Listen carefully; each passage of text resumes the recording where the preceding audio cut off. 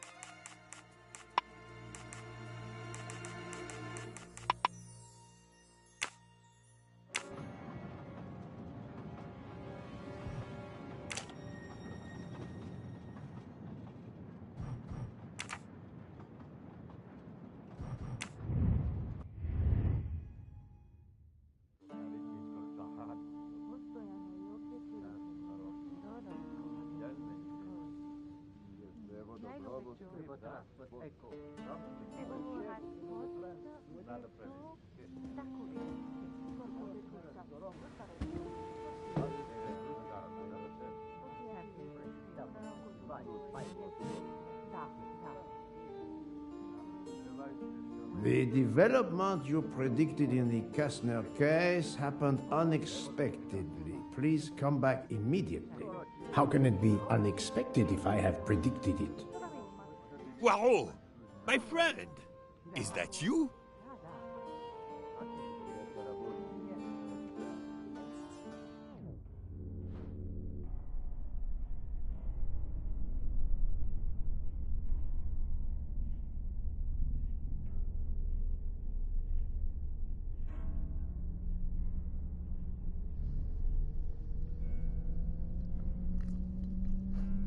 Okay. Poirot!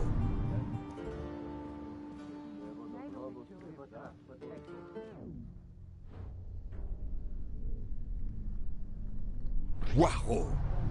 Is it truly you, my friend? Book, it is indeed me. What brings you so far from home? A little affair in Syria. An affair of the heart? No, a modest affair of recovering stolen artifacts. But now I am summoned home to England and must leave immediately. This evening? You travel on the Orient Express, I hope. I have made no arrangements yet, as I just learned that an emergency has arisen, and I must return to England immediately. Very well. It will be my pleasure to secure you a sleeper on the Orient Express. If the director of the line insists, I accept with pleasure. And we'll dine together, for I too depart this afternoon. We'll have plenty of time to catch up. I'll have the hotel transfer our luggage. Excuse me, sir. You are the director of the line? The Princess Dragomirov would like to know if she may keep her mina in her compartment on the train. Good morning, Princess. It is an honor to welcome you aboard. There is absolutely no problem for your pet. You will ask about his food? Oh, yes.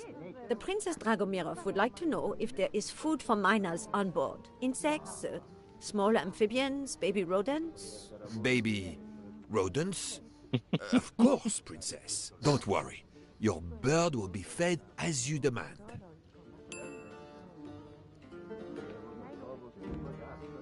There we go. You there, desk clerk. One moment, sir. Listen to me. Call the police. My train ticket has been stolen. Stolen? Oh dear. Oh dear. You travel by the Orient Express, monsieur? Arbuthnot. Captain Archibald Arbuthnot, formerly British Army, now retired. And yes, I'm taking the Orient Express to Paris. But what business is that of yours? My name is Book. I am the director of the line at your service. And perhaps this gentleman could assist you. He is Hercule Poirot. But I must make that train. A train ticket. Yesterday I recovered artifacts worth several millions. Please, my friend. It's not just any ticket.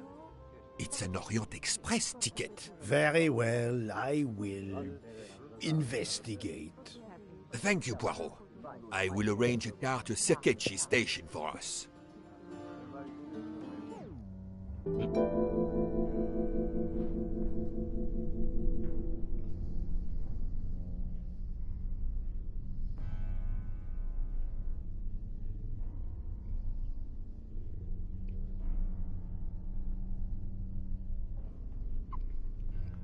Okay.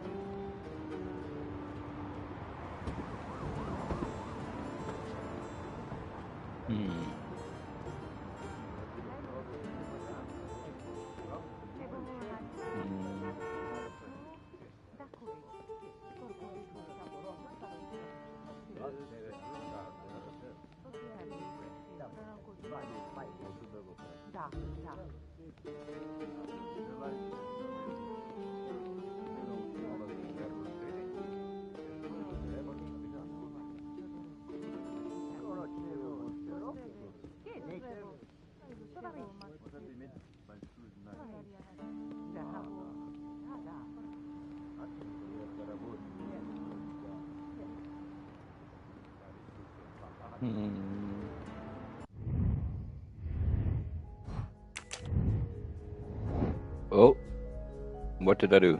Even if the task is beneath me, the little gray cells must be exercised. I will offer my help. Alright. Just lost his ticket to the Orient Express. Maybe my friend Pooh has us my oh. Right.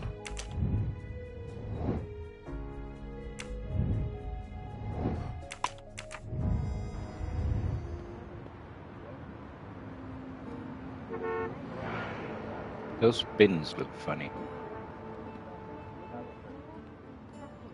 Hello, give me a ticket. I found the ticket. She has it.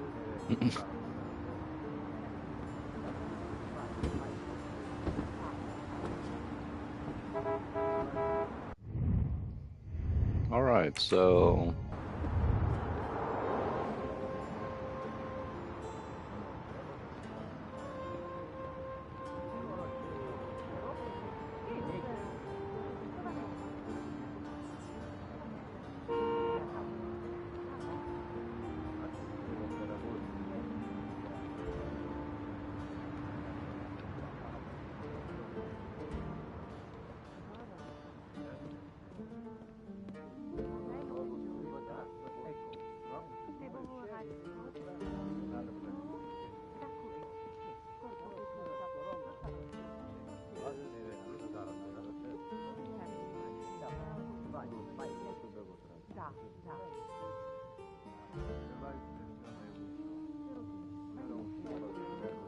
oh, what's that?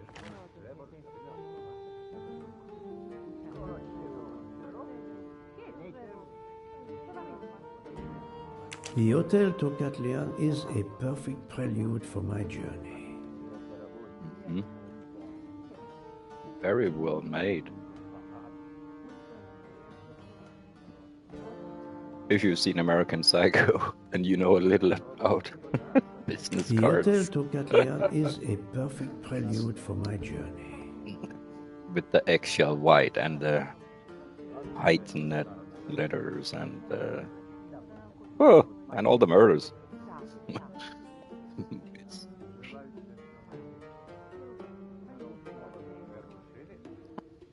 I heard that there are things in the book, and a book reader will always tell you that the book is better than the movie, and I guess they're right. I can't say because I haven't read neither this or American Psycho. But looking at how explosive that movie was, and then getting to know that there are things left out of the book that is even more horrendous than what the movie can put together, then oof. Some people and their, I hope, imagination. I'm looking for something here and I can't find it.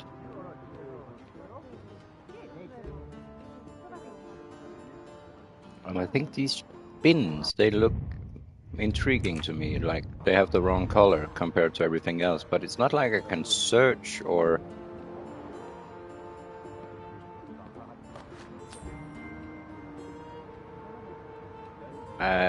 somebody has lost their mustache. Hercule Poirot, my exquisitely sculpted friend. Dude, are they gonna be that hard to find?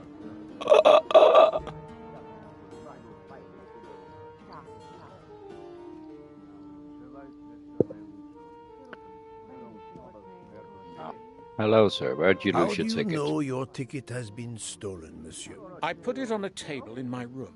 I came down here to breakfast, and when I got back, my ticket was gone, and other things were on the floor as if they'd been tossed about. Hello, monsieur. You left your window suggest open. we begin in your room. Will you lead the way? New node. How to find the ticket.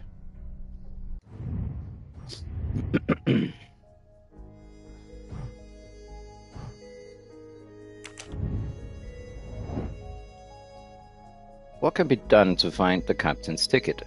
Connect the elements on the left with those on the right. Search. Search the bedroom. That makes sense in my head, right? Search the neighbors? I'm not sure they would like that. Interrogate the door. Oh, I think we should interrogate the neighbors. Inspect, well, that's only... My little gray cells did not let me down.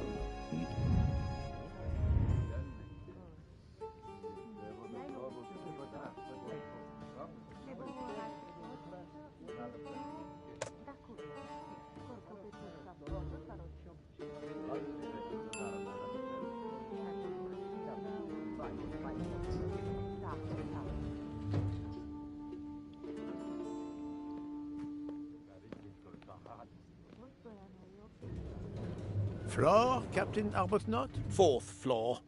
Oh, one mystery solved.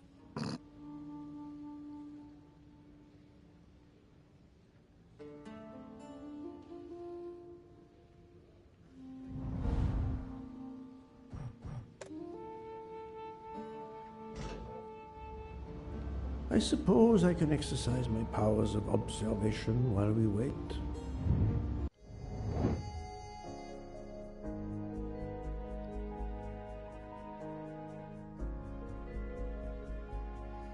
He's not 21.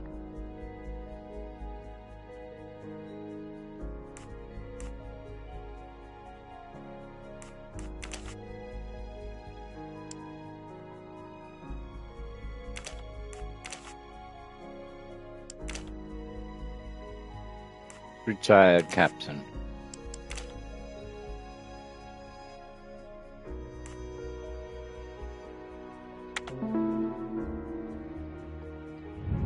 Et voilà.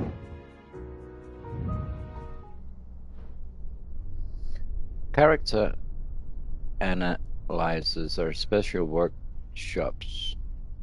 Once completed, the analyzed character will appear on the Characters tab in the Pause menu. Rather than only open Pause menu, navigate to the Characters tab. Right.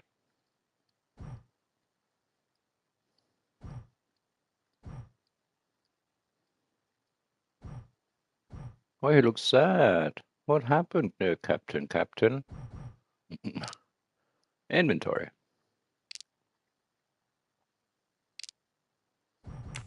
All right. Fair enough.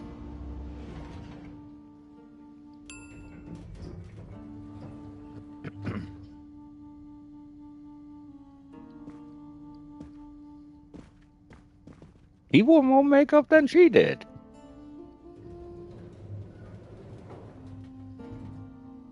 My room's along here. 411. In a hotel of this quality? A thief? Thieves are everywhere, dude. Come on, don't dawdle. It'll be a disaster if I miss that train. Someone has rejected their breakfast. Not a mystery worth pursuing.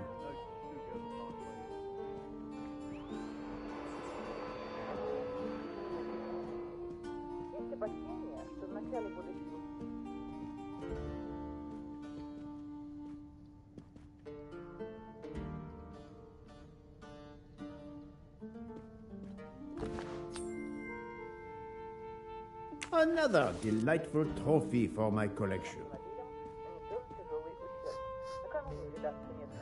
All right, now what did he say? 411, right? 415, 413. You have locked the door, monsieur? Naturally. This is a foreign country. You have the key card? Of course. We will enter.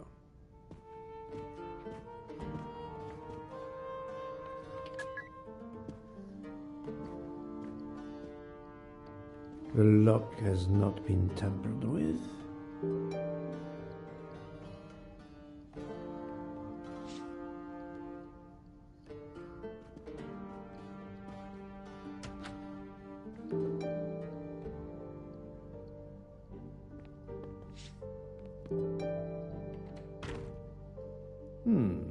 Water with traces of soap. The water is scented.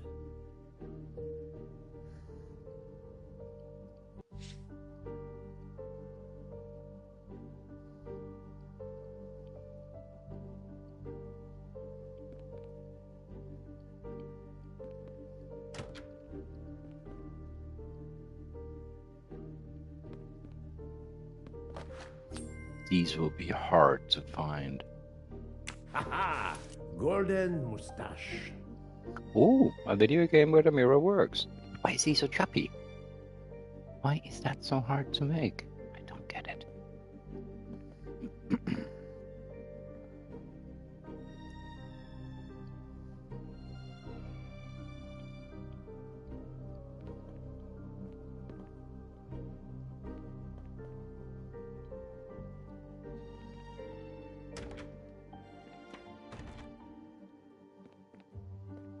Hamburger.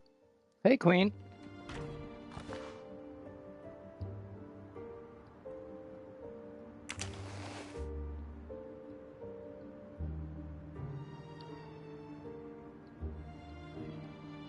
The wallet is somewhat worn. It contains just over $200 and the usual card. Have the money.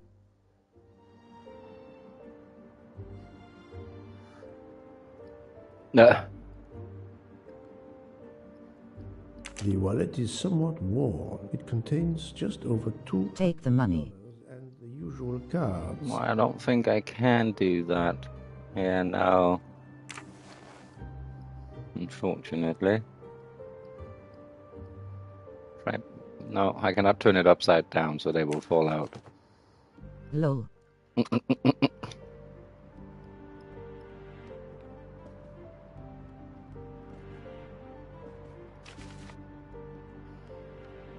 Turkey. Turkey, or how it's pronounced today, I don't know. A fact sheet from a tour of Saint Sophia.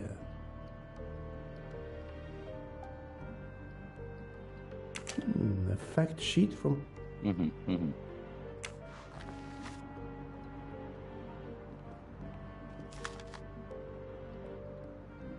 A stamped reservation for the Bosphorus ferry.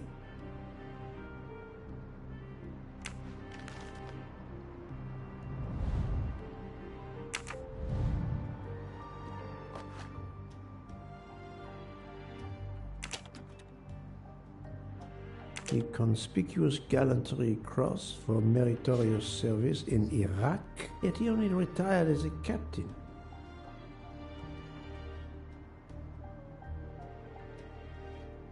Why would he travel with this?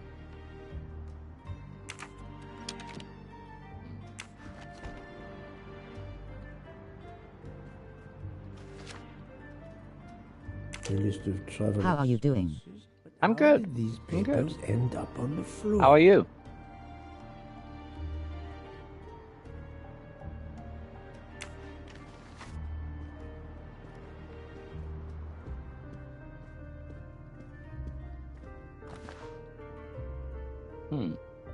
This earring, it is not the first time I've seen it, but where? Good.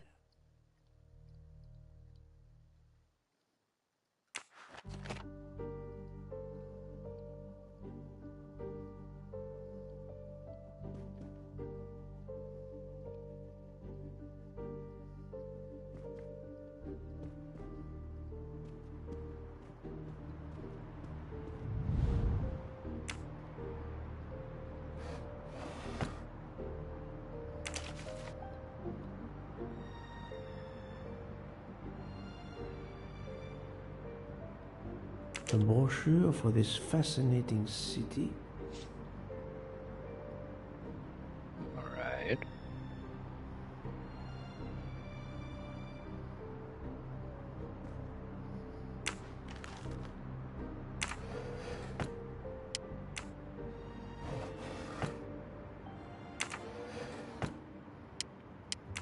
They sound mechanized. Ooh, chocolate bar, chocolate bar. No?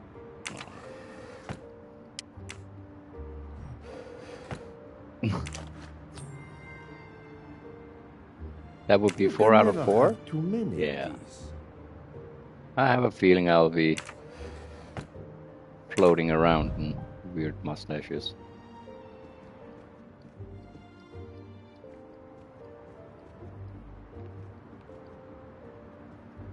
Four floors. It's impossible for a thief to have exited through the window.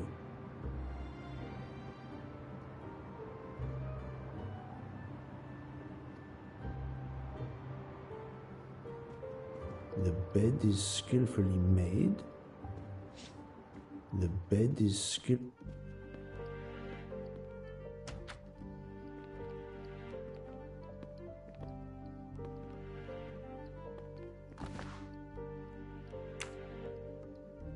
A perfume bottle. Empty. Suggestive.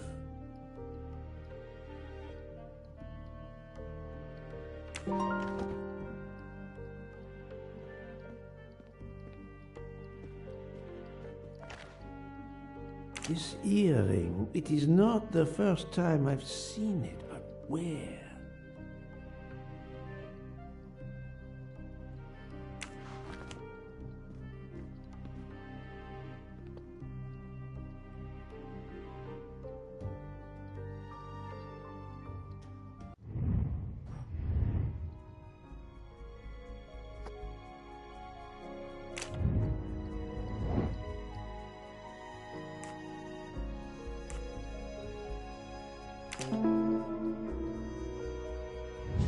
That's the right answer.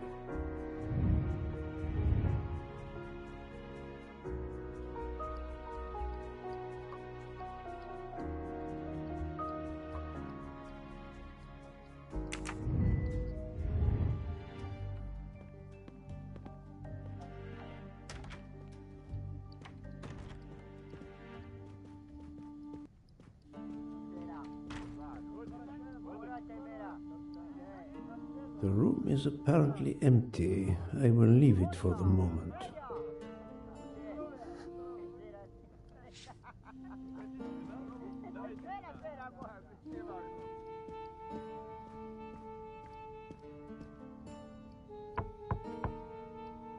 Go away, please. A brief word, sir. I will give you 2 brief words. Go away. Monsieur. I've been traveling all night from New York. Must I call the management? Pardon, monsieur. I do not believe we have awakened a thief.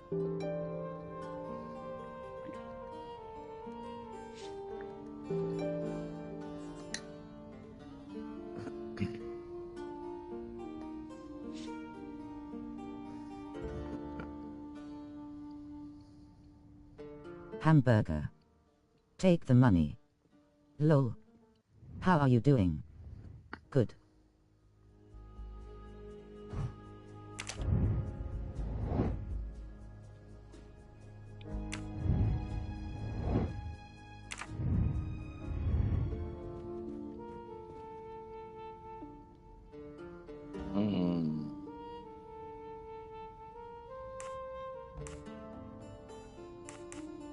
How long were you at breakfast, Captain? Half an hour or so. Just a roll and some coffee. Oh, shit. Tipped my Coke. Thank God I had a cap on it.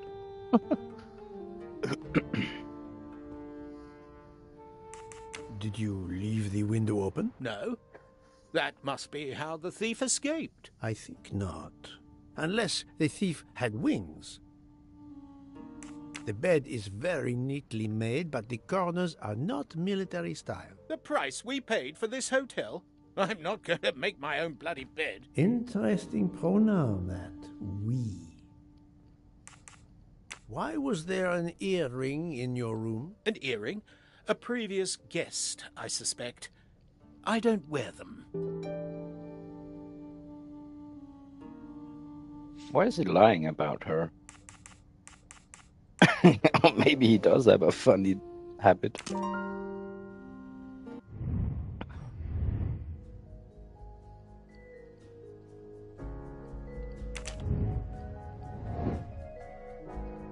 Hamburger. Take the money. Lol. How are you doing? Good. Select 2 elements that reveal how the ticket could have disappeared. Well, that would be the door and the window, right?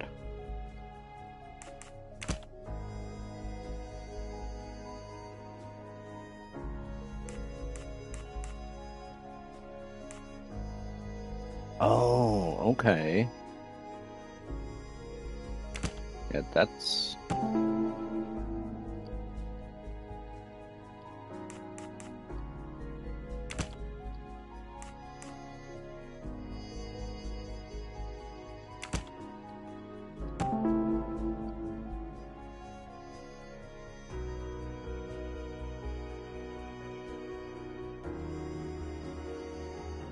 The wind probably blew the papers on the floor as it came in through the window.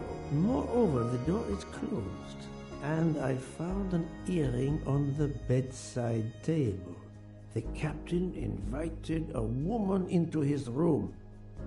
Maybe she is our culprit. I'm right again. That happens to me a lot. Alright.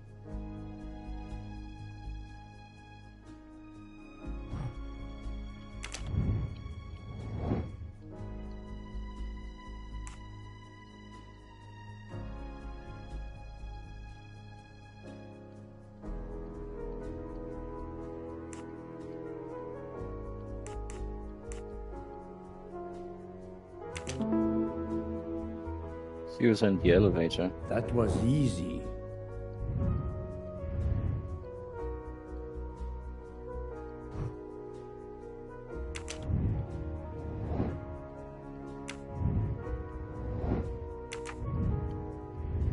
The other one was the princess. That would be hard to believe. And the other one was her caretaker. Can you say that? Captain Arbuthnot, I have examined your room. Much was revealed, possibly more than you expected. Rest assured we will soon find your ticket. It's about bloody time. I have a train to catch. As do I. You are traveling on the Orient Express? We? If you will be good enough to answer a few questions, we may both make our train. Ask away. Please give me an account of your movements yesterday. I spent most of my day in Istanbul, sightseeing. I returned to the hotel as the sun was setting. The desk clerk can confirm I was alone when I picked up my key. I spent the night alone. I had no visitors in my room.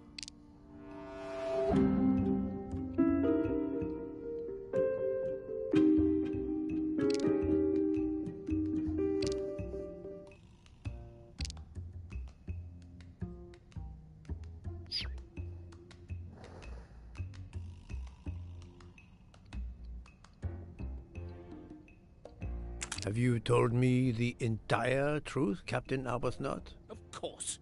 I want you to find my ticket.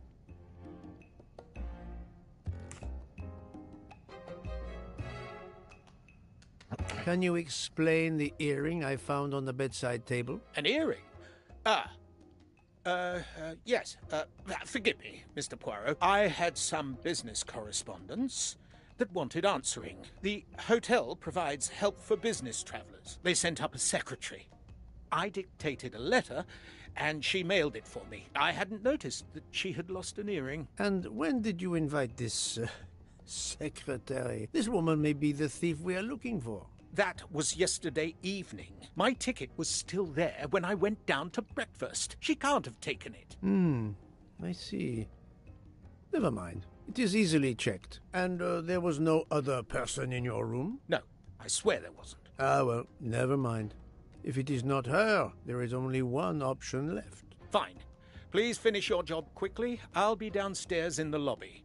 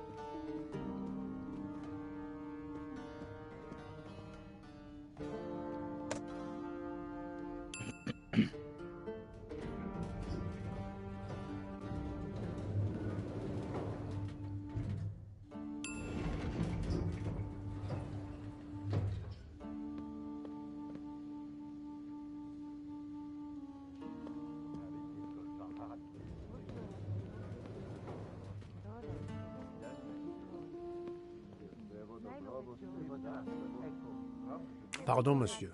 May I inquire when the staff begins cleaning the rooms? Every morning at breakfast time, sir. After making certain there are no guests in the room, of course.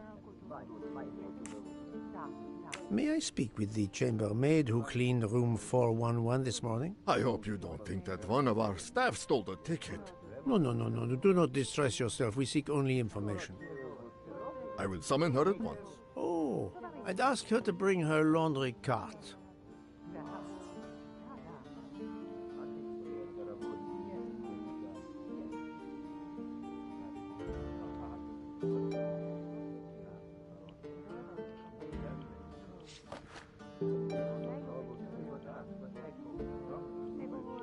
The Hotel Tocat Lyon is a perfect prelude for my journey.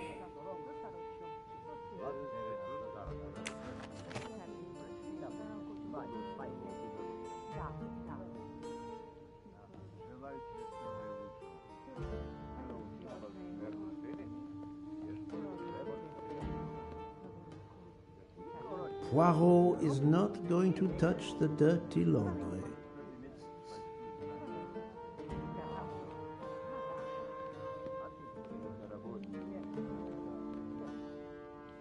Poirot. Why is he speaking of himself in third person? Isn't that a little...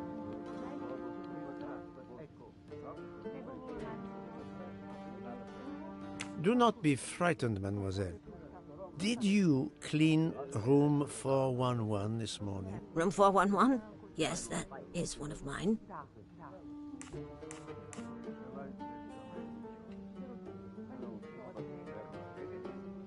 Did you see a ticket on the desk when you entered the room? I'm sorry, I didn't notice a ticket.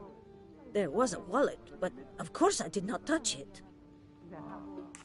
Did you open the window? Yes, we always air the rooms. Oh, but I forgot to close the window. While I was making the bed, the person from next door was pounding on the wall. I wondered if he needed assistance. I tossed the dirty sheets in my cart, quickly finished mopping, and went to see, but it was nothing. But I'm afraid I left the window open. I'm so sorry. The window left open, papers scattered on the floor. The chambermaid cleaning the room. I believe I can now visualize what happened.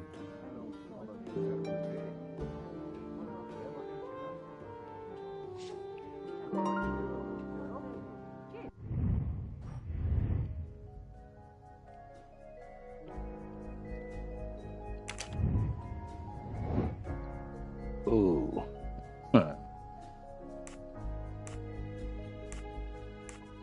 Alright. The chambermaid opens the window. The dirty bed linen is dropped on top of the ticket. The ticket lands in the cart. The window blows the ticket. The chambermaid parks her car behind the desk.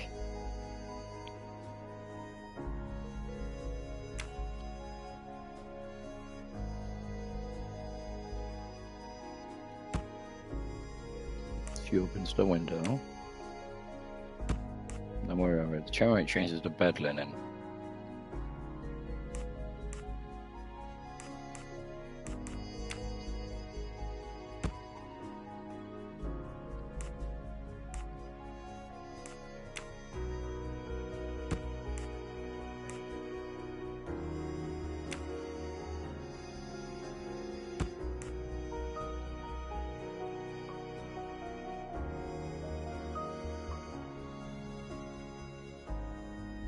This would make sense.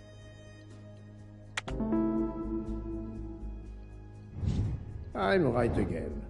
That happens to me a lot.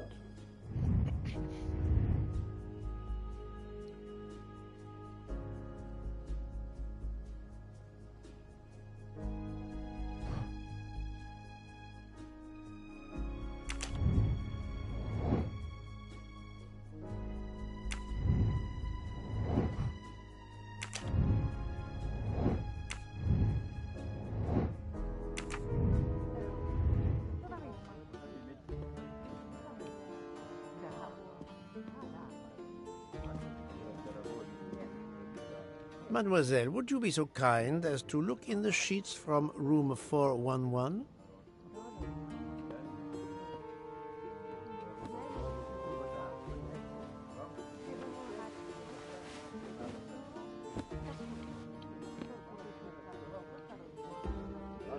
And so the missing train ticket completes its strange journey.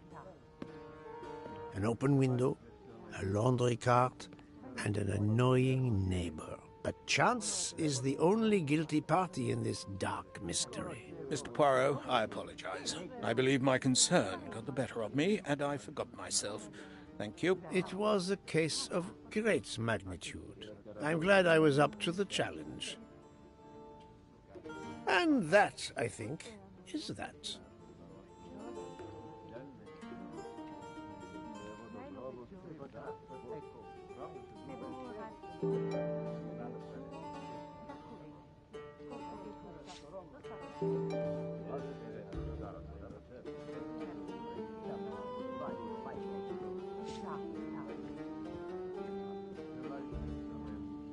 Our bags are all packed. I have my ticket and papers. If you give me yours, I'll hang on to mine. But as your secretary... As my secretary, you see to the bags, Hector. Yes. Yes, sir. That man, I have a curious impression of him, as if I were observing a wild animal, uncaged.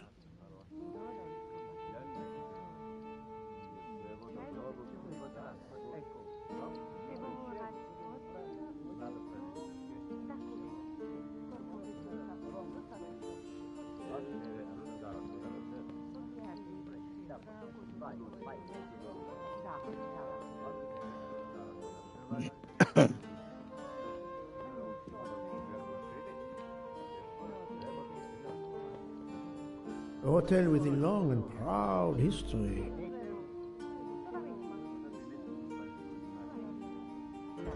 Sure, it's beautiful here.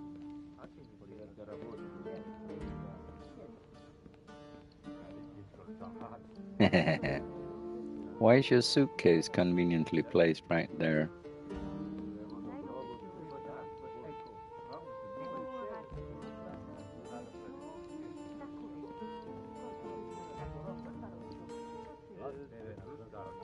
We must leave for the station. Our bags are in the taxi. Did you find the ticket? It was a case most difficult, but somehow Hercule Poirot managed. I knew you could do it. Now we can sit back and enjoy a relaxing train ride. A mystery. No, a trifle for Poirot. I got that twice, it seems. A bronze trophy.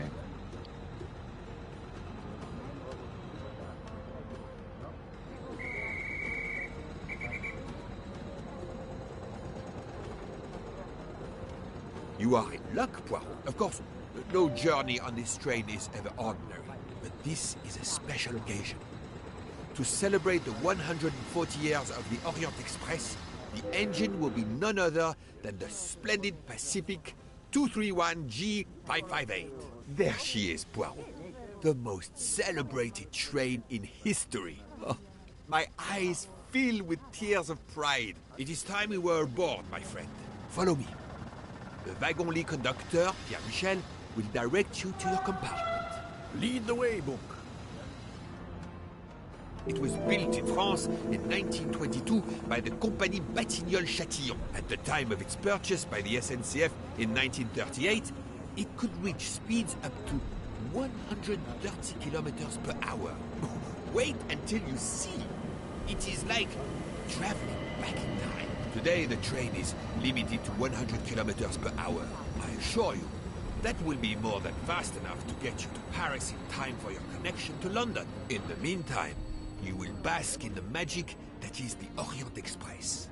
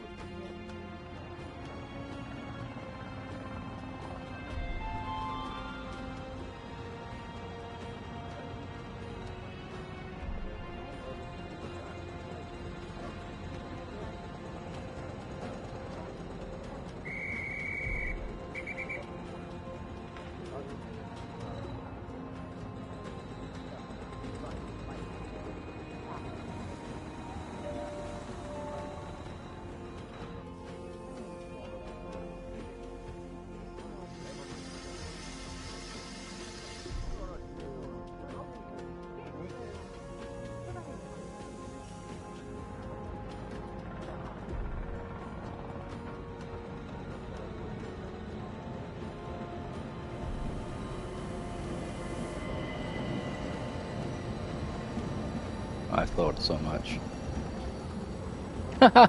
Outside of the map, kinda. Another golden moustache to treasure.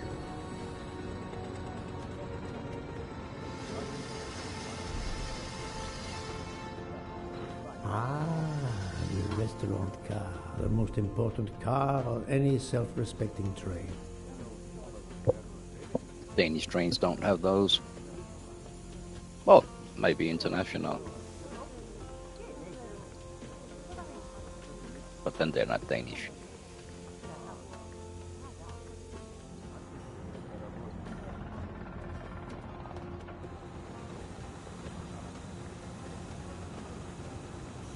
Or maybe, wait. I don't know. I'm not sure, actually.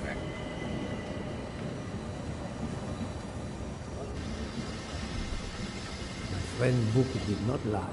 His train is a beautiful machine.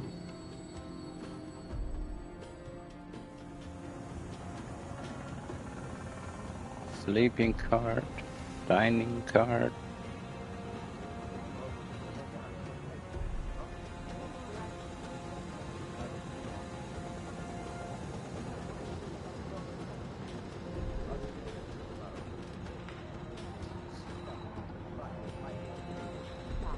I couldn't expect this before.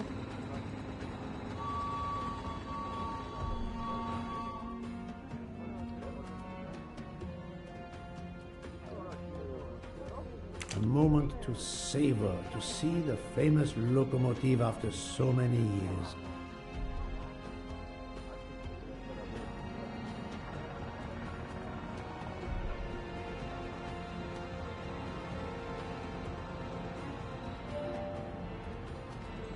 A moment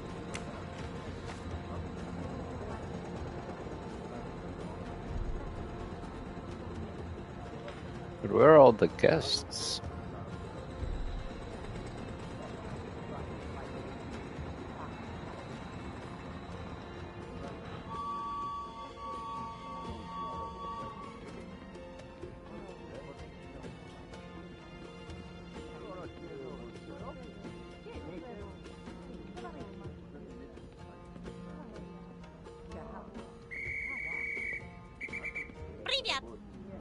Princess Dragomirov's pet minor bird, an unusual traveling companion.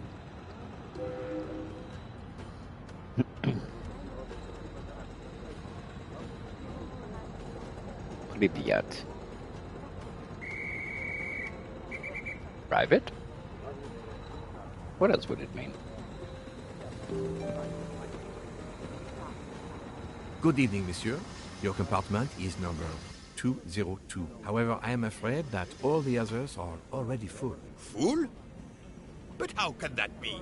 It is incredible, monsieur. All the world elects to travel tonight. All the same, you must find room for this gentleman here. I can exercise my powers of observation while they try to find me a bed. He is a friend of mine. He can have number 201. It is taken, monsieur. What? Number 201? Yes, monsieur. We are full. Full everywhere. The 140th anniversary, perhaps. Michel. Darling, we have to get aboard. I know. I have heard of the phobia, fear of flying, but fear of trains? Now you're making fun of me. Never, Mama. We'll board shortly, once our compartment is ready. Alright.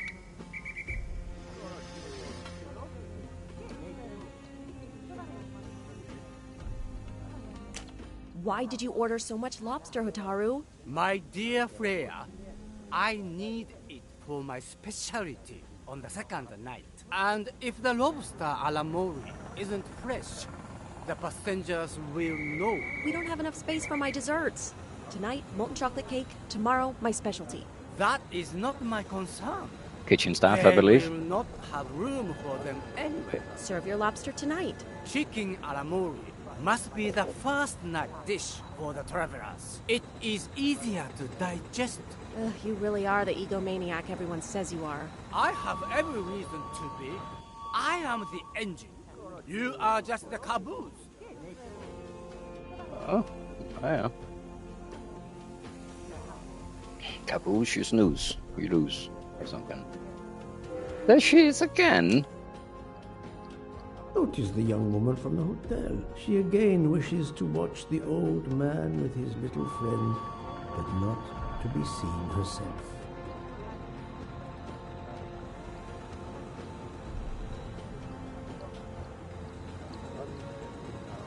The old man with his little friend.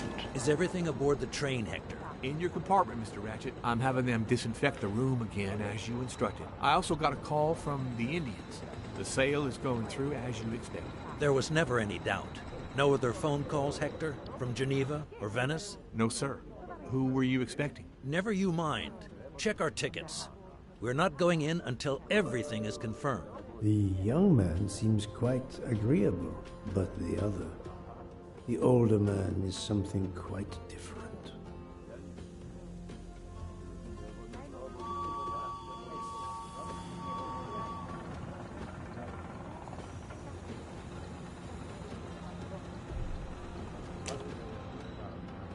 Notice the young woman from the hotel.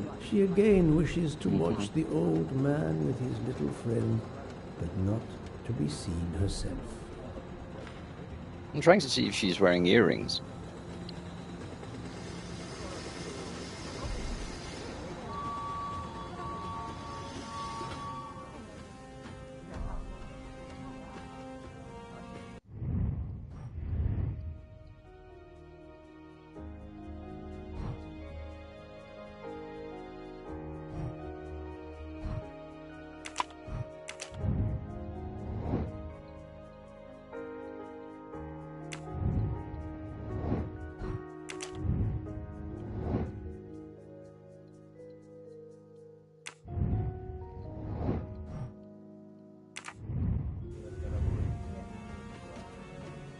So I'm doing this Why twice. did you order so much? My dear, and if We don't have enough. that is Serve your lobster. chicken, it is. You really are. I have.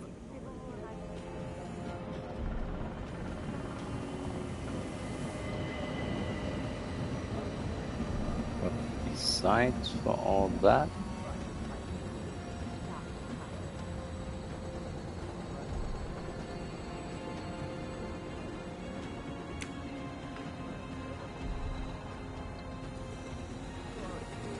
what am I missing?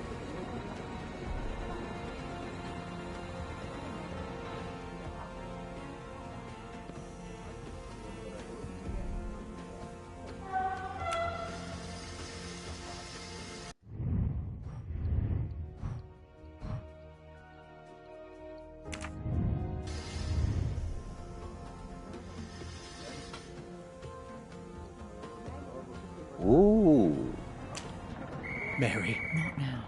Not now. When it's all over, when it's behind us, then.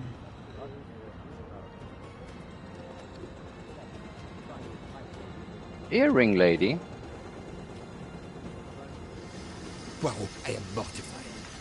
The 140th anniversary, perhaps, but such a plague of passengers.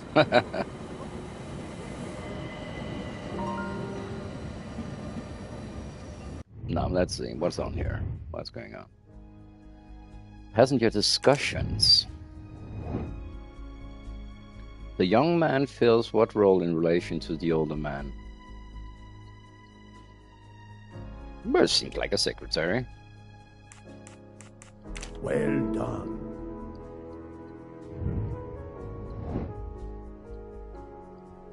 She's afraid of the train. It's obvious. Yes.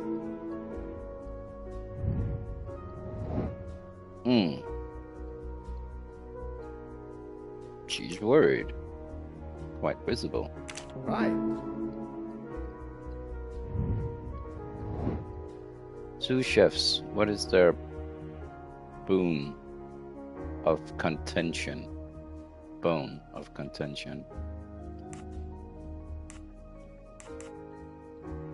The storage. Fantastic.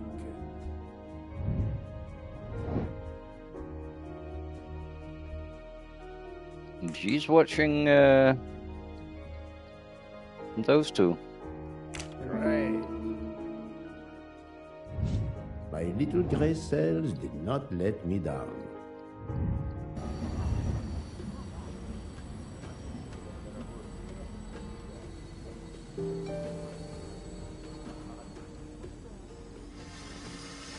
Poirot, we have a solution.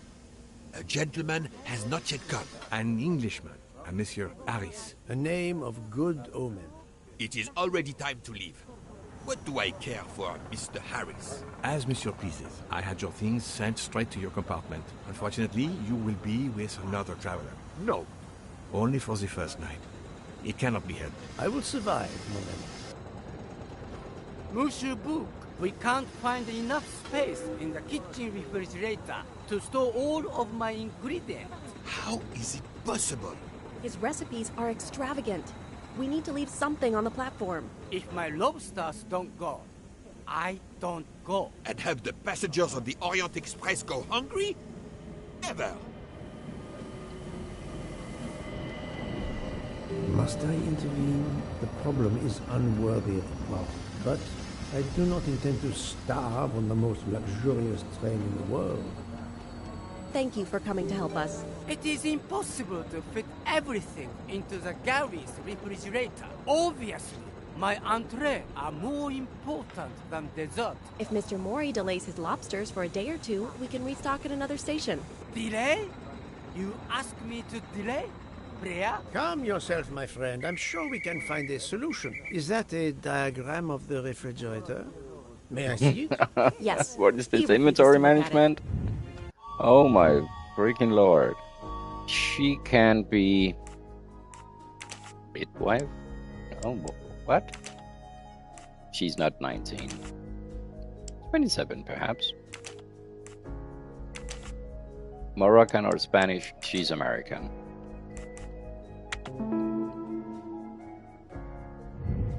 That was easy.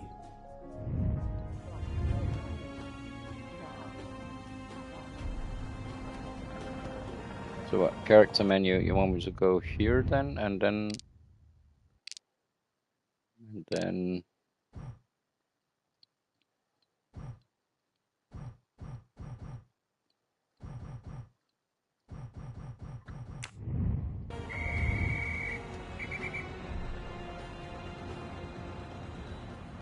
This is inventory management, oh my freaking lord. Adult Tetris.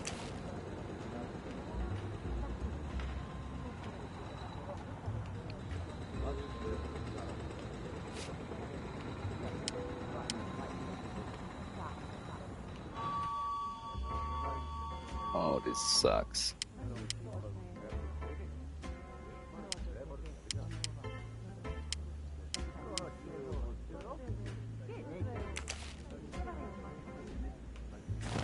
Oh, okay. Aha, so they twist a little, wiggle jiggle.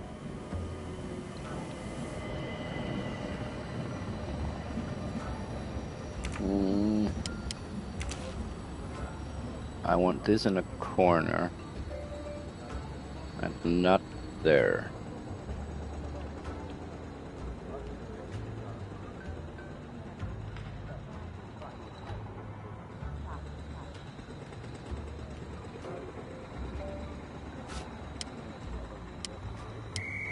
Something big here.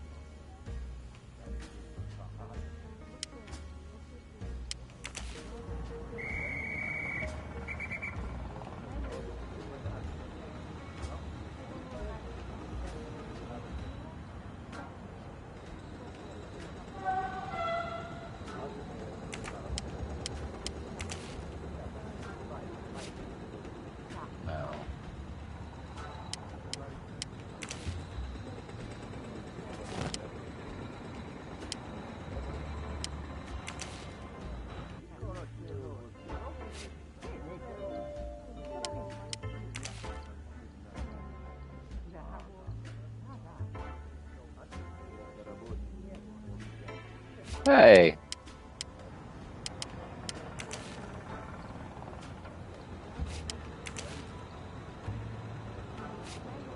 Et voilà.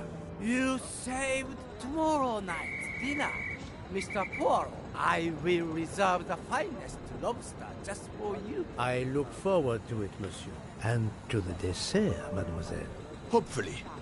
That will be the last mystery you face on our journey, my dear Poirot. Your compartment for tonight only is at the back of the second-class carriage, number 102. Tomorrow, you move to a private compartment.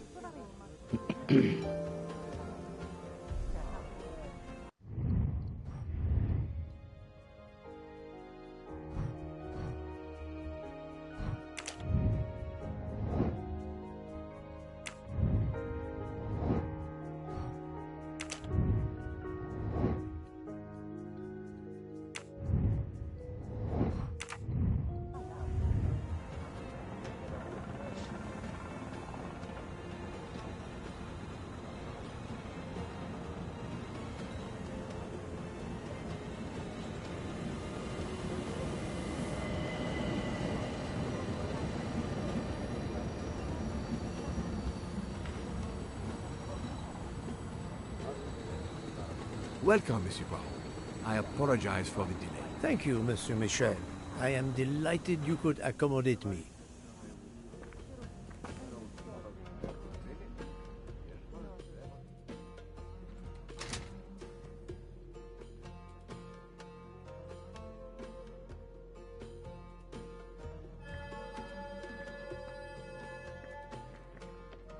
Wrong compartment. I need to find number 102. These first-class rooms are very spacious and luxurious.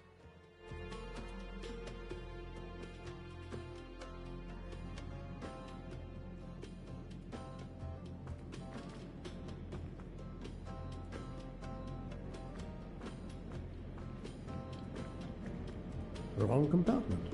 I need to find number 10. Pardon me? Oh, my apologies.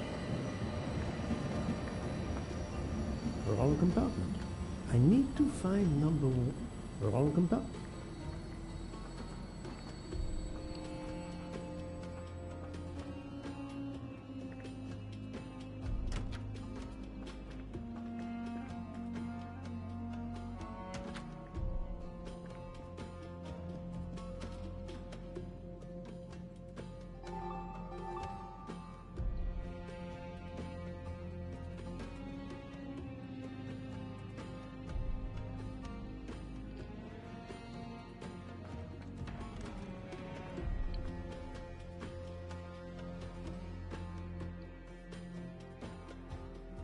This lady has a style of her own, eccentric but chic.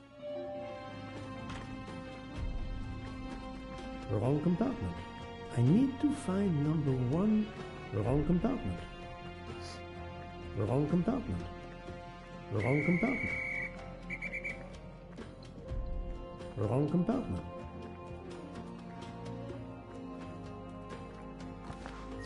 Ah!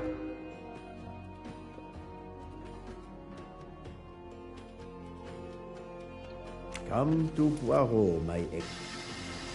I can't believe it's a locomotive from the 1930s that is pulling us.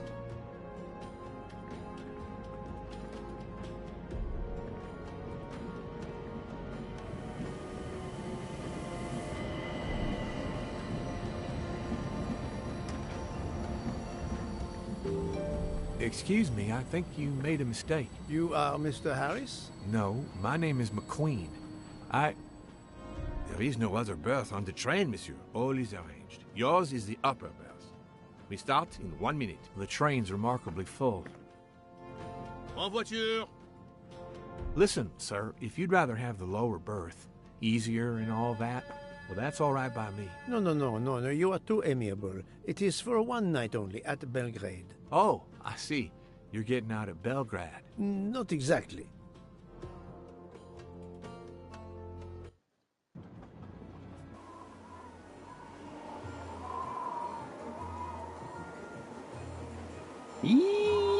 Heh.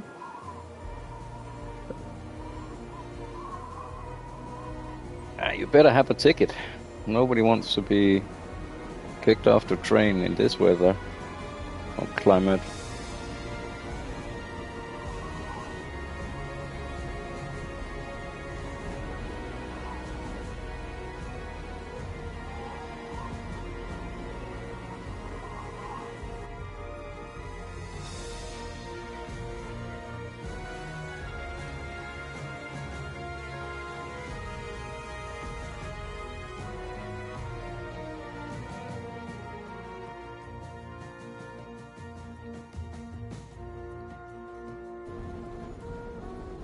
A night has passed since the train's departure from Istanbul.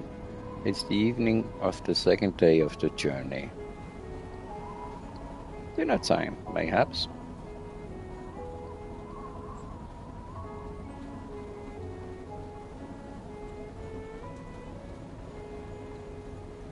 Hamburger. Take the money. Lol. How are you doing? Ladies Good. and gentlemen, dinner is served.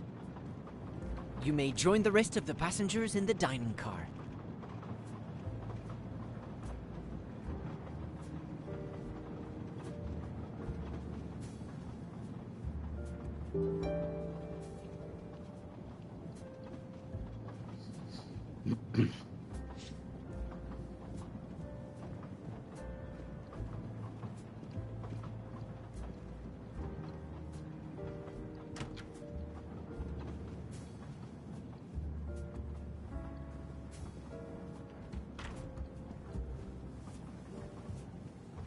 Excuse me, monsieur. Pierre asked me to inform you that a passenger left us, so his room is yours. Monsieur Bouc instructed that your things be transferred to room 202 during dinner. You will be more comfortable in first class. It is true what you say. Thank you, Mr. Fouché, monsieur.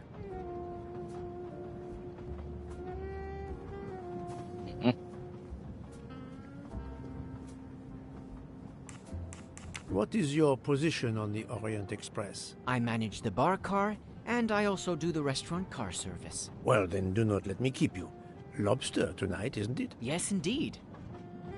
Where will my new compartment be? Room 202 is at the far end of the previous car. I see, thank you. I'll leave you to it then. See you soon, monsieur.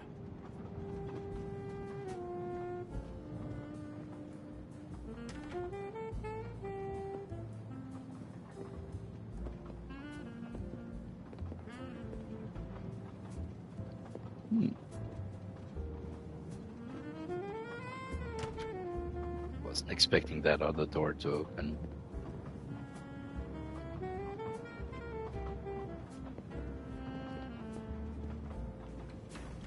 Just gonna say it again. Mirrors in video games.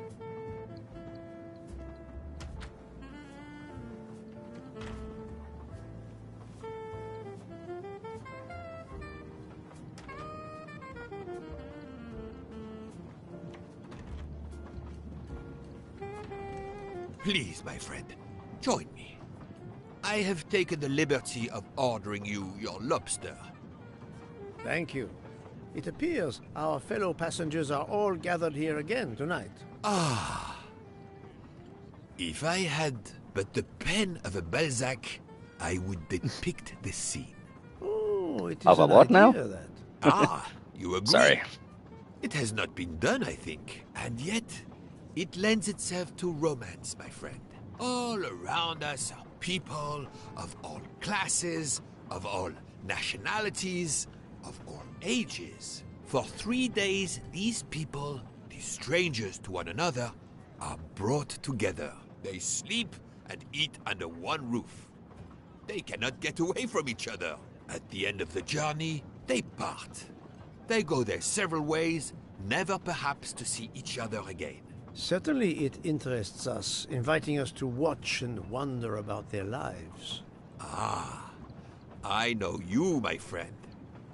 Even now, your mind, it is at work. Let us test it. For example, what do you make of those two?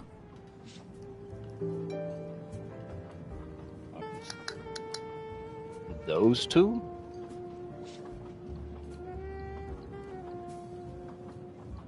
Whose two? These two?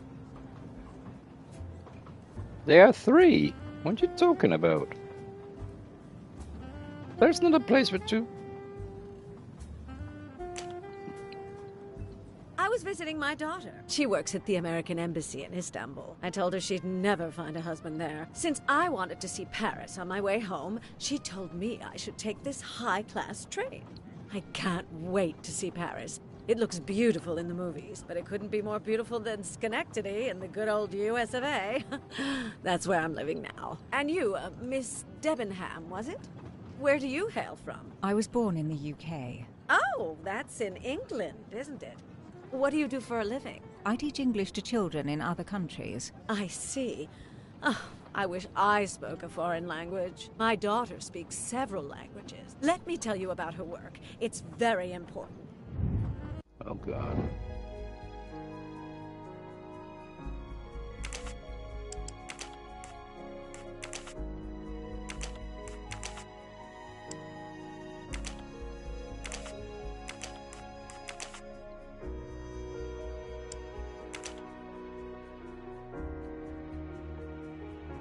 Oof.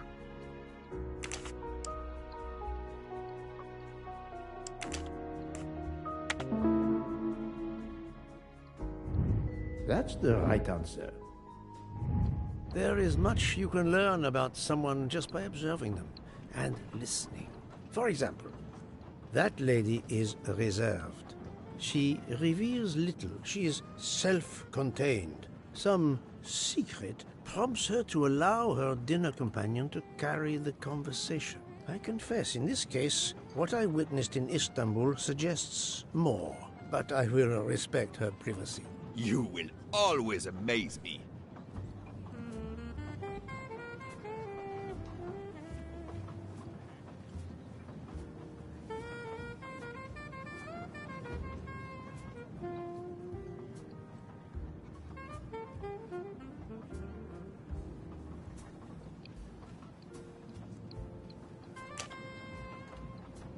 Mamma mia, you can feel the power of an engine. We climb into the mountains with ease. I know something about the power, and this baby has it in spades. There's something special about a train, I'll give you that.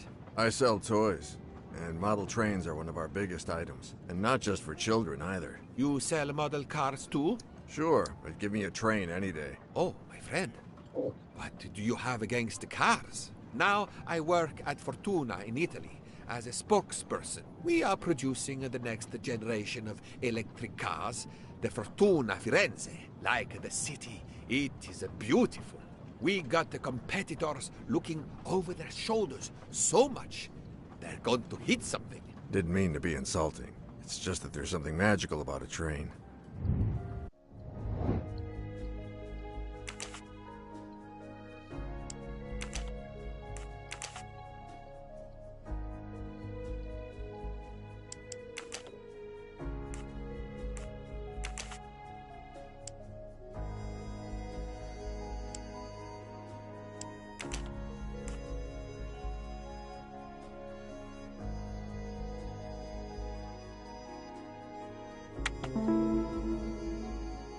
I wasn't sure about age. I'm right again.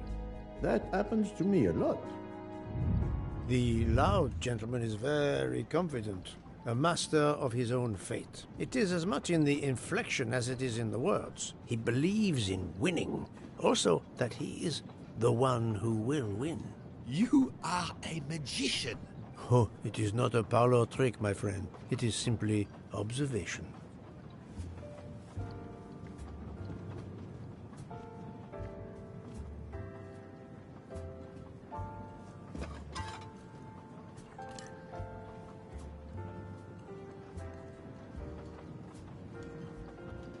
My friend, this is one of the best desserts I have ever eaten.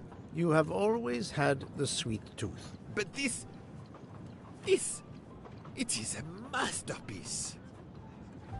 I can't understand how the dessert can be so good. I would love to know what the recipe is. Really?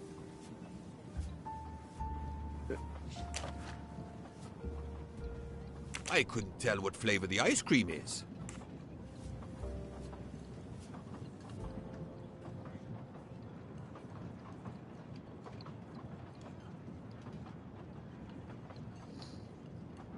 Well, it looks like lemon. Look at the zest. Yes, I wasn't sure what that was.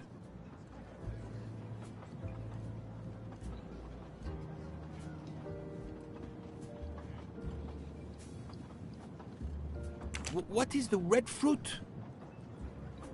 it's raspberries. It looks like a raspberry. You have a good eye, Poirot.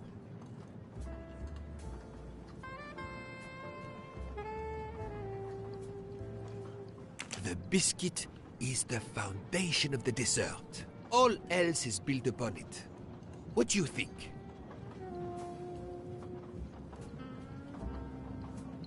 It looks like crushed biscuits, my friend.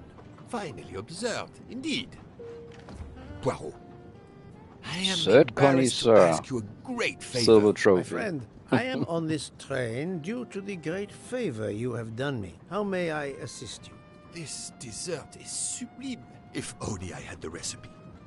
Unfortunately, the pastry chef, Miss Nielsen, she will guard her secrets. But you, my friend, I am sure you could make her confess. You wish me to persuade the pastry chef to give up her recipe? You who are the expert at interrogation. Book, it is a dessert. It is the pinnacle of desserts. You, my friend, who, as you say, are on this train, I blush to remind you. Fine, you win. Again, what wouldn't I do for you, my friend? Oh, thank you, Poirot. Good luck.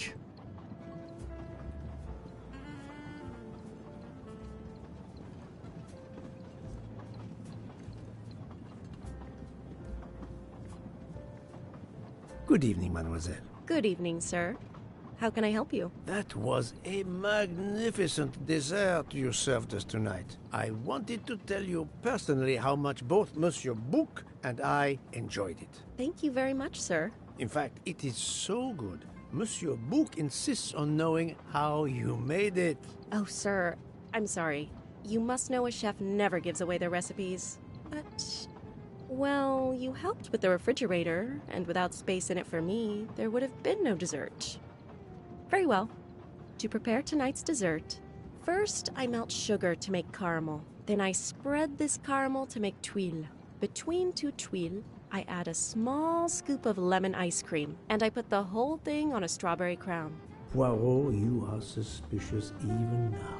The pastry chef gave up her prized recipe a little too easily. I sense she wasn't entirely honest with me.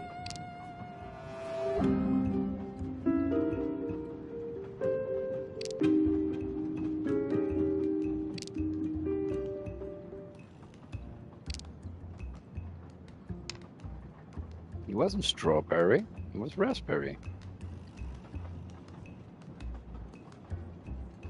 Thank you for sharing your recipe with me. But I doubt those are strawberries you're using. Oops. You have a good eye, Monsieur Poirot. Very well. What fruit do you think I used?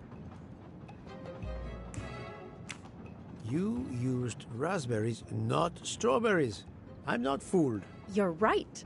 Mr. Book, he couldn't tell the difference. Let's move on to the bottom part of the dessert. My favorite part of the dessert. First, I melted some butter. I crumbled pieces of chocolate into the butter. Then I placed the mix in a circular mold. Finally, I let the whole thing cool down to let it harden.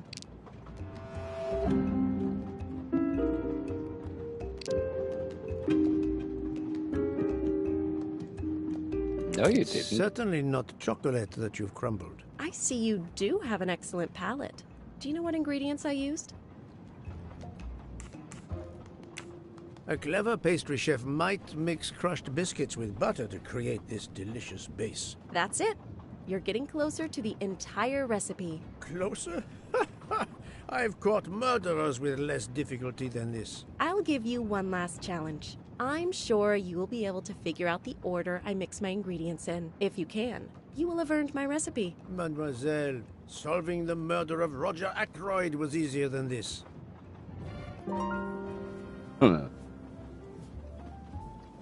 Is this a Google moment?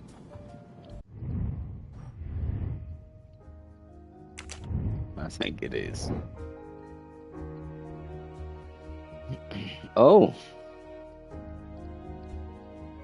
Find the order of ingredients of the custard.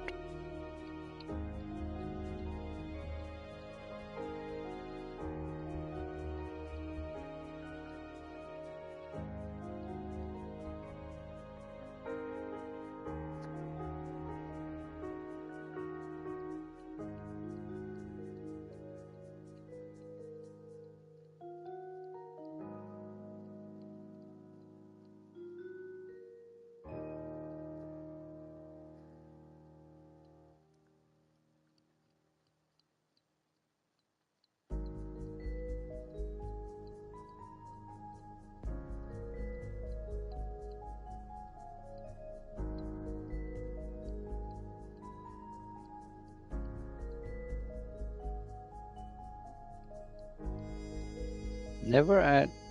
Shh.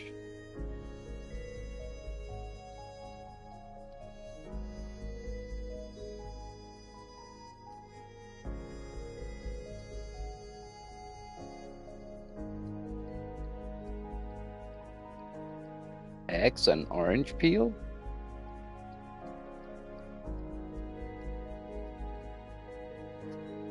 I'ma Google this.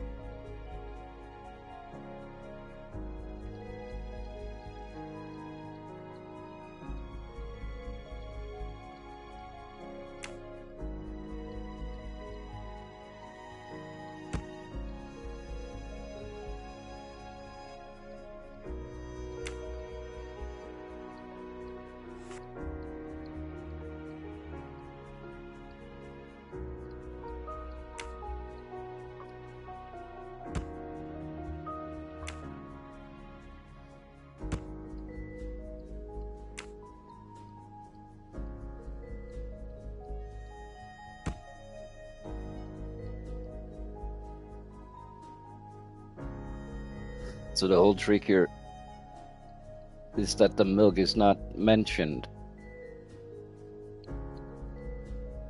and eggs will go last,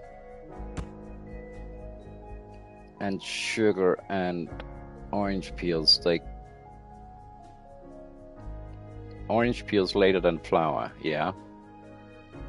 Sugar is added later than vanilla, yeah.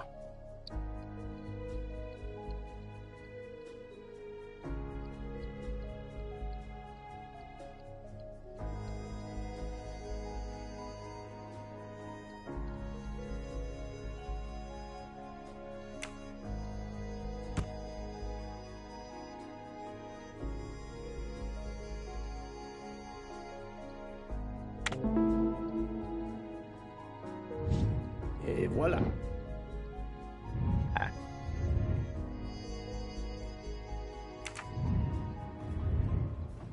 As promised, my recipe is yours.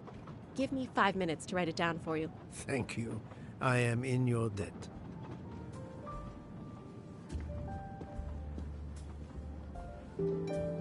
I can take advantage of this moment to resume my little observations of the passengers.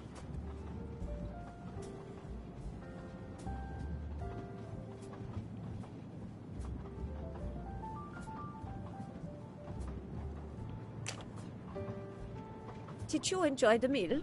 I'm not used to meals like this. You do American. not have good restaurants in Kenya? Actually, we do. This isn't the 1930s. I did not mean to offend. You didn't like the meal? The lobster, it was undercooked, and the potatoes were too dry. I expect, being Princess Dragomirov's assistant, you must be used to eating well. Cooking is an art. You do not need to wear the chef's hat to be an artist. What is your favorite dish? Currywurst. It is a specialty of mine. Okay. German or Swiss? But currywurst. Yeah, assistant. Caretaker would be something else. 23? No, no.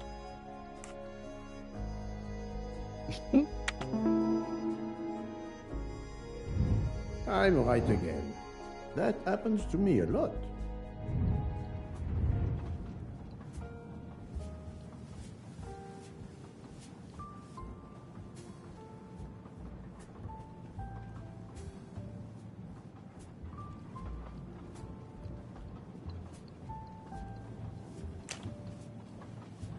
I made a lot of progress on the expenses last night, sir. I should be done by tomorrow morning. You're supposed to be a fast worker, Hector. Sorry, sir. Working here is not as comfortable as in our office in Boston. You're lucky to ride in a train like this.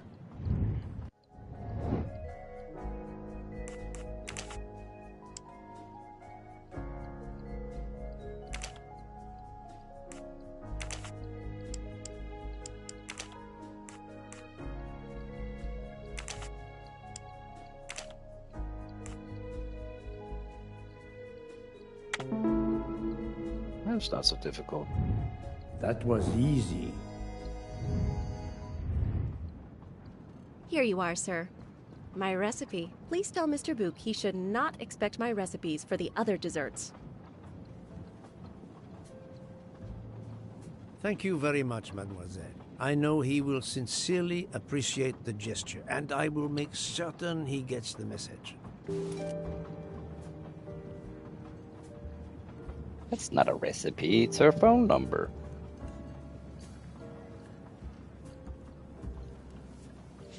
Poirot, you were gone such a long time. It proved more challenging than I expected. This is wonderful. Did it require the use of your little grey cells? More the exercise of my little taste buds. Thank you so much, my friend. Eat your dessert. You've earned it.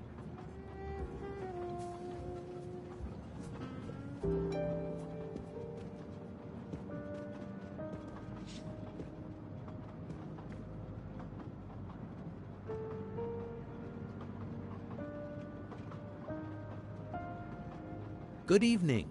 My name is Ratchet. I think that I have the pleasure of speaking to Mr. Hercule Poirot, is that so? You have been correctly informed, monsieur. Your exploits are well known on my side of the Atlantic. In my country, we come to the point quickly. Mr. Poirot, I want you to take on a job for me. Are you interested in earning a lot of money? My clientele, monsieur, is limited nowadays. I undertake very few cases. Why, naturally. I understand that. But this, Mr. Poirot, means big money. Big money. He's not Italian.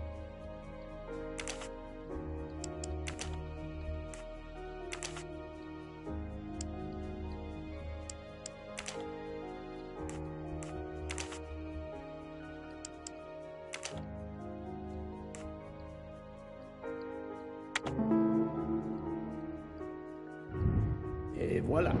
Not much doubt with the... What is it you wish me to do for you, monsieur Ratchet? Mr. Poirot, I am a rich man. A very rich man. Men in that position have enemies. I have an enemy. Monsieur, in my experience, when a man is in a position to have, as you say, enemies, then it does not usually resolve itself into one enemy only. Yes, I appreciate that point.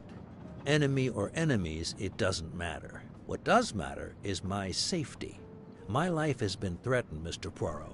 Now, I'm a man who can take pretty good care of himself. But as I look at it, a little insurance wouldn't hurt. And remember, big money. I regret, monsieur, that I cannot oblige you. What's wrong with my proposition? If you will forgive me for being personal, I do not like your face, Mr. Ratchet. Now, if you wouldn't mind, I'd like to finish my coffee peacefully.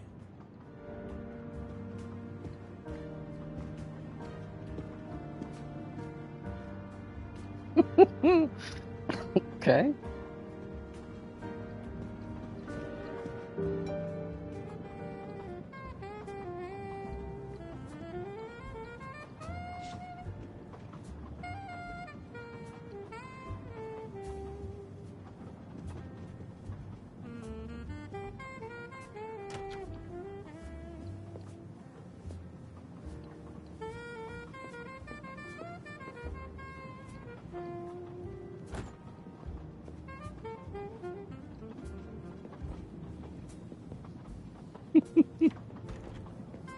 They must think I'm a weirdo.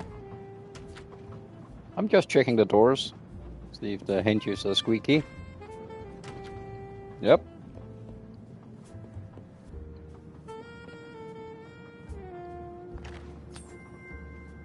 What was it hanging on? Haha!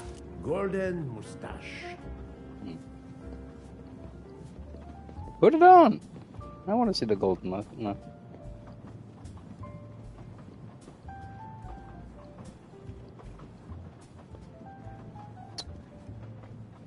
Storage. I'm walking the wrong direction. Fantastic.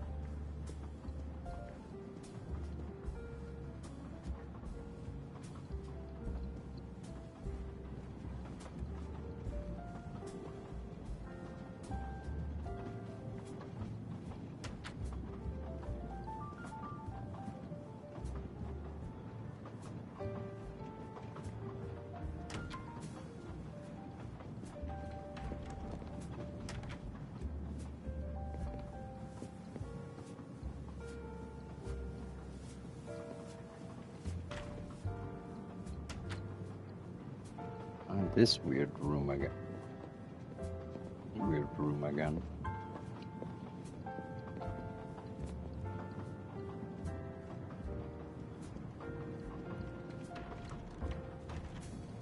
A nightcap, Monsieur Poirot? A cup of coffee, Monsieur Fauché. Then I will retire to my new compartment. I'm sure you will find it to be most comfortable.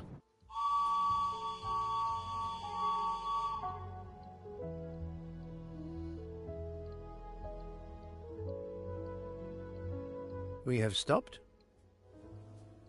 Yes, sir. Belgrade Station.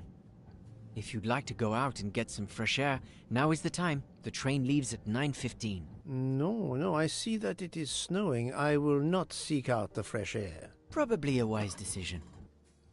May I suggest a chocolate to accompany your coffee? It is produced by my father, the best chocolatier in Switzerland. I would never refuse a chocolate with such high recommendation. I know you will enjoy it, and please let me know if there is anything else you require.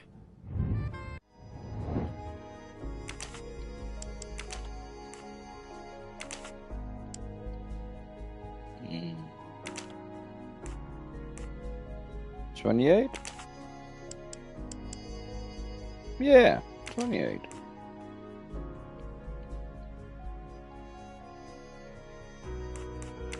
What's a control? Well, in any case, I don't think it's called. That's the right answer.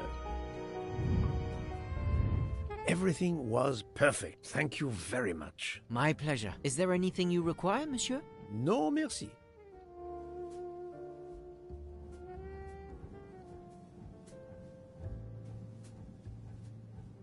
All right.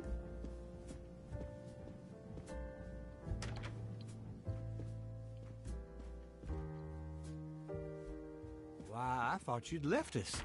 You said you were getting off at Belgrade. You misunderstood me. But, man, your baggage, it's gone. It has been moved into another compartment, that is all. Oh, I see.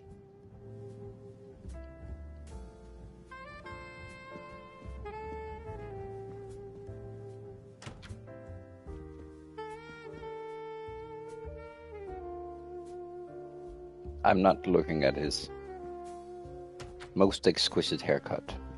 I'm checking for mustaches.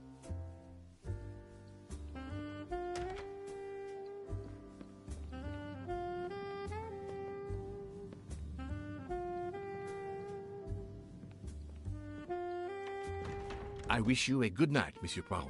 Good night.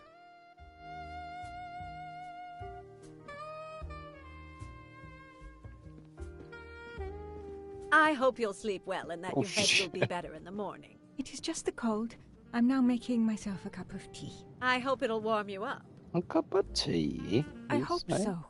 Good night. Well, good night, my dear. What a brave girl. On the other hand, that man there in the next cabin, Monsieur Ratchet, he scares the hell out of me. There's something wrong about that man. My daughter always says I'm very intuitive. When Mama gets a hunch, she's dead right. That's what my daughter says. And I've got a hunch about that man. He's next door to me, and I don't like it. I put my bags against the communicating door last night. I thought I heard him trying the handle. Well, whoever you are, I'm going right to bed to read. Good night. Good night, madam. Whoever I am?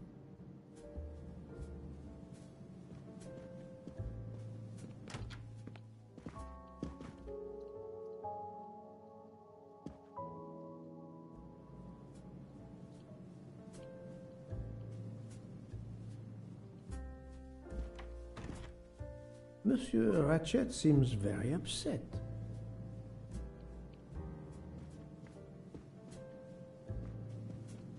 This is my door.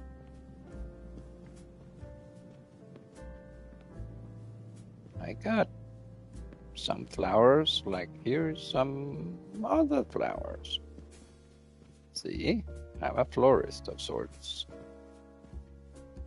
Here you have round flowers.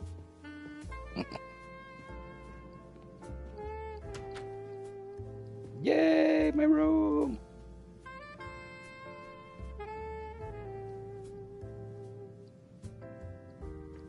Oh, that's spacious. That's okay, well, there are also two people. What's that on the wall for? You can hang what? Tiny jacket and tiny... I don't know.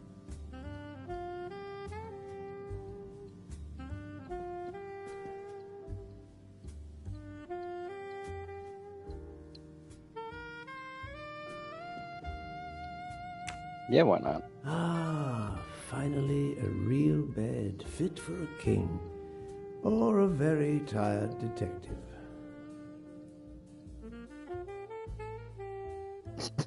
Sorry.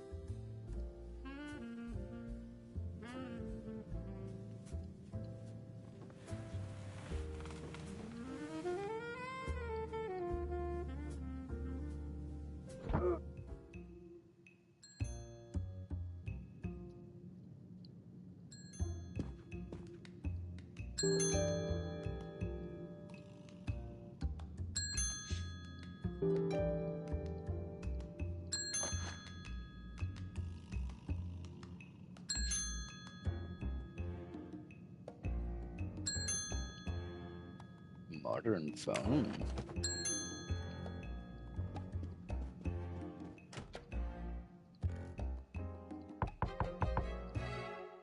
Monsieur Ratchet? Ce n'est rien, je me suis trompé.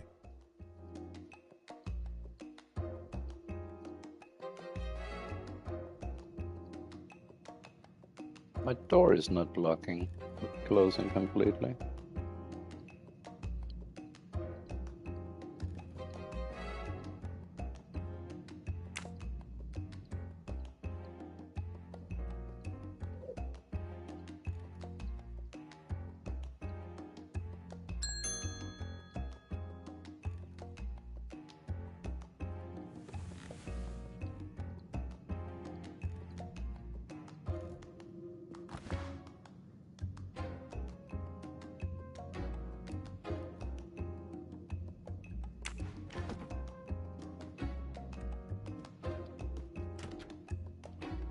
Good night, madame.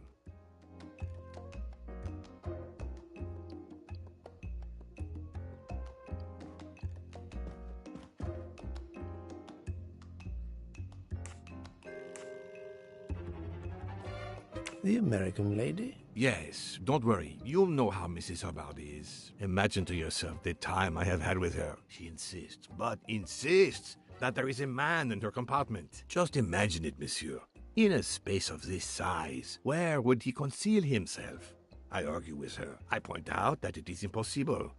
She insists. She woke up and there was a man there. And how, I ask, did he get out? And leave the door bolted behind him? But she will not listen to reason. That one does not leave time to listen. The train has stopped, Mr. Michel? We have run into a snowdrift. Heaven knows how long we shall be here. I remember once being snowed in for 7 days. Where are we? Between Winkowski and Brod. Oh la la. It's time for me to go back to bed. I wish you a good night, monsieur. Or what is left of it.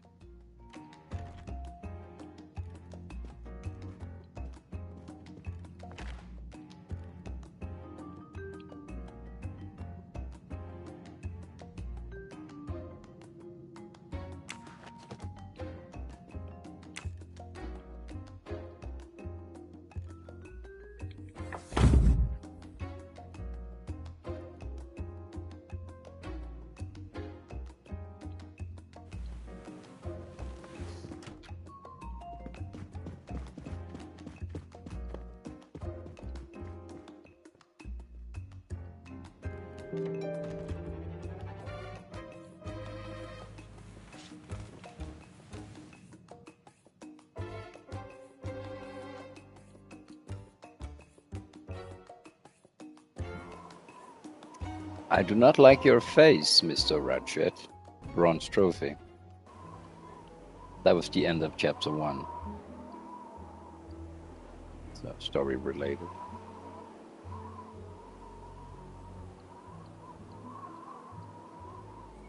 The train is still stuck and the snow continues to fall. I should have taken an airplane. Well, I must make the best of it and join the other passengers for breakfast.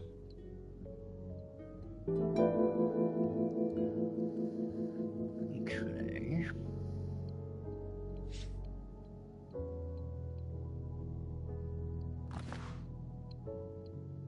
The mustache comb to tame unruly nuts.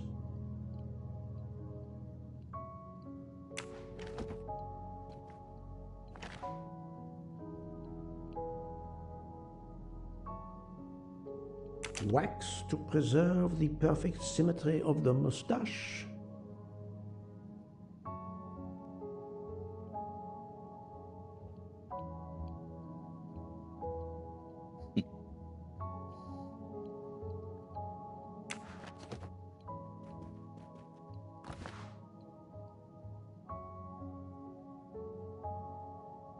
Scissors?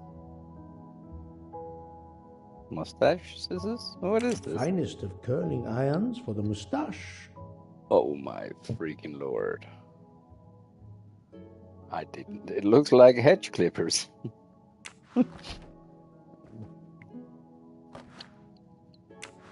No, as you might have guessed, I don't have a mustache or beard or...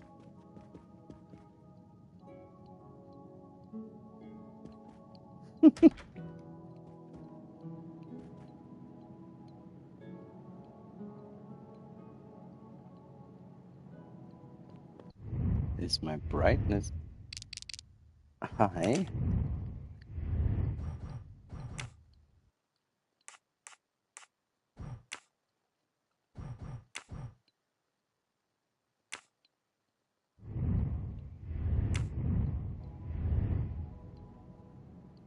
Maybe it was a little high.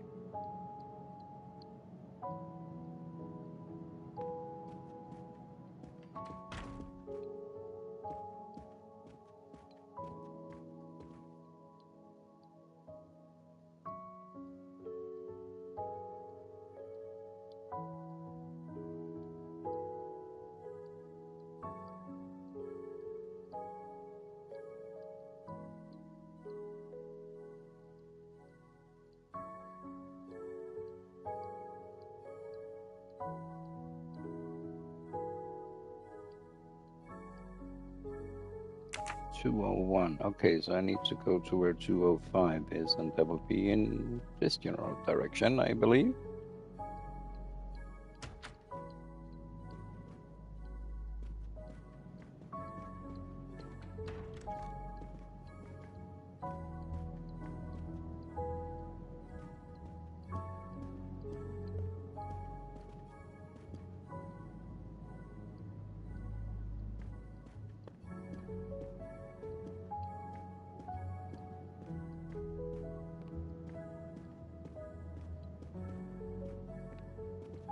It's not really snowing.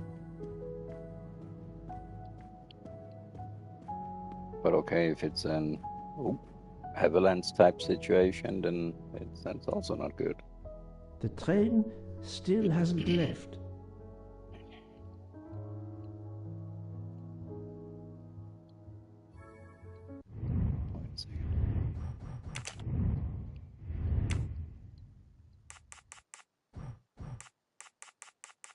I'm just testing.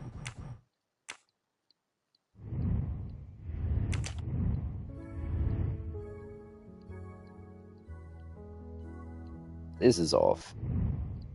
Even on my TV.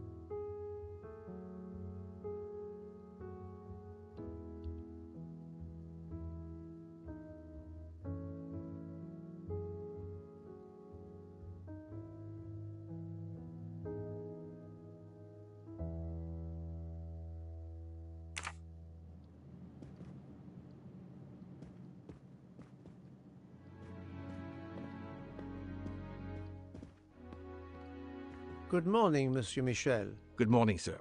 Please enjoy our special breakfast in our restaurant. All right. Good morning. Good morning, sir.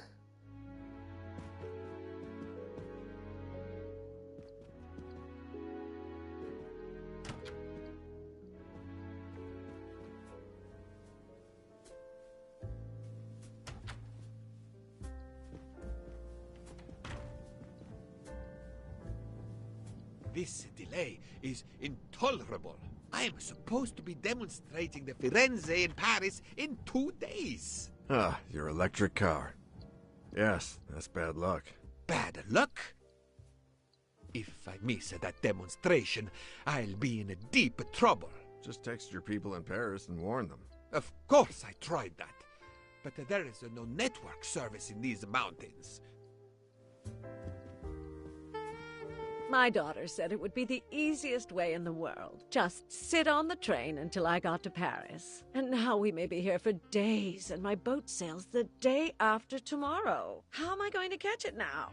I can't even send an email to cancel it. I'm just too mad to talk about it. My colleagues were to meet me in Paris. They will wonder what has happened to me. I can get no words to them. What will they think? We have refugees to help.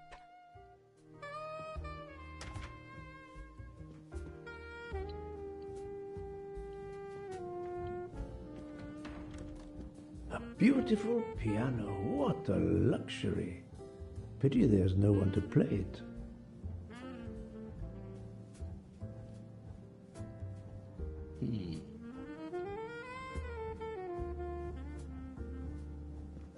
Good morning, madam. The snow is a predicament, is it not? I am Russian. Snow is no stranger to me. Ah, the accent. Would it be St. Petersburg? You are very perceptive. Monsieur Poirot, is it not? And may I take it I have the honor of addressing Princess Natalia Dragomirov? We dispense with the old titles these days. My husband, all of my past, was taken from me by these Stalinists. When they were gone, I became director of the St. Petersburg Museum of Antiquities to restore and preserve what I can of my country's history. Still, the delay must be vexing. If I must be late for my appointments, then they will wait. I know that I would certainly wait, madame. It has been my extreme pleasure to make your acquaintance, madame. Au revoir, Monsieur Poirot.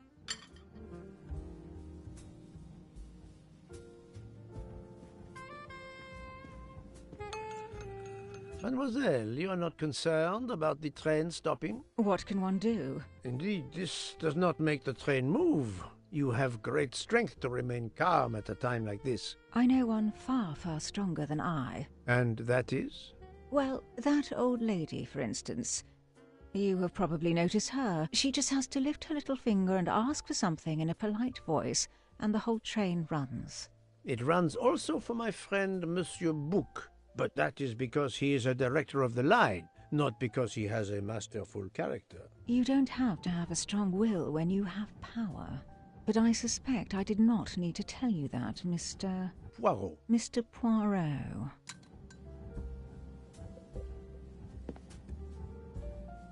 Good morning, Mr. Fauchet. You have early customers, I see. Yes, I am stuck serving here as well at breakfast. Everyone is impatient. They keep complaining that the train is not moving. As if I could get out and push it. It's too early for me to order a boxcar. That is the appropriate drink, I believe. A gin, triple sec, lemon and grenadine mix. A drink for a train indeed. But not perhaps for my breakfast. I think I will settle for an omelette. Good luck, sir. Miss Nielsen is helping to serve in the dining car. Good luck? What's that supposed to mean? Good luck with my breakfast?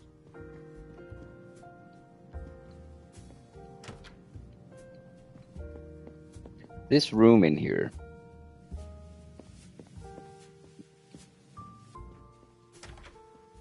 I know I've been here.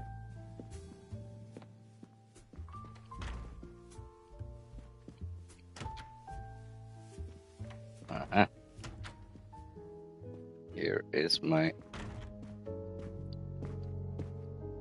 How long are we expected to be stranded here? It won't do much good complaining to me. That fellow there with the moustache, he may know something.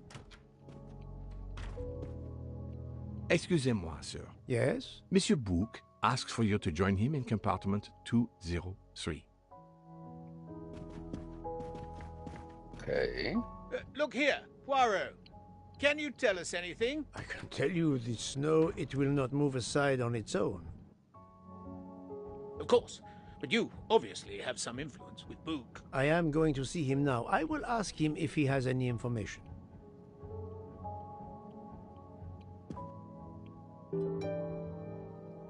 Just putting it out there, you know. Nico Bellic.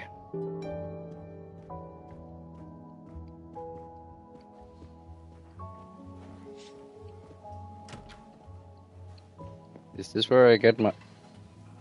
Sausage! Oh, orange cucumber.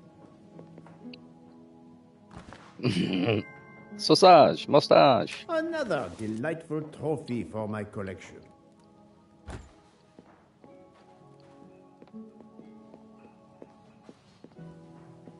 Oh, almost done. Sunshine.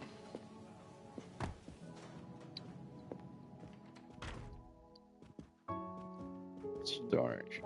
Alright, so those mustaches, they spawn, which makes me guess that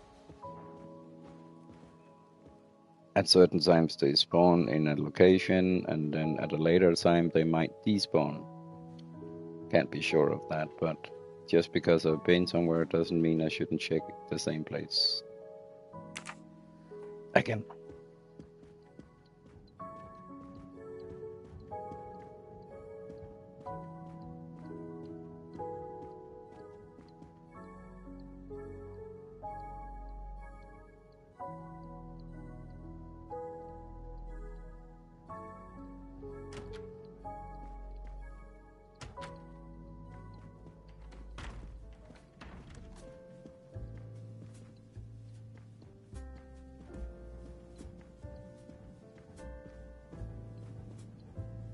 Please, do me the courtesy of leaving me alone, if you will.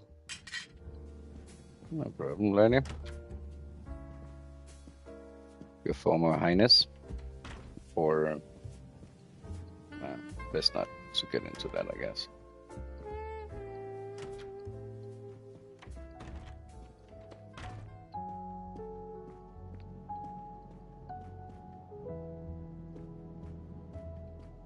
Ah, my good friend, come in.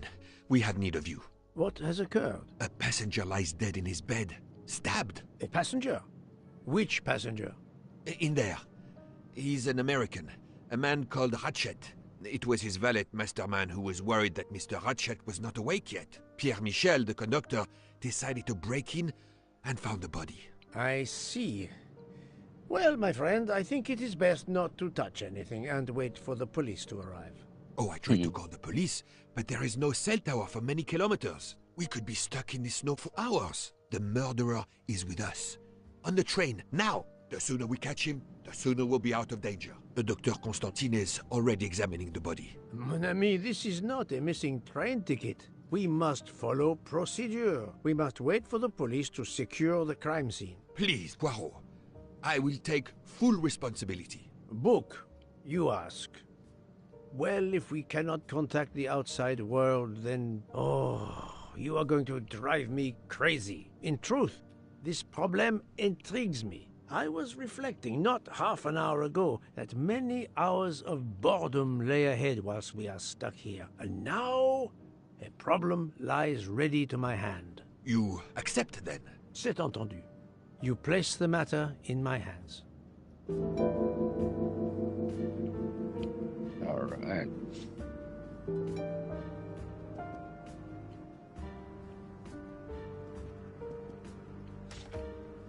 Interrogation of it. Oh. Mr. Poirot, I am Dr. Constantine.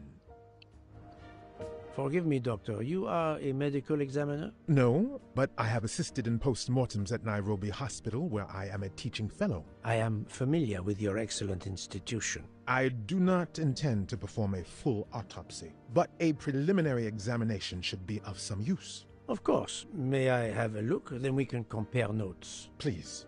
If you need any help, I won't be far away.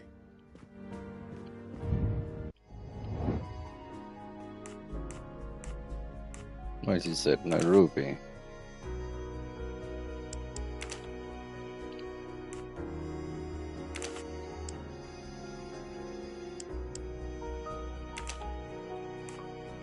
I must admit I'm not right this time.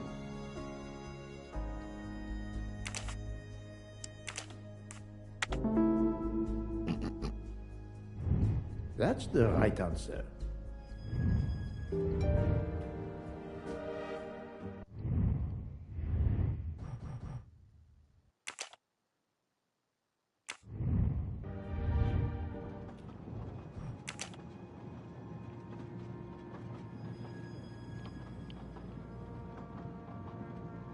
A bunch of autosaves. This game is generous.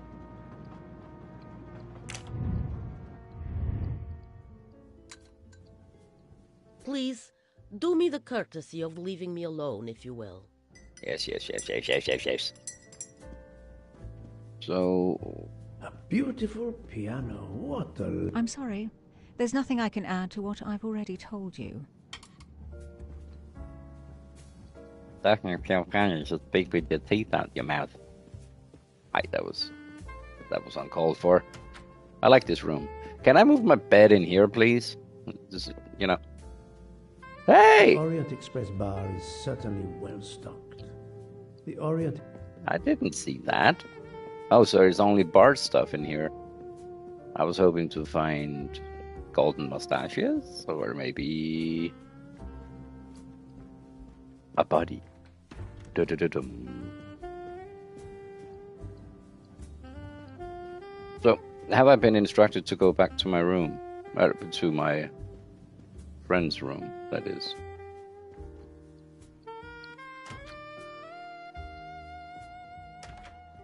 I'll go back to look for that golden mustachio.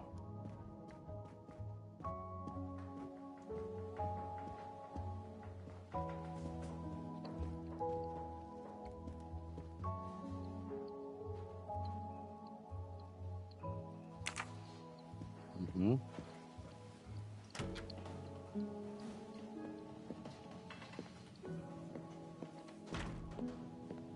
Okay, so I guess it's... Oh, no? What are you doing, putting your fingers in the soup?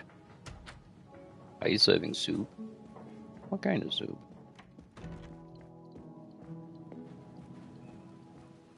Soup chef, soup chef.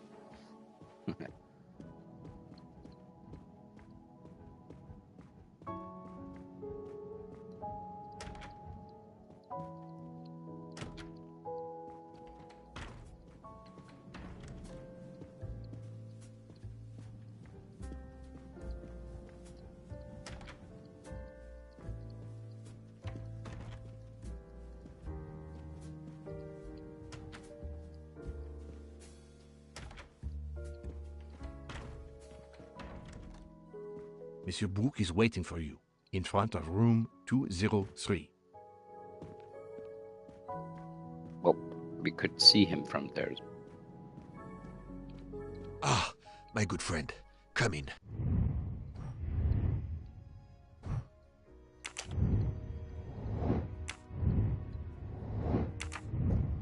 We have need of you.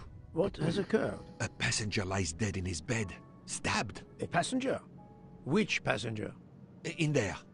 He's an American, a man called Ratchet. It was his valet masterman who was worried that Mr. Ratchet was not awake yet. Pierre Michel, the conductor, decided to break in and found the body. I see. Well, my friend, I think it is best not to touch anything and wait for the police to arrive. Oh, I tried to call the police, but there is no cell tower for many kilometers. We could be stuck in the snow for hours. The murderer is with us. Murderer. On the train, now! The sooner we catch him, the sooner we'll be out of danger.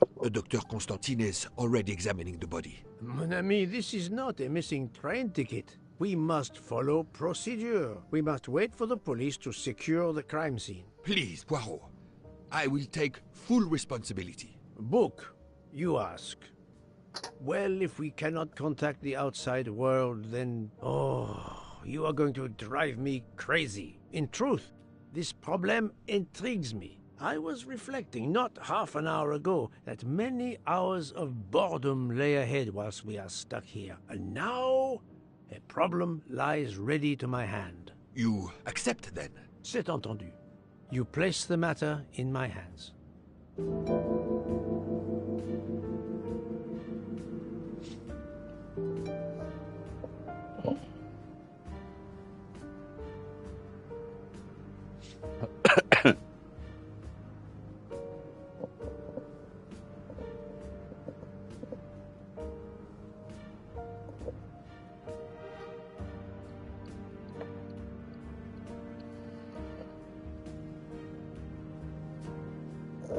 What the heck is going on here? Oh.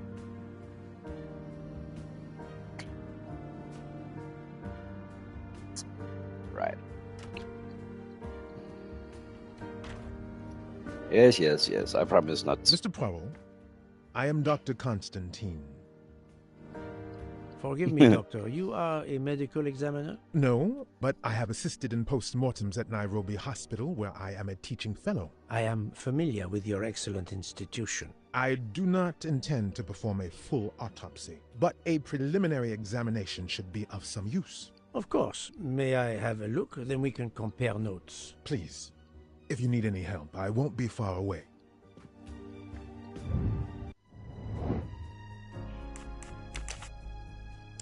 Opinion.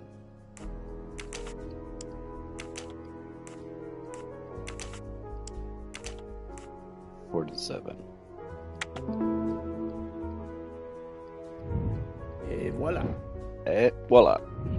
Now I speak that language too. Alright, so what have we got? Where can the killer have gone? The chain lock is broken. Monsieur Michel told me that he broke the chain on the door to get into the room.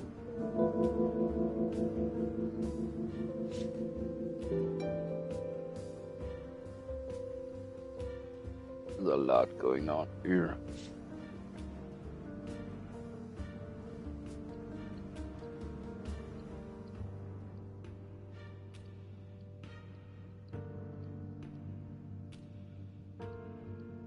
He has the same phone as I do.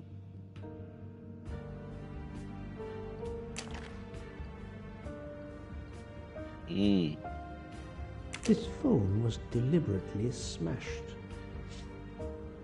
This is 2026, I think 20 years ago, this is not what a smashed phone looked like.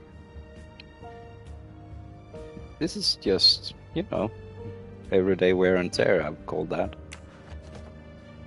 You should see some of my old phones.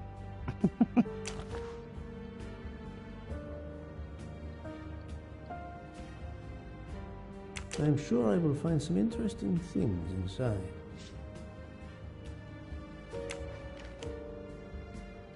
Sleeping medicine.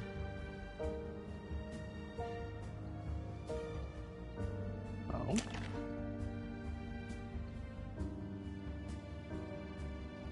Did it belong to a ratchet? I'll take photos.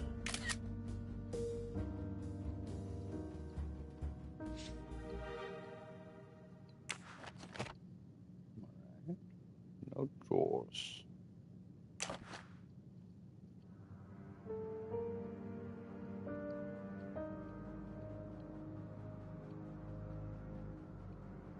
Embroidered. A handkerchief. There's a letter H embroidered on it.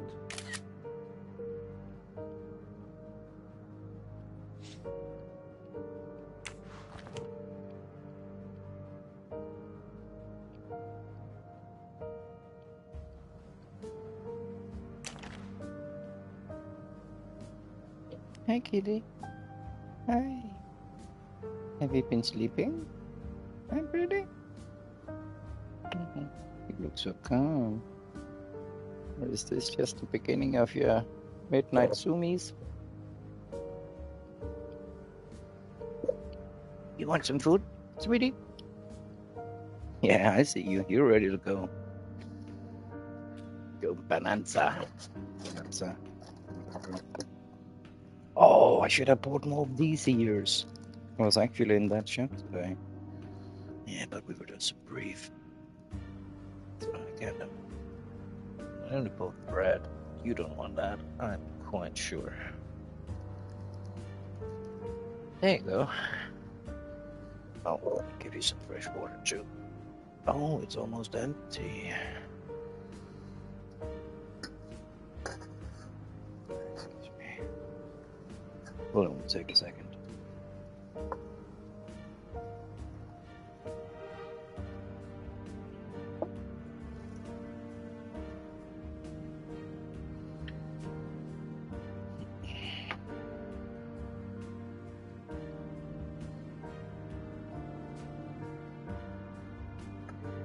There you go.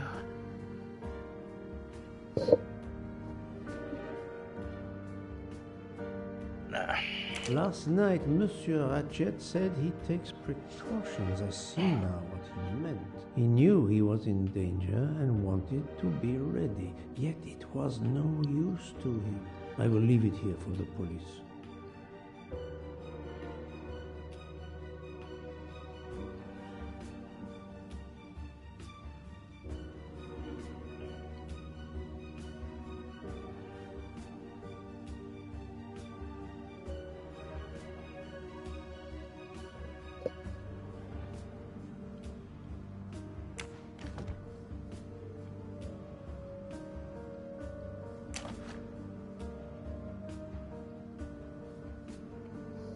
Could indicate. The watch is broken. The hands are stopped at 1:15 a.m. One would expect that to be the time when the attack occurred.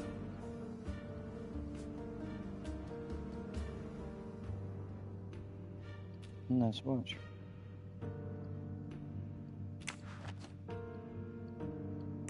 As you see, the victim has been stabbed many times. Several alone would have been fatal. Yes, I agree. An attack most savage.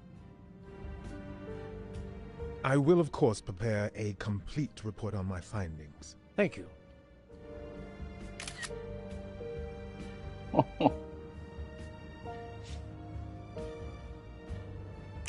As you several yes.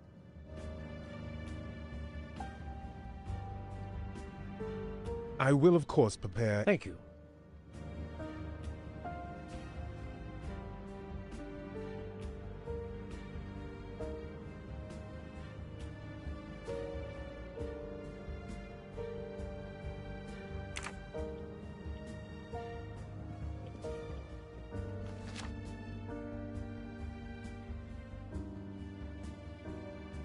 I wonder what could be in this photo. I wonder what...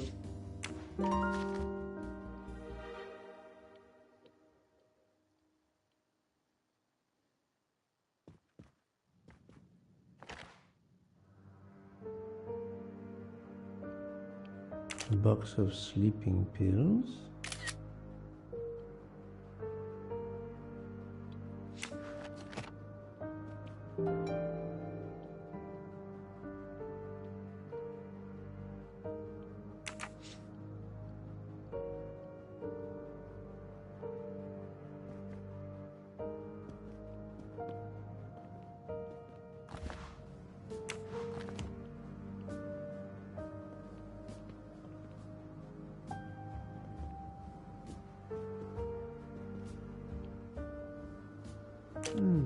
The snow is falling only lightly this morning. The murderer would have left tracks in the snow if he had jumped out the window.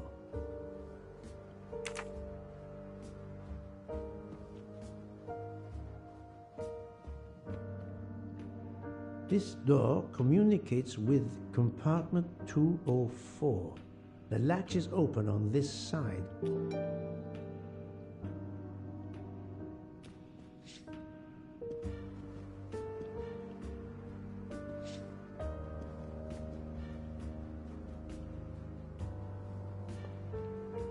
This door.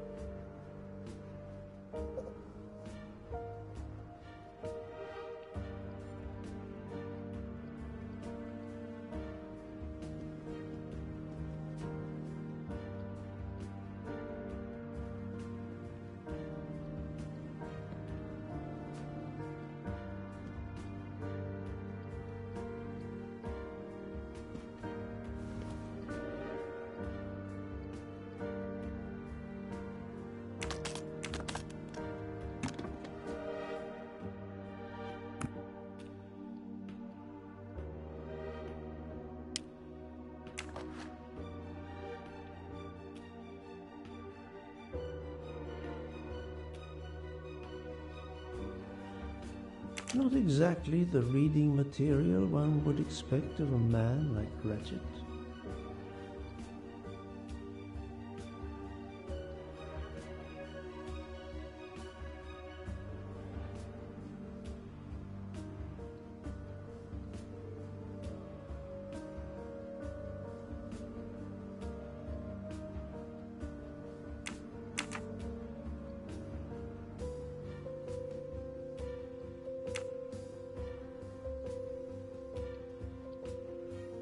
Not exactly.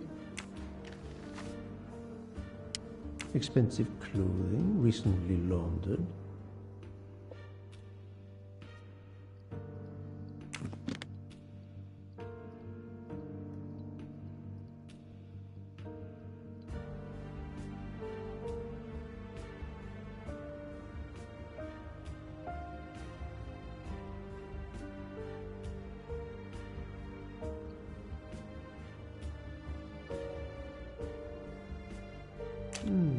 The snow is falling only lightly this morning. The murderer would have...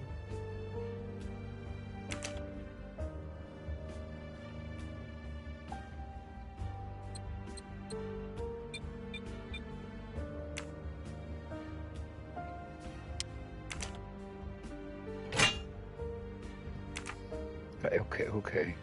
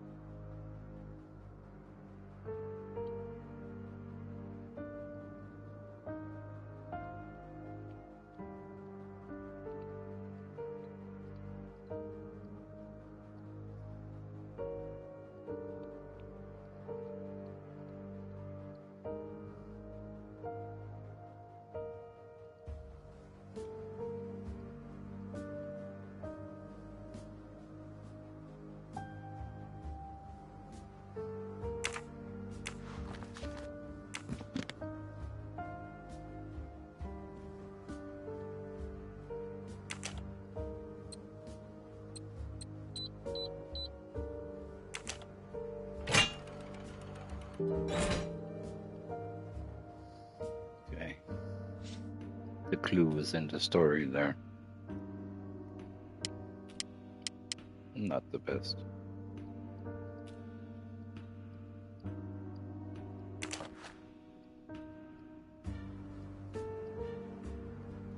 Not very surprising.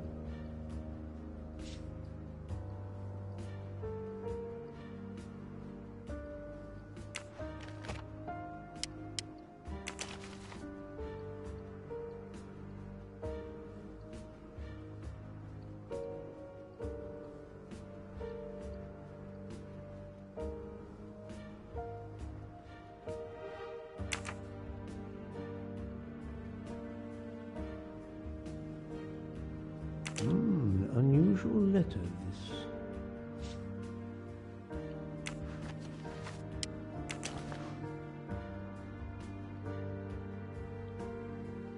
Another rabbit.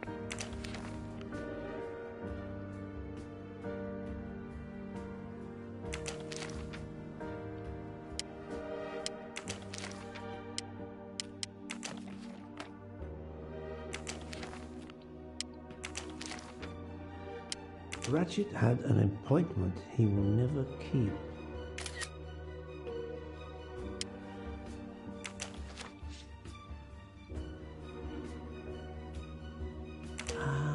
A meeting place on the back of a postcard. Someone with the initials A.W.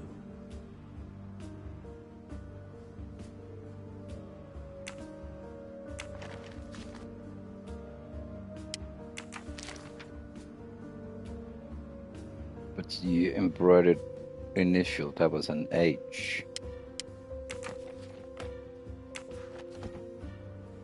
Right?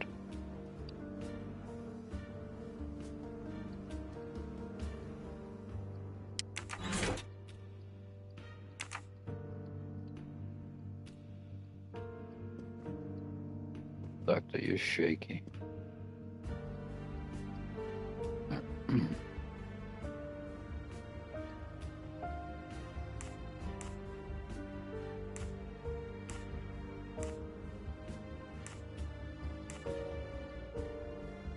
What can you tell me about the victim? He died from multiple stab wounds of varying angles and depth. More than one would have been fatal. I would place the time of death roughly between midnight and 2 a.m. With more time, I hope I can be more precise. I assume the open window complicates matters. Indeed. Conditions are not perfect.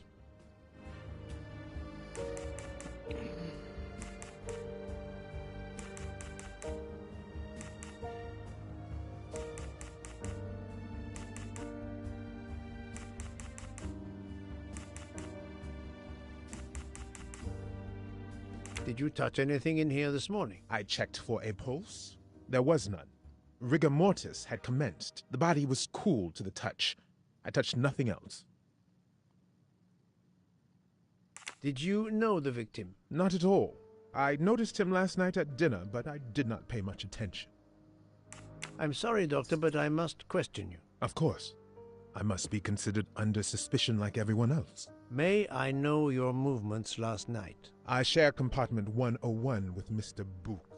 He would not stop talking about his beloved train. I listened to him for hours talking about his Orient Express. My friend Book will no doubt confirm this.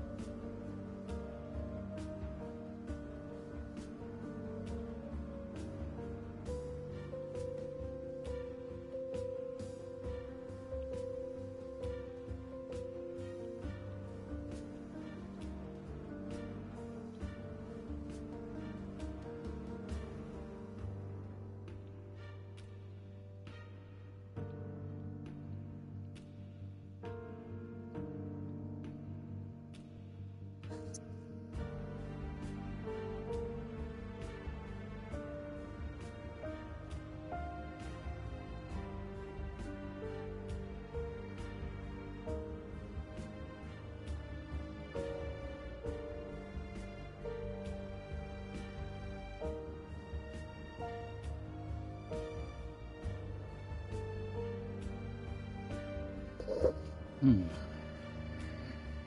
Thank you for your help, Doctor.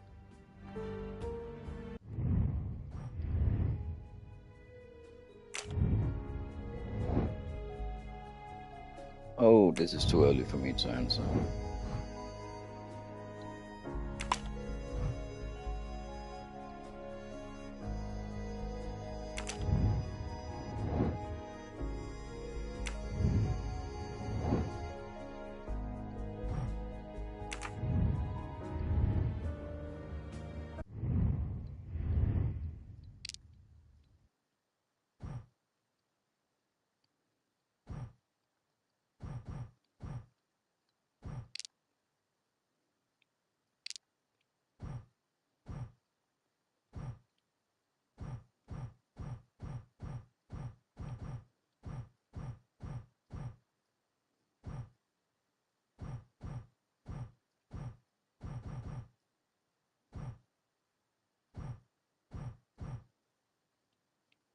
Hmm. Hmm. Hmm.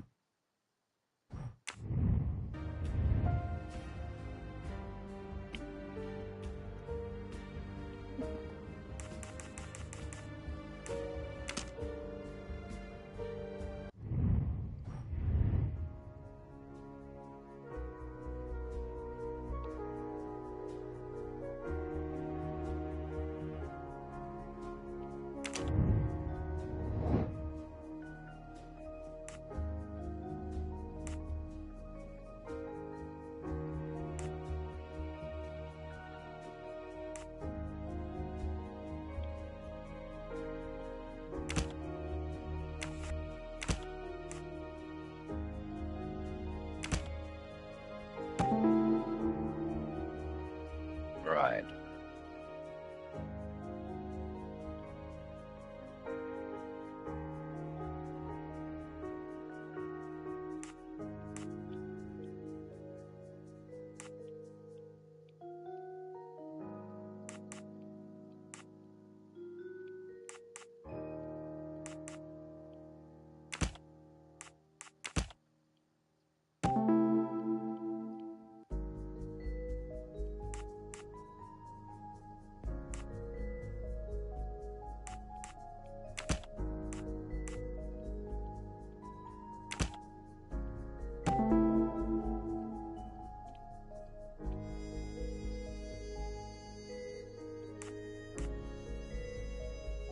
So, the murderer must have exited through Madame Hubbard's room. My little grey cells did not let me down.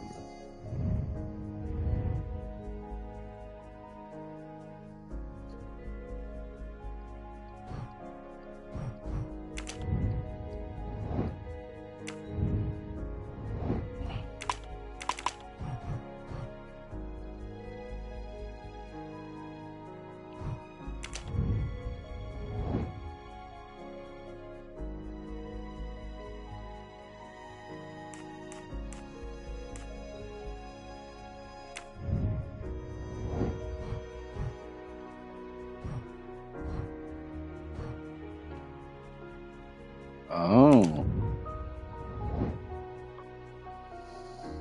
Okay. Oh, we're upside down, are we? Just for the fun of it.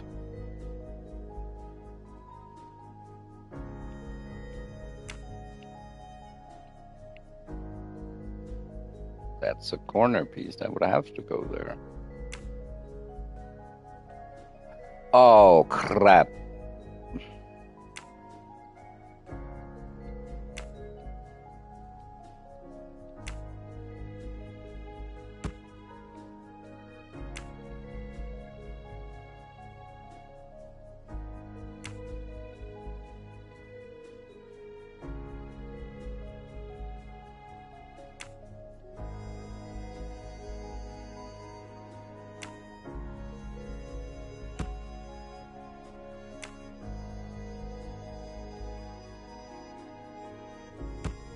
Hello, Katie.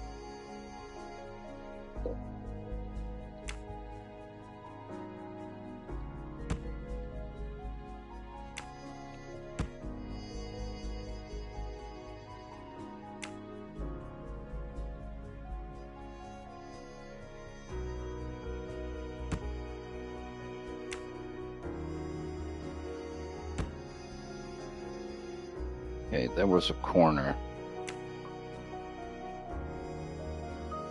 No. Ah, here.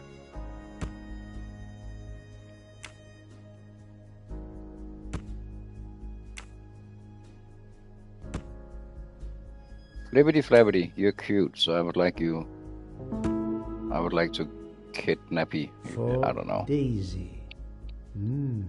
Interesting. That was easy. That was, but...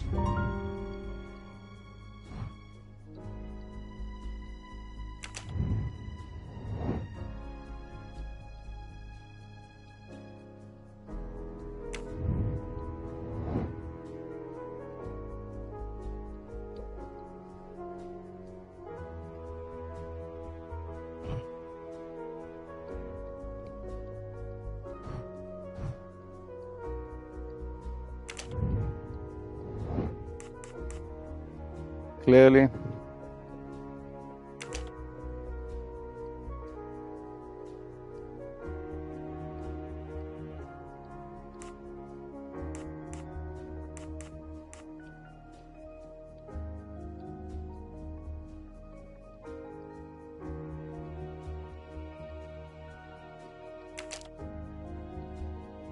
It's used on complaint.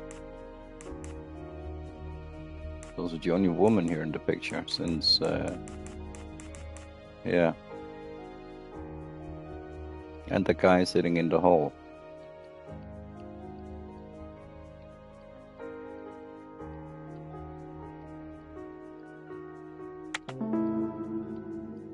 Nice.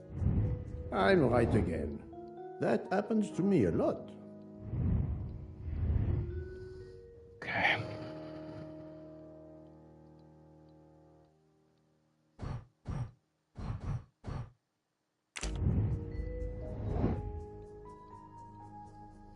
Select 2 elements that help uncover what happened the night of the murder. Ratchet had a gun under his pillow. Ratchet's watch was found stuck at 1:15. Glass containing dregs of powder was found next to Ratchet. A letter threatening Ratchet was found in his safe. The gun and the letter?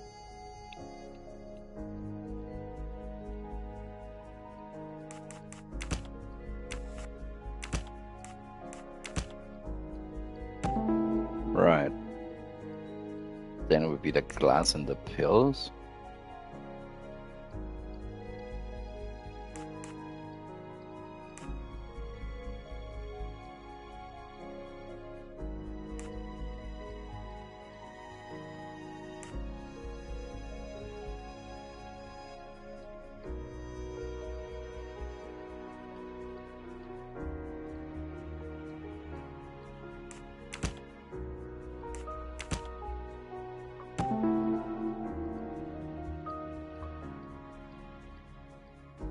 Right.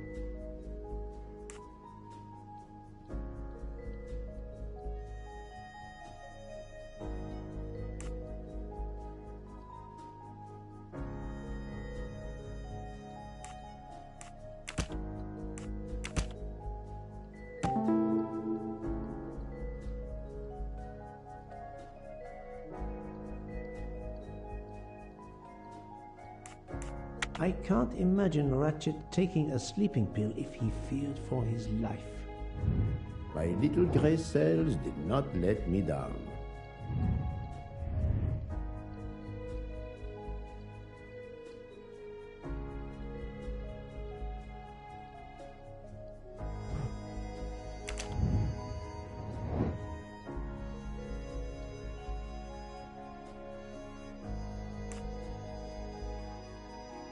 A queen. Masterman.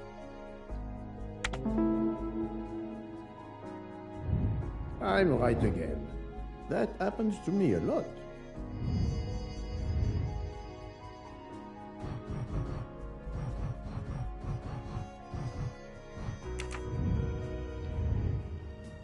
I think I've seen everything I need at the moment. I'm counting on you to finish your analysis. I'll have a more detailed report for you as soon as I can.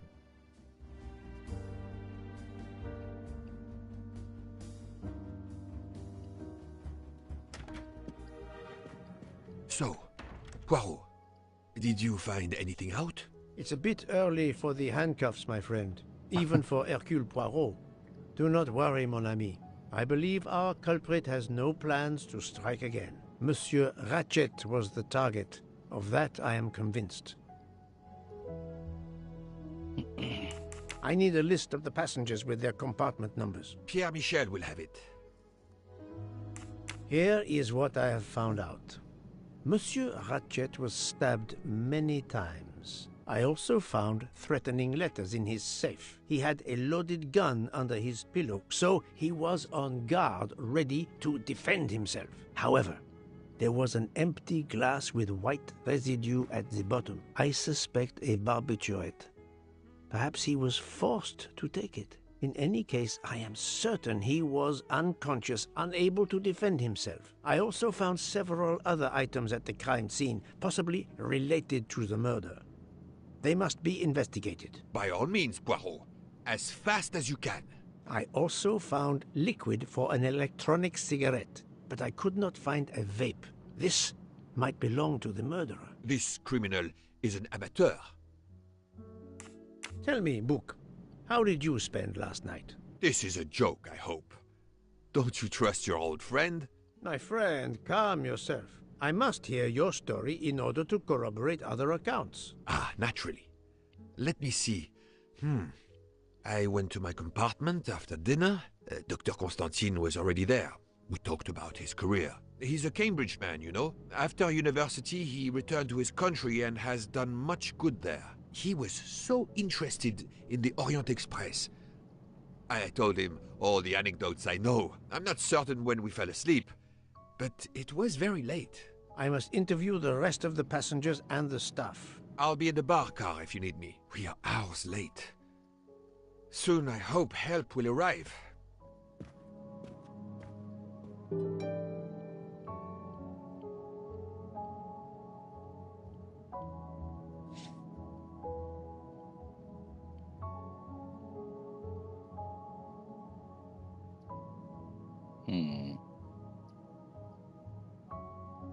Where's Michel?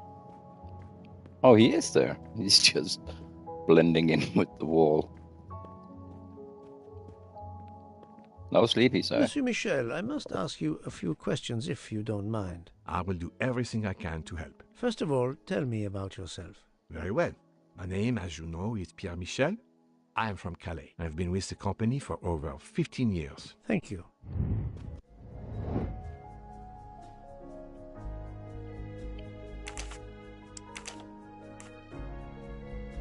Controller.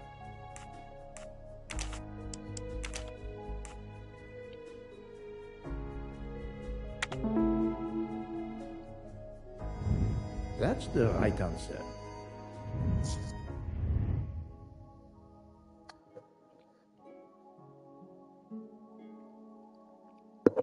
Can you provide me with a listing of the passengers and their rooms, please? Yes, certainly.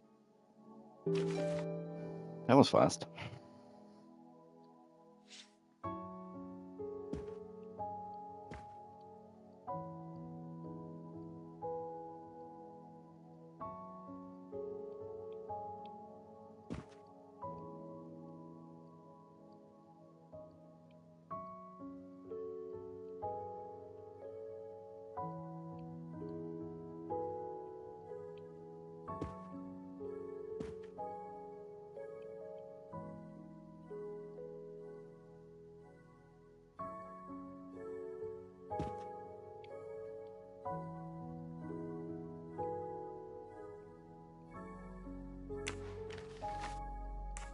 Are you a smoker?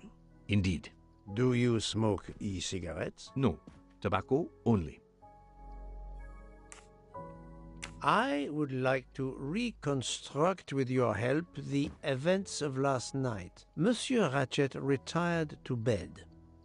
When? Almost immediately after dinner, sir. Actually, before we left Belgrade. Did anybody go into his compartment after that? His valet, monsieur. Monsieur Masterman. And then his secretary, the young American gentleman, Monsieur McQueen. And that is the last time you saw or heard of him? No, monsieur. You forget that Monsieur Ratchet rang his bell around 12:40 a.m., soon after we had stopped. I knocked at the door, but he called out in French, "Ce n'est rien, je me suis trompé." I then left to answer another bell that had just rung. Where were you at 1:15 a.m.? I was sitting on my little seat at the end of the car, facing up the corridor. Are you sure? I left a little after 1 a.m. to speak about the snow with my colleague Jean in the bar car. I came back later. There was a call. I remember speaking to you. Indeed, I remember. Carry on. It was the American lady, Madame Hubbard. She thought she saw a man in her compartment. Then, around 1:50 a.m., I made the bed for Monsieur Ratchet's secretary, Monsieur McQueen. He had spent the evening talking with the English Captain Arbuthnot. At 2 a.m., I returned to my place and stayed there until dawn. What is the last station where we stopped? Vinkovsky. Could someone have come on board? Possibly. I was very busy. Owing to the weather, we were a few minutes late. We left at 12:10 a.m.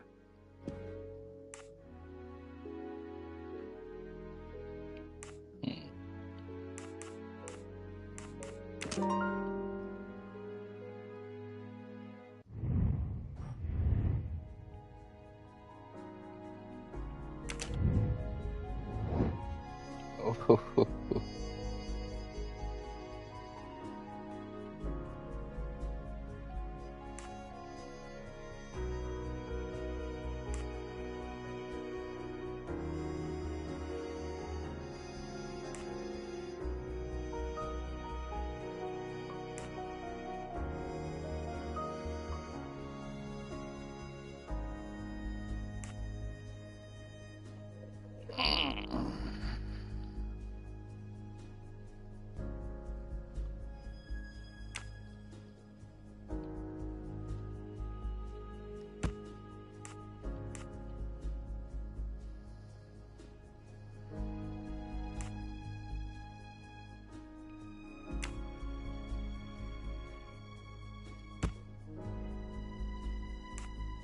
"30 minutes later."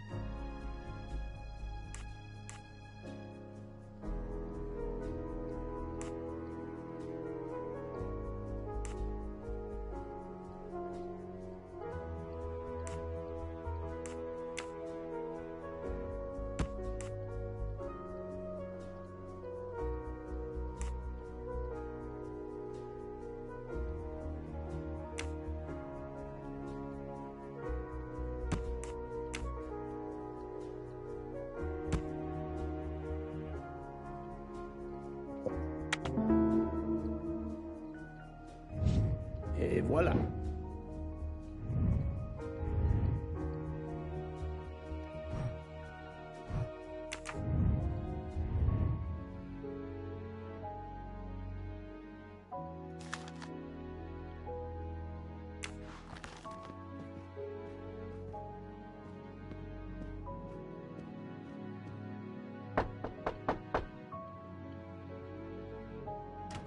Good morning, madam. I am Hercule Poirot. Caroline Hubbard.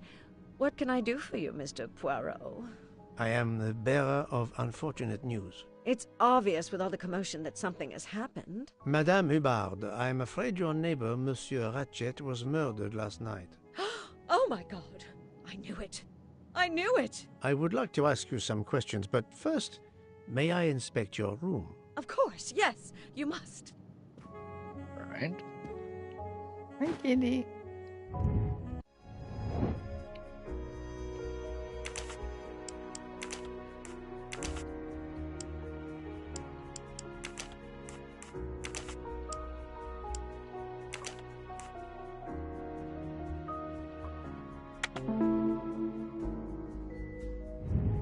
That was easy.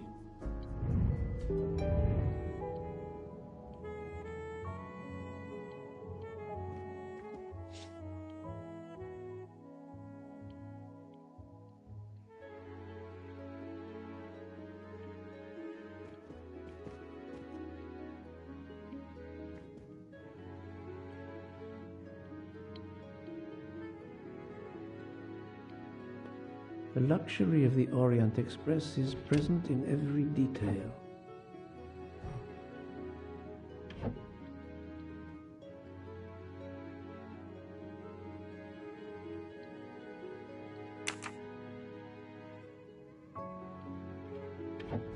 What am I looking for here? Nothing, I suppose. This door connects to Monsieur Ratchet's compartment. It was latched on this side. This door connects to Monsieur Ratchet's compartment. It was latched on the...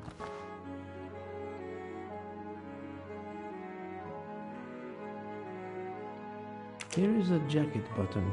It bears the logo of the Orient Express. The male working in the kitchen, the lobster chef. His name starts with an H, and there is a button.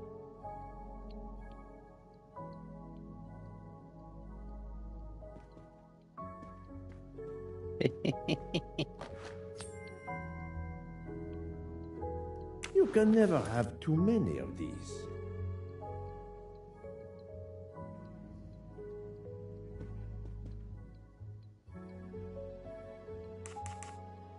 Are you a smoker? No, definitely not. Filthy habit.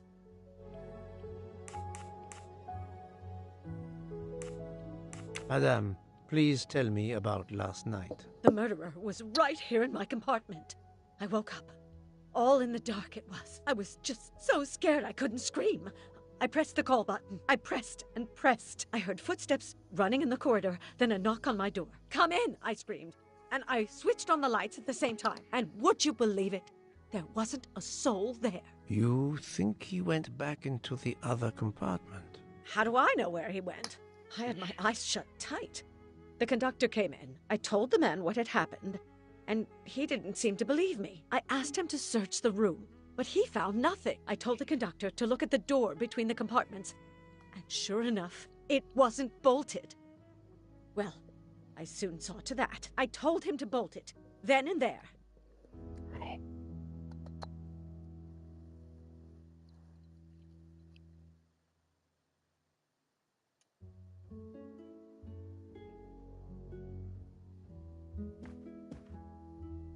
No? I was checking if Katie wanted to sit with me, but she didn't. Do you? Hey. Hey.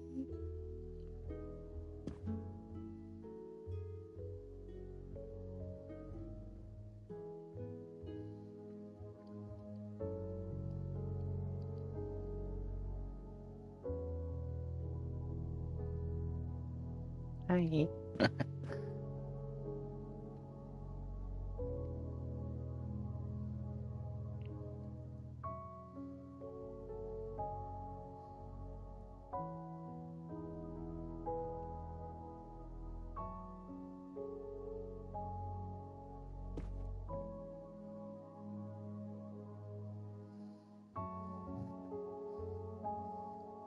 How is it you didn't bolt the door between the two compartments? But I had.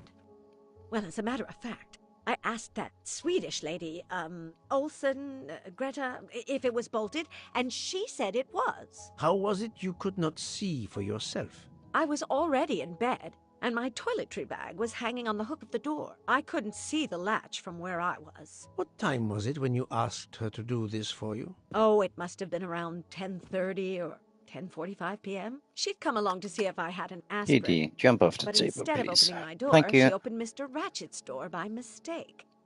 He said something quite rude, like, "Not a chance, lady, you're too old." It shocked her. She came in. I told her where to find the aspirin, and she got it out of my toiletry bag. Poor girl, she didn't have a good night. The same could be said for Monsieur Ratchet. It appears Mademoiselle Olsen may be the last person to see Ratchet alive.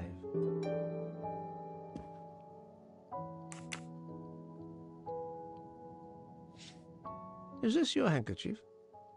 No, not at all. Yet it is embroidered with an initial H, like your name. I don't care. It's not mine. and I would certainly never buy something so impractical as that frilly thing. I found a jacket button on your table. It looks like it belongs to...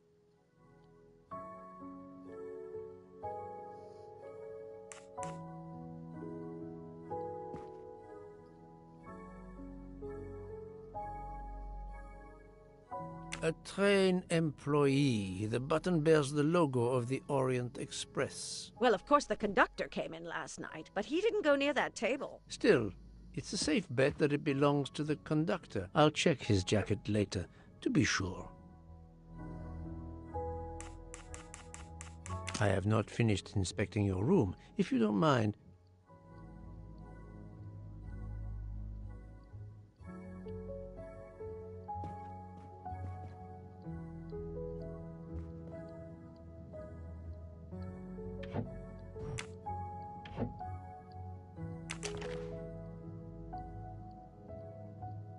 Kitty. Kitty. Psst.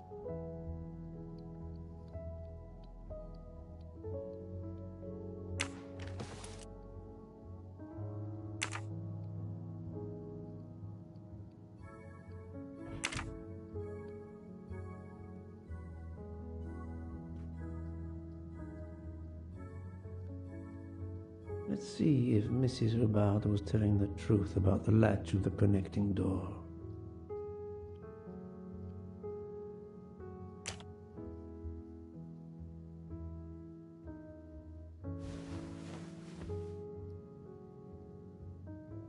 This hook is probably where Mrs. Hubbard hung her toiletry bag. I can see the latch very well from here, even with the toiletry bag attached. I'll have to clear that up with Mrs. Hubbard.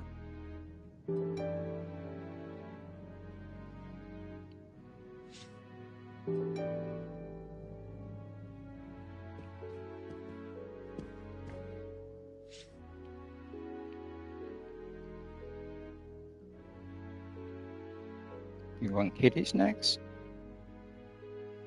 Is that it? I'll find you some. Okay.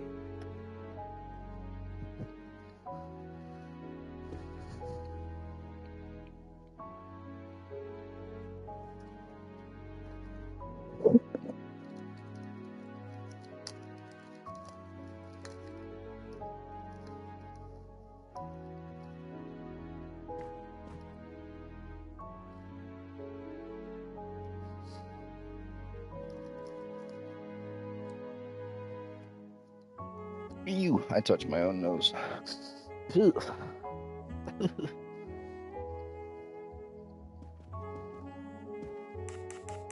Mrs. Hubbard, you told me that the door connecting the two compartments was closed, correct? Yes, it was, as I told you.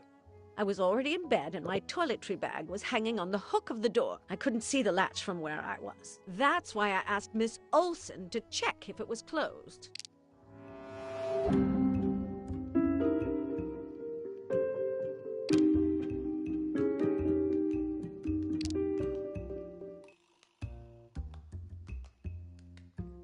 Are you sure everything you've told me is accurate, Madame Hubbard? Of course. I have an excellent memory.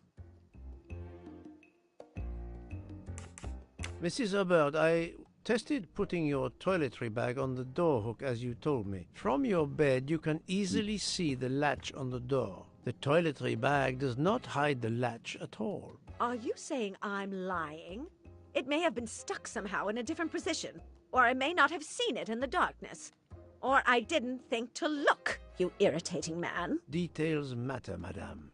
A man has been most savagely murdered. You will excuse me if I attempt to separate the truth from the false. Forget my toiletry bag and focus on who entered my compartment.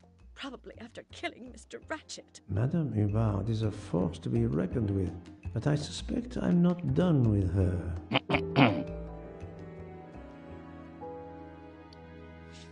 Thank you, kitty.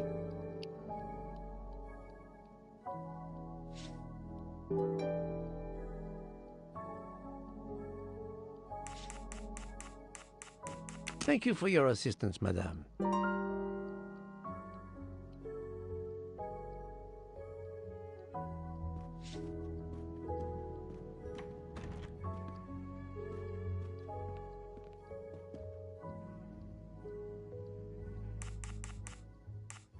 I found a button from an Orient Express staff jacket. Did you lose one by any chance? No, monsieur.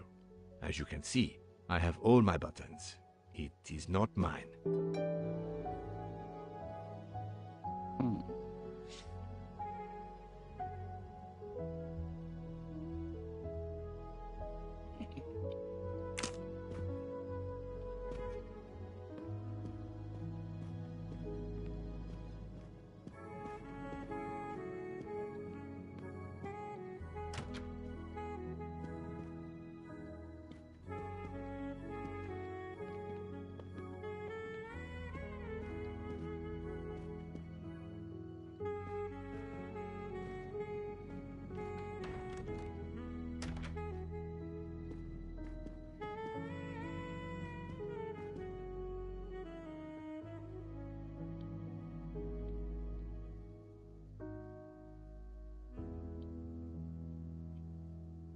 I could actually jump out a window and then walk on these wooden planks.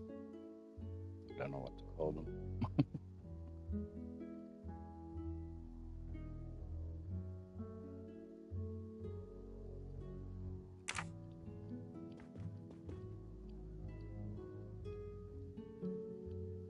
Kitty. Thank you.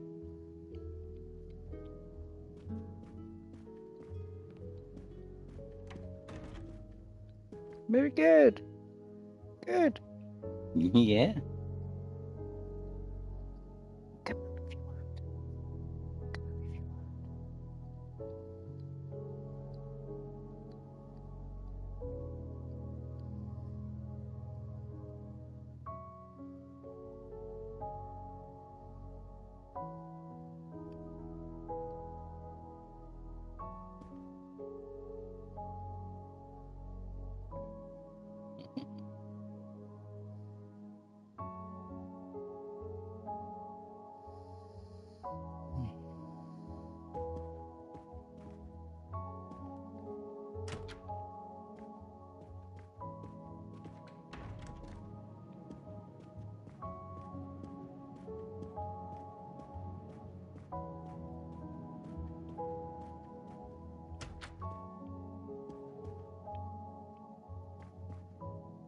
Monsieur Edward Masterman, I believe. May I ask you some questions? I can barely talk. I have a terrible toothache. We have a doctor on board the train. Perhaps... I do not need a doctor. I use essential oils. If you can find my flask of clove oil in my box, I would be grateful. Fine, if you insist. I will help you.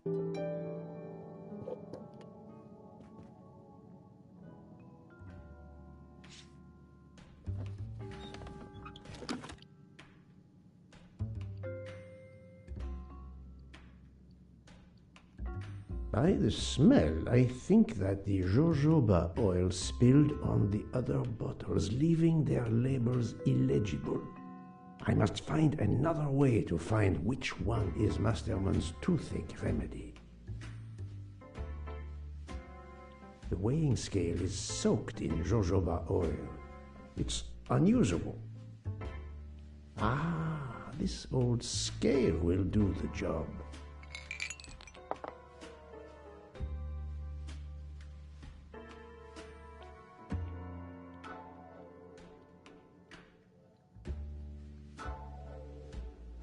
To start, I must first arrange the vials from the lightest to the heaviest.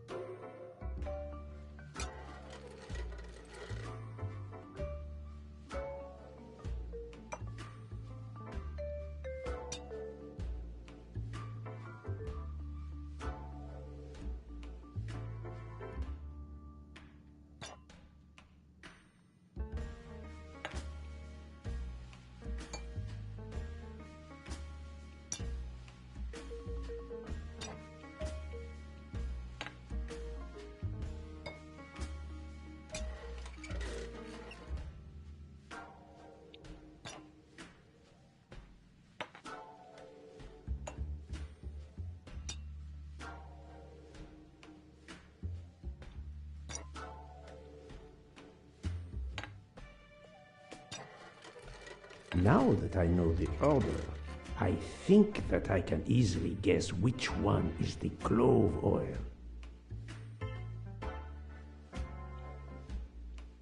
2, 5, 7.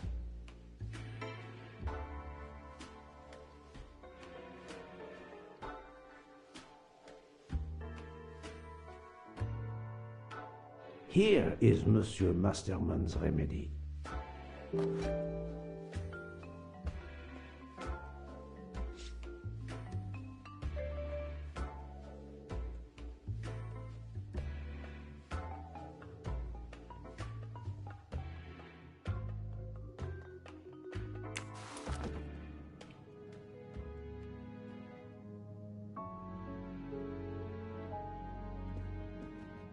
Here is your remedy. I hope it will help. Thank you very much, sir. Ah, well, I can finally speak without too much pain.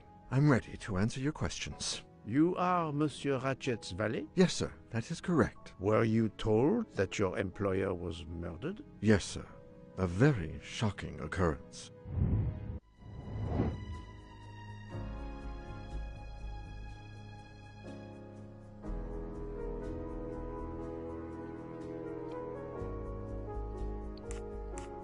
No, he's not a doctor.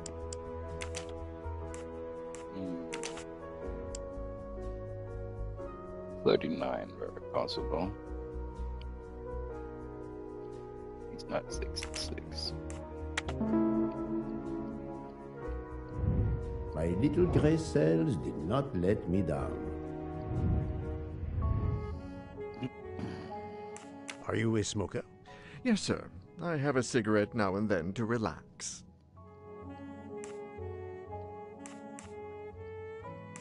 Was Monsieur Ratchet a smoker? No, he finds smokers disgusting. Tell me about your employer, Monsieur Ratchet. I've been working for him for 9 months. I should not wish to speak ill of the dead, but he was not a gentleman, sir. Did you know that he had enemies? Yes, sir. I heard him discussing some threatening letters, sir, with Mr. McQueen. Did he mention these letters to you? He had been reading a letter when I came in. He asked me if I was the one who put it in his compartment. I told him that I had done no such thing, and he should report it to the police at the next station. How did he respond? He laughed, sir. You're joking. I do not joke, sir. Forgive me, I can see you do not. Was he taking sleeping pills? Always when traveling by train, sir. He said he couldn't sleep otherwise. Last night he asked me to give him 2. I did so, along with a glass of water. He dissolved them in the water. Did you see him drink the water? No, sir. I left right after I gave him the pills. At what hour did you last see Monsieur Ratchet? It must have been around 9 p.m., sir. That or a little after. I went to bed around 10:30 p.m., same as the person who shares my room, Mr. Foscarelli. He almost immediately began snoring. What did you do then? I read, sir, and I spent a while soothing my toothache with clove oil and listening to the snoring. Did you hear anything during the night? Yes, my roommate's snoring. Can you tell me again why you gave sleeping pills to Monsieur Ratchet? Yes, I gave him the pills because when he takes the train, he has trouble sleeping. The letter must have worried him. He specifically asked me to prepare the sleeping pills. I didn't see him drink the water with the pills in it.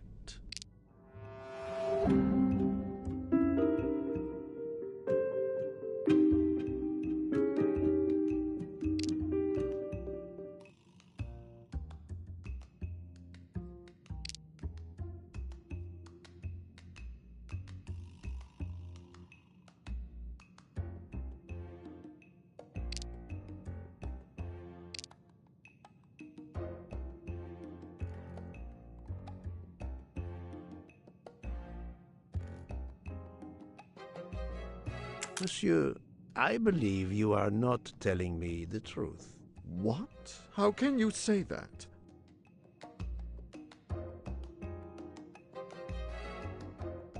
He received threatening letters. One, it seems, last night. Did you know he had a gun under his pillow?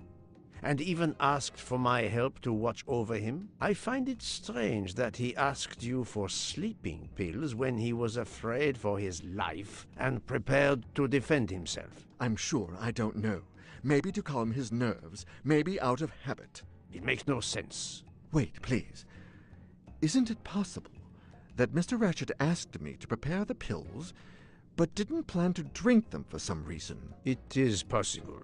But I am a student of character, monsieur, and the Monsieur Ratchet you describe is not the man I met. If you'll excuse me, my toothache is getting worse again. I'm afraid this time you must prepare your own clove oil.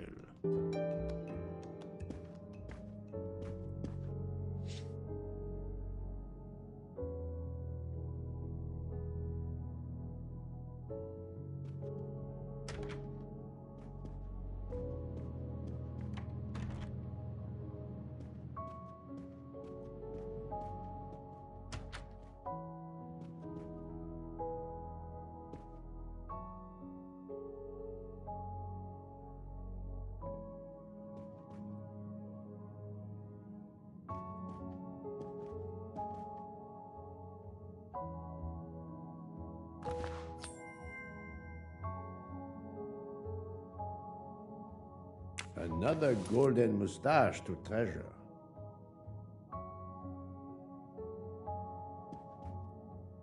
I believe I am addressing Monsieur Hector McQueen. Guilty as charged. I beg your pardon? Oh, sorry. Just an expression. My father used to say it. You must have had an interesting childhood. I am Hercule Poirot. No need to be modest. You're a detective. You are Monsieur Ratchet's secretary? I am Mr. Ratchet's secretary. Just over a year. I mainly take care of translating certain texts for him. Mr. Ratchet only speaks English. Prepare yourself for a shock. Your employer, Monsieur Ratchet, is dead. So they got him after all. What do you mean? You are assuming he was murdered? I know he had enemies.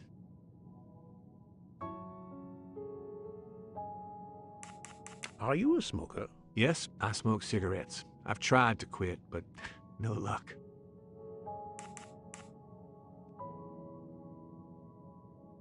What can you tell me about Monsieur Ratchet? He was American. He was an antiques dealer. I don't know much more. Mr. Ratchet never talked about himself or his life, but I think Ratchet wasn't his real name, and he left the United States to run away from something, or someone. Yes? He started getting letters. Threatening letters. Do you still have them? I have one. Did you know that Monsieur Ratchet had asked for my help? Asked you? No, I didn't know. He knew he was in danger. When did you last see him? Last night around 10 o'clock, I should say. Did you like your employer, Monsieur McQueen? No, I did not. He was, I'm sure, a cruel and dangerous man.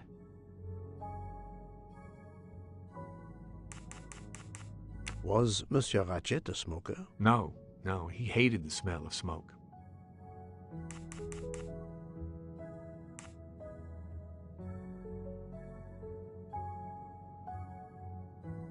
I found a diary in Monsieur Ratchet's safe. Did you know about it? I kept a business appointment book, but I know he had a personal diary as well. That looks like it. Can you give me this letter, please? Of course. Here it is.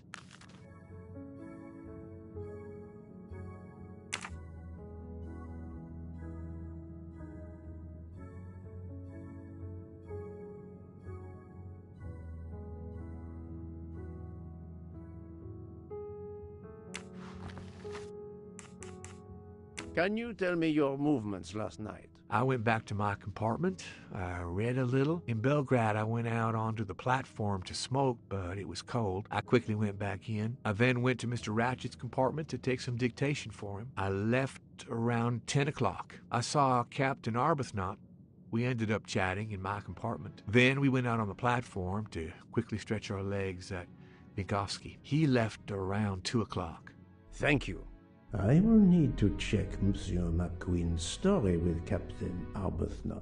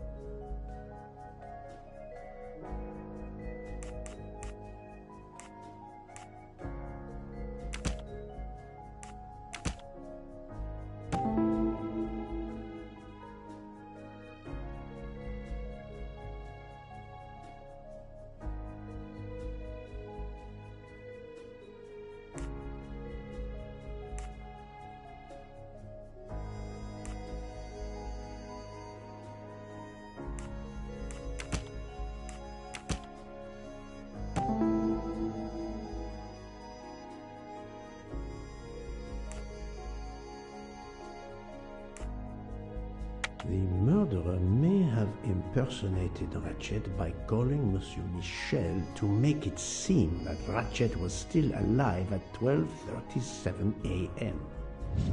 That's the right answer. But then what about his watch?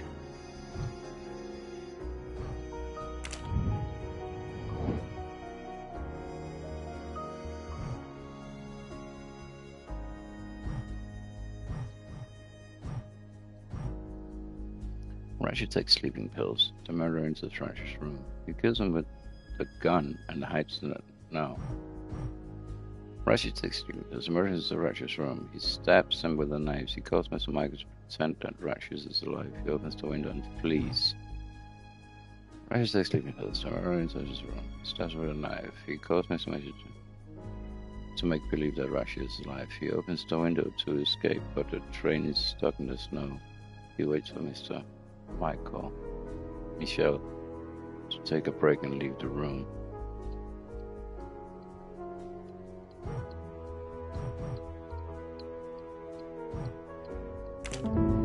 That was easy.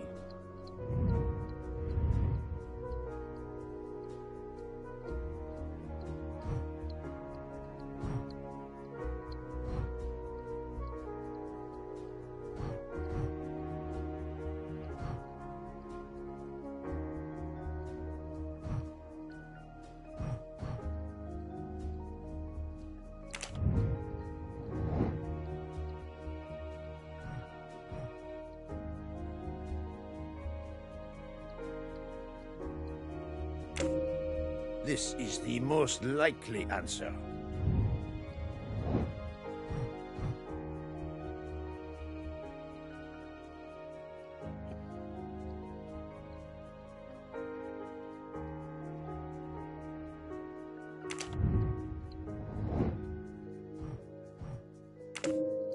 Very well, I choose to go this way.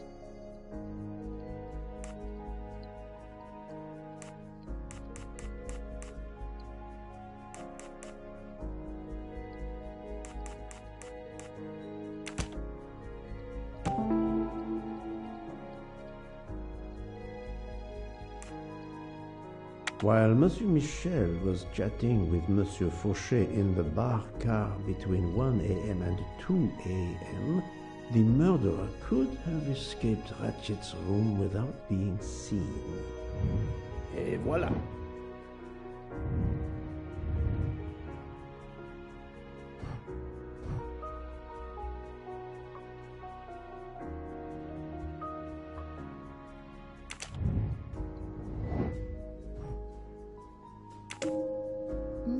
This direction looks promising.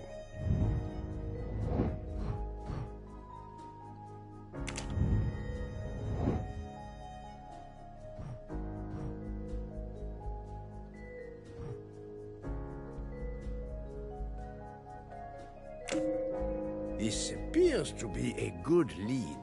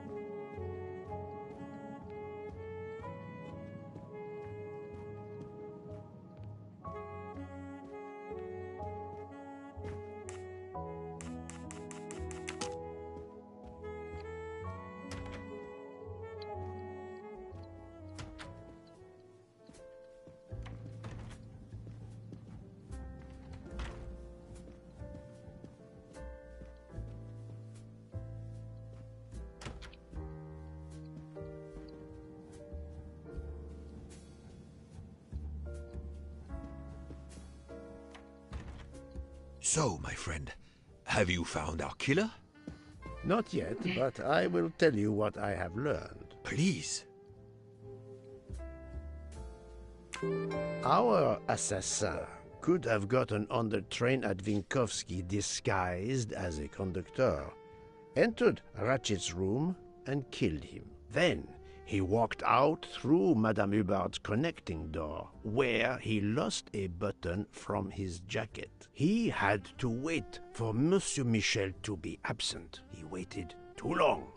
The train had left the station. He was trapped aboard. Indeed. He had opened the window to make it look that he'd escaped that way. However, if he waited until the train stopped again due to snow, his footprints would have been found. The murderer is still among us, on the train. There's a problem with the second-class toilets. What now? All morning passengers have been complaining that the door is locked, so I went to check. I knocked, but no one answered. I didn't think I should open it without speaking to you first. You did well, Monsieur Michel. Lead the way. I use my master key.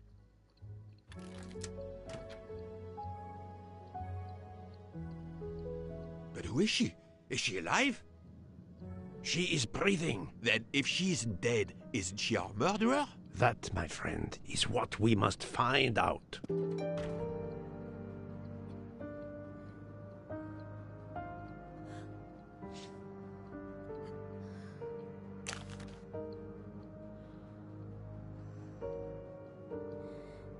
The ticket reads Joanna Locke, traveling in compartment 105.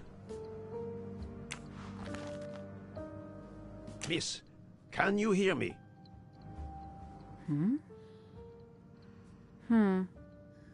She's breathing.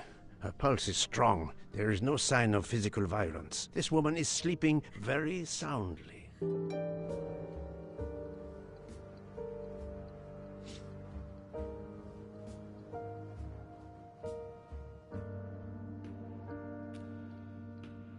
The train is, of course, full. Monsieur, the list I gave you indicates that Hildegard Schmidt shares her compartment. I will want to talk to her later. For now, we will concentrate on this mysterious young lady. Let's return her to her more comfortable bed.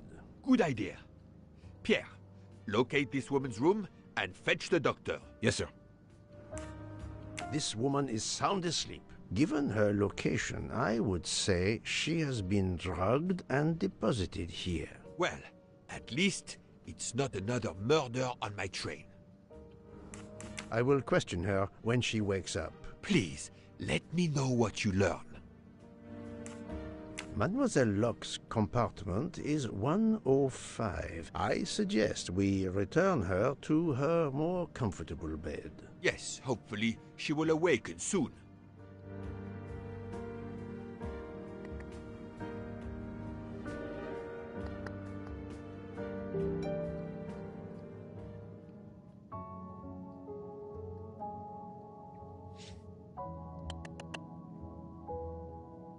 Come.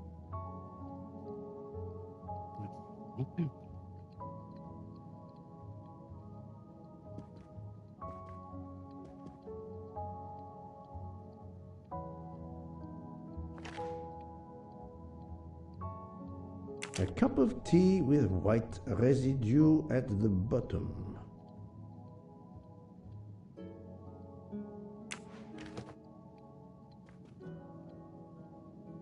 When are we going to speak with the kitchen staff?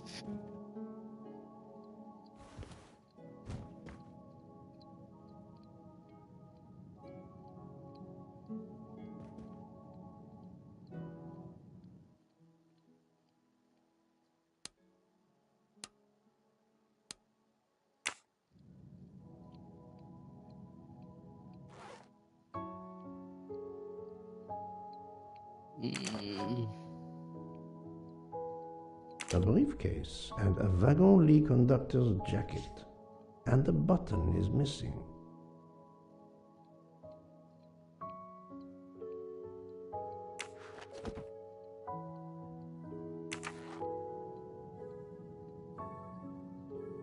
What else do we have?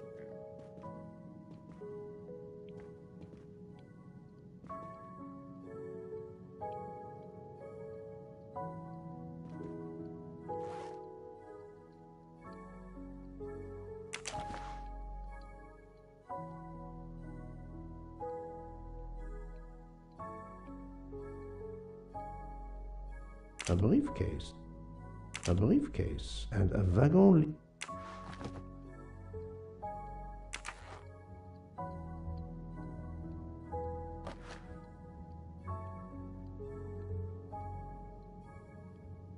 A cup of...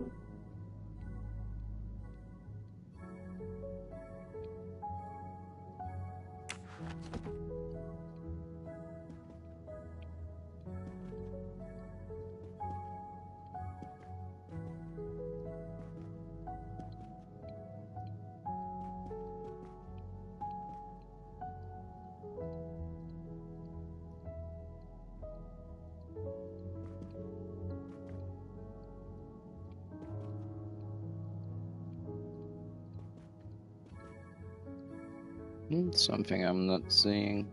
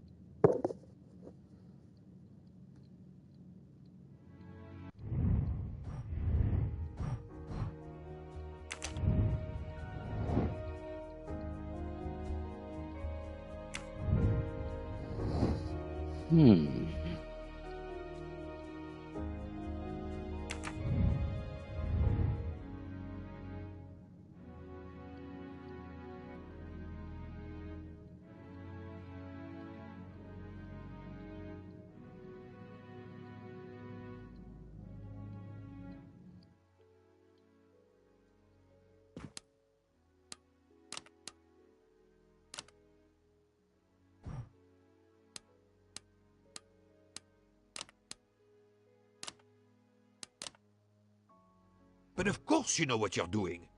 It is booby-trapped, is it? Shut up. No, that's mine. I never remember my passwords, so I make them easy ones. So, Poirot, any luck so far? Could he? Poirot, I'm disappointed in you. I was certain you would have it by now. Have you tried 0000? Have you tried 1, 2, 3, 4? We really need to find the combination. Poirot. Book. Silent like a mouse, please. I'm sorry. You're right. I'll be quiet now. You need to concentrate. I will not utter another word. Not one. Book. There will be another murder on the Orient Express in a moment.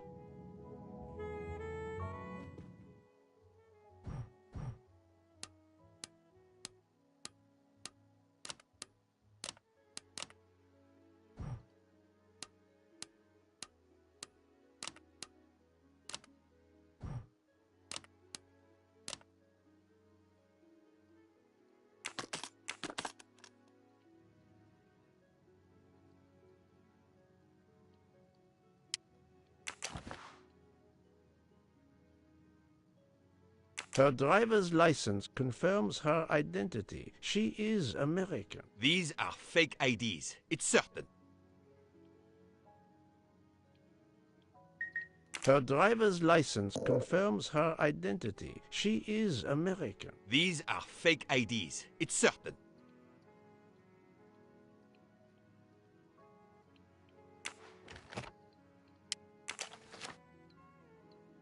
The stuffed animal is the same as in the photo found at the crime scene. What a coincidence. Mademoiselle Locke appears to have been investigating Monsieur Ratchet.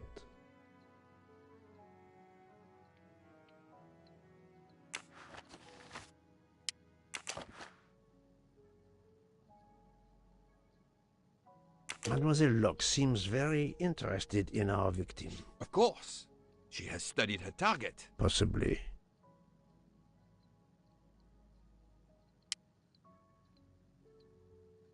Mademoiselle Locke, of course. Possibly. This badge says that Joanna Locke is an American detective with the Berkshire Police Department in Massachusetts. An American police officer? Oh.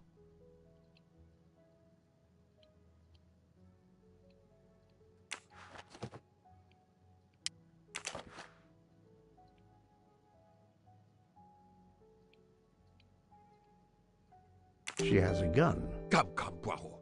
Criminals are often known to carry one. Ratchet was stabbed, not shot. But then why take it on the train? Service pistol. Look, she's waking up. Thanks to you, I would not be surprised if our murder victim were also waking up. What?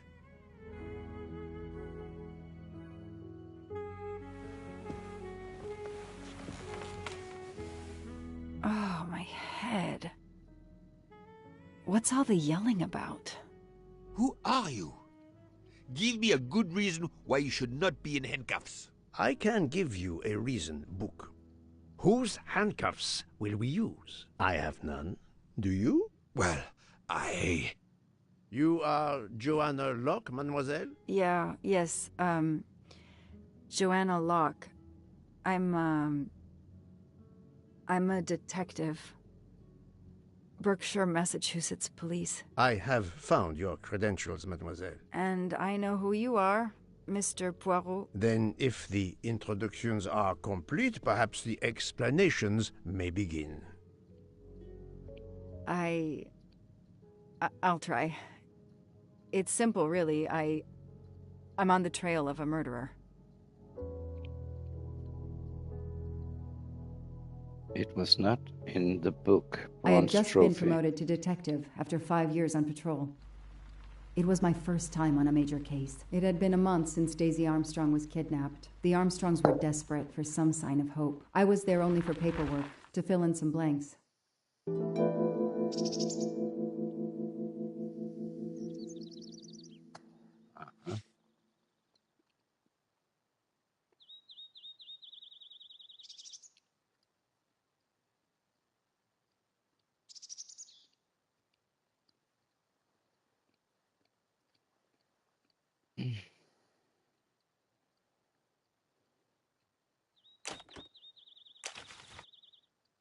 A topographical map, often more important than a road map in these mountains.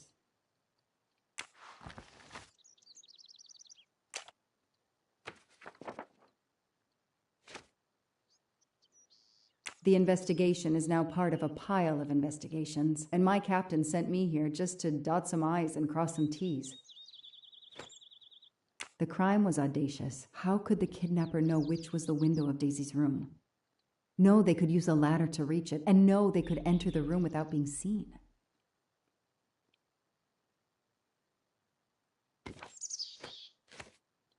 The misspellings are clearly on purpose, and they didn't return the child when the ransom was paid. How could the child be taken with so many people in the house? I can't imagine the pain her parents felt when they realized Daisy was gone. How are they going to feel when they realize I have no answers for them? Only more questions. That's why I'm here. A damn computer glitch. Or somebody pushed delete instead of save. Whatever happened, we lost the nanny's deposition. So my entire contribution to the investigation is to take it again. The phone record of the night of the kidnapping. The last call was for 911.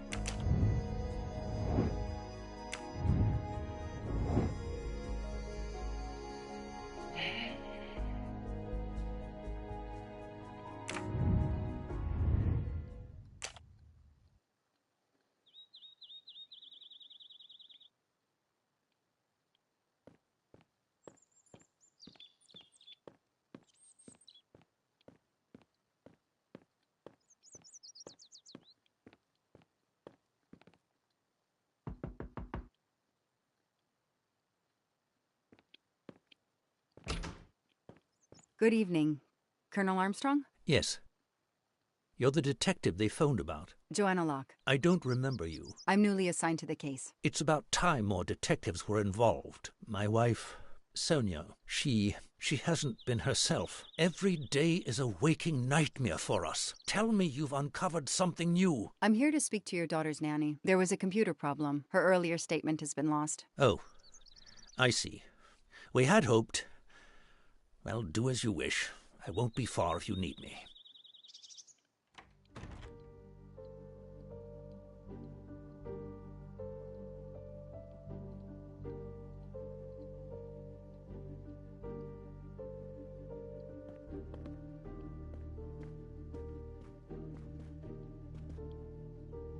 I won't be long. Take whatever time you need.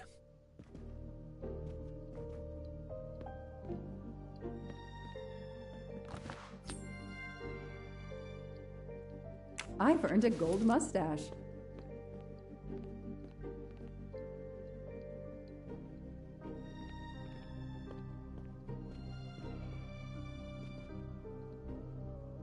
How are you doing? Are you holding up? You know, in the military, you're supposed to have the stiffest of upper lips. The Desert War taught me that soon enough. But this, it's difficult. Damned difficult. Harder on my good lady, of course. Do you know where I can find Miss Moreau? Her room is upstairs across the hall from Daisy's. She seldom leaves it. I won't be long. Take whatever time you need. Their fairy tale became a nightmare.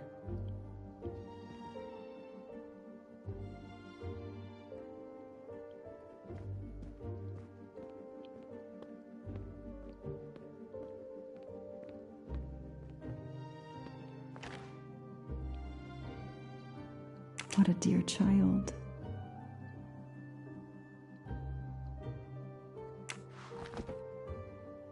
Sympathy and support for the Armstrong family during this difficult time. Thoughtful, but never enough.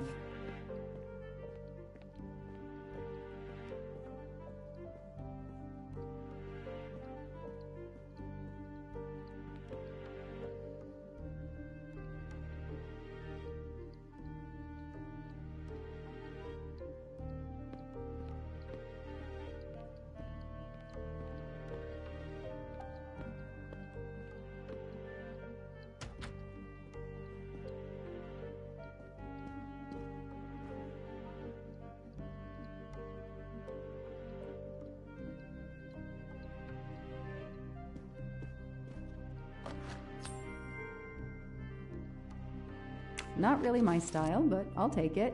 A toy castle. When I was a kid, I had a police station and a tiny squad car with a siren that really worked.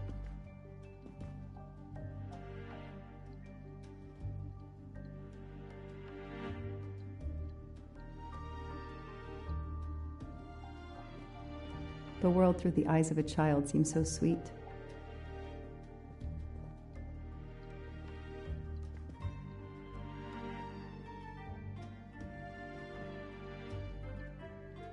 Mrs. Armstrong, my name is Joanna Locke. I'm a detective investigating the kidnapping of your daughter. May I talk to you? When is your baby due? Mrs. Armstrong?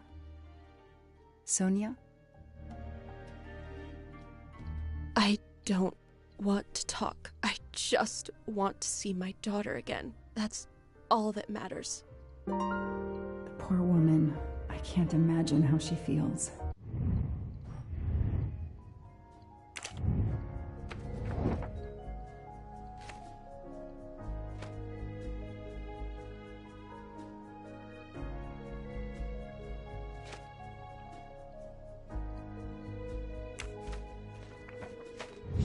The detective gets it right.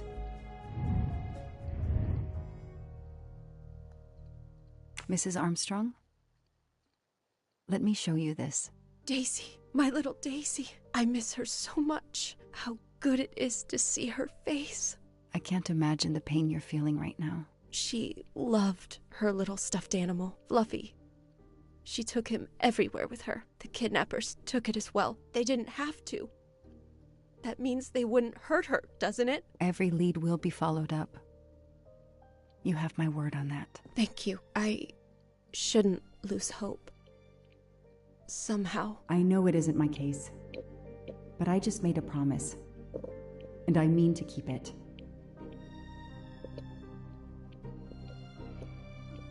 Do you know where I can find Miss Moreau? She's in her room. Last door on the left. May I come back if I have more questions? Of course. Anything I can do.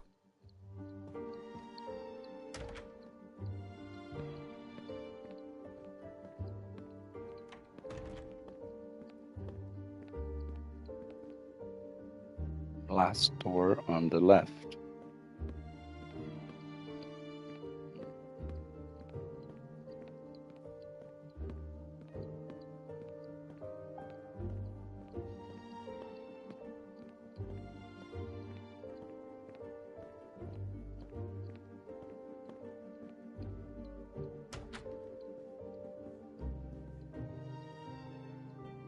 Goody. Hello.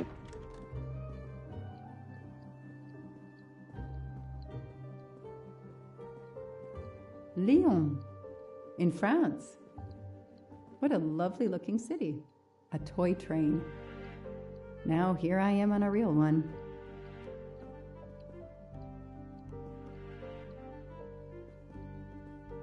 Hello, are you Suzanne Moreau, Daisy's nanny? Yes? I'm Joanna Locke, a detective working on Daisy's case. Is there any news? I'm afraid not. How can I help you? I'm really sorry. I'm afraid I have to take your statement again concerning the evening of Daisy's disappearance. There was a computer problem. Your statement was accidentally deleted. Of course. I want to help any way I can.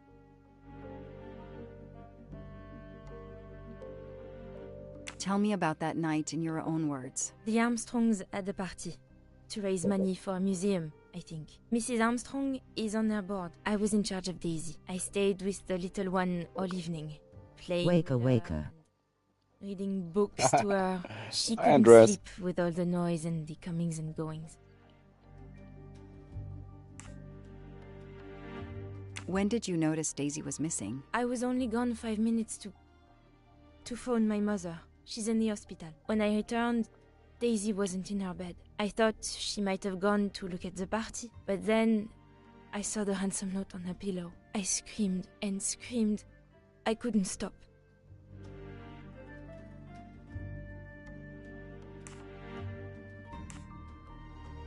Do you have any idea who did this? No! I can't see who could have done such a horrible thing. The Armstrongs are such good people. Like my own family. Did you notice anything unusual before that? I was with Daisy all evening. Finally, she fell asleep. I didn't see anyone else or notice anything in particular. Thank you for giving me your statement again. I'll get back to you if I have any questions. I won't be far. Okay, I have Suzanne's statement. But her answers need some checking.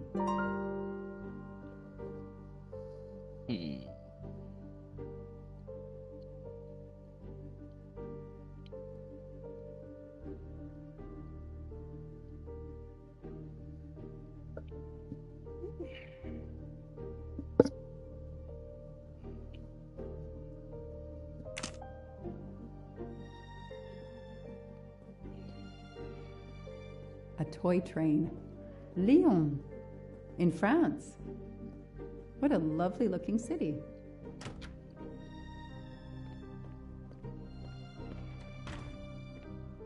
Oh, she can run. Well, what can't?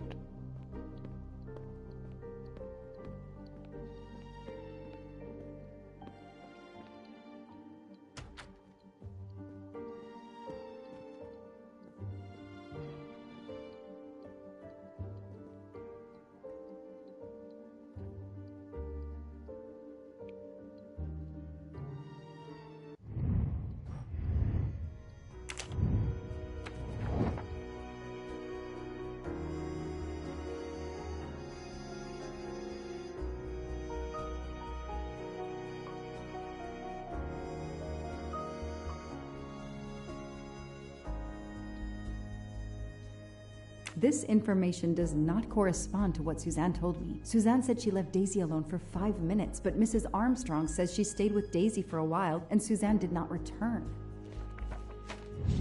That is a great detective job.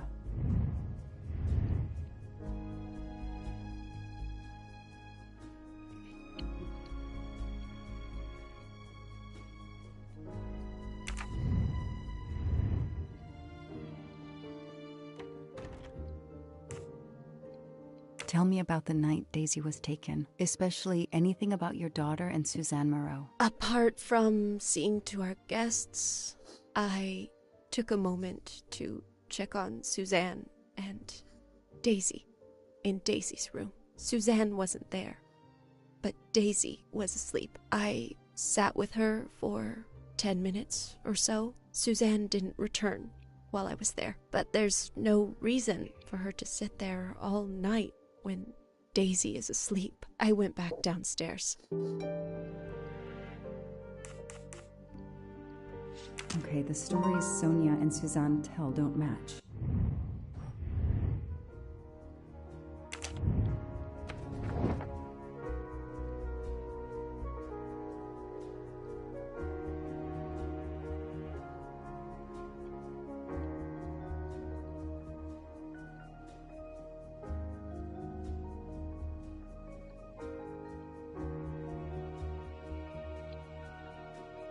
That is not exactly what Suzanne told me earlier. Suzanne was on the phone more than 5 minutes.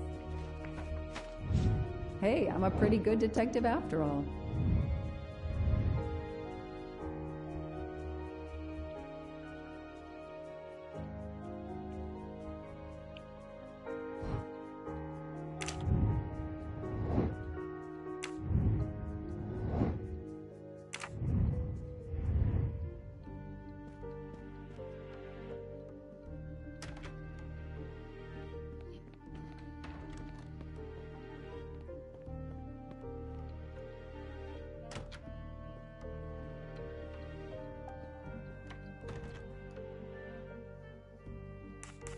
If I understand you correctly, you left Daisy when she was not asleep? The party was very loud. Daisy was too wound up to sleep. I read her a Motley Mule detective story to try and put her to sleep. Daisy finally fell asleep. Right before Motley Mule solved his case in the book I was reading her. I had to make a quick phone call. No more than 5 minutes. But when I came back, Daisy was gone.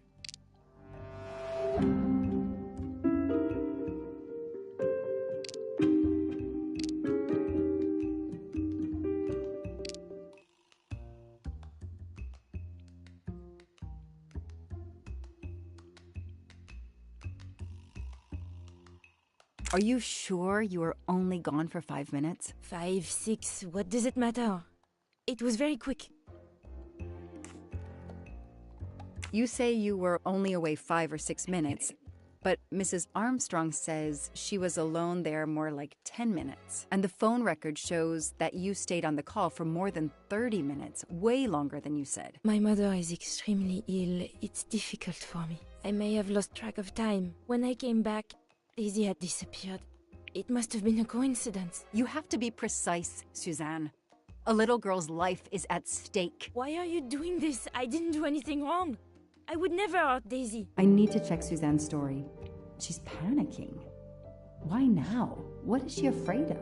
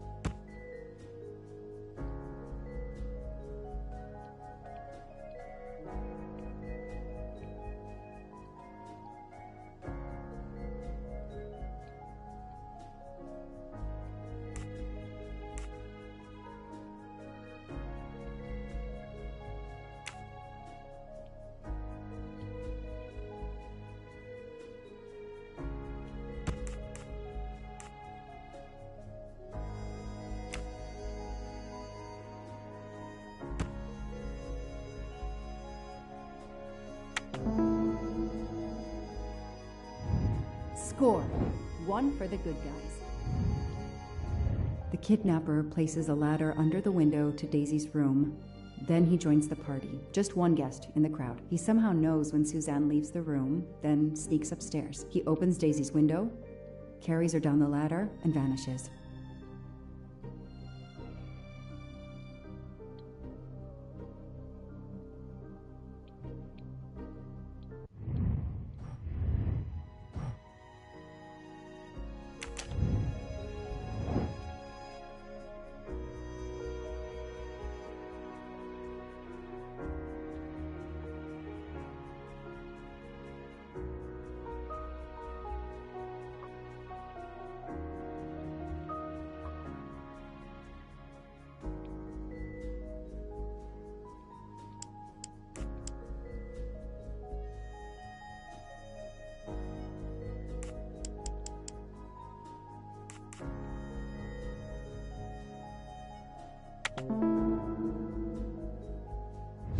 That's it.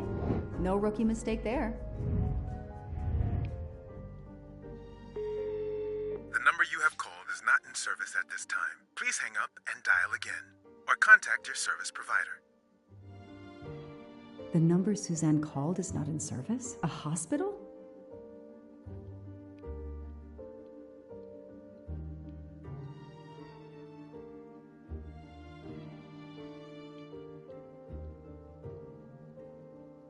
I should see if the Armstrongs can confirm what Suzanne told me. What kind of game is this? This is a side mission, you can call it. This is Agatha Christie's Murder on the Orient Express. But this is following a case to why an American... she's an American police officer. And she has been found on the train by Hercule Poirot. So right now, this is like an explanation as to why this American police officer, is on the train. She was found kind of passed out in a bathroom. I spoke with Suzanne. She was phoning her mother. That's why you didn't see her when you went to check on Daisy. Yes, her mother. I tried to call the poor woman earlier that week. Oh, okay, it looks fun The though. hospital said she's been in a medically induced coma for more than 2 months. Suzanne told me she called her mother, but she would have known her mother was in a coma.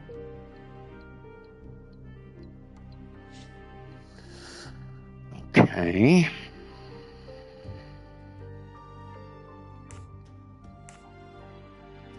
Do you know where I can find Miss Moreau? She's in her room.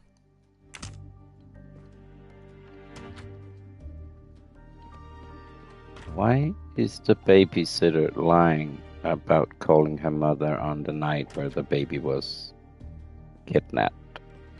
Kitty, stop looking at me. I should see if the Armstrongs can confirm what Suzanne told me.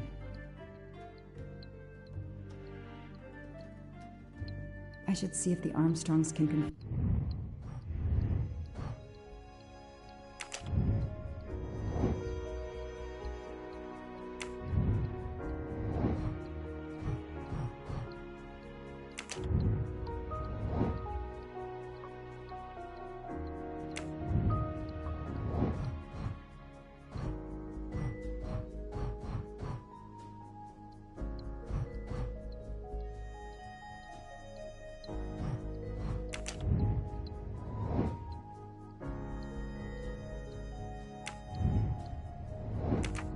Confirm what Suzanne told me.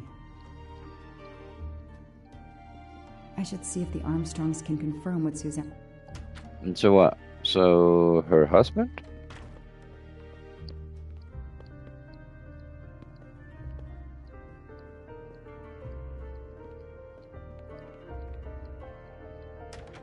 Oh, right now I kind of lost track a little. I spoke with... That's why you did... Yes. Suzanne told me...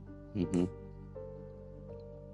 Tell me about the night, especially... Susan, but I went... Mm-hmm. Do you know... She...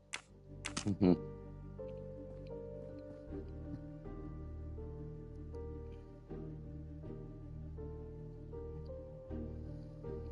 Okay, so the husband.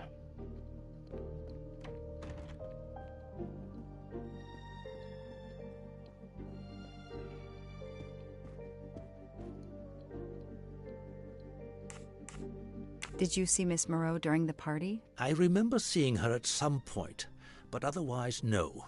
I was too busy with my guests. Wear the smile, shake the proffered hand. Ms. Moreau told me she called her mother. Well, why not? I believe they are very close, and the poor woman is not well. She needs some experimental treatment that isn't available yet in France.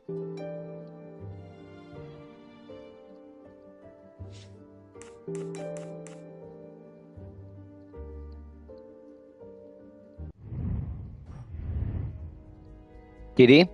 I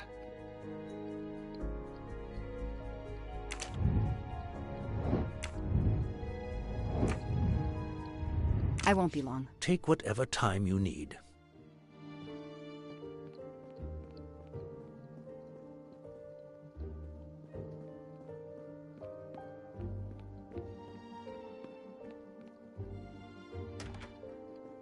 Kitty?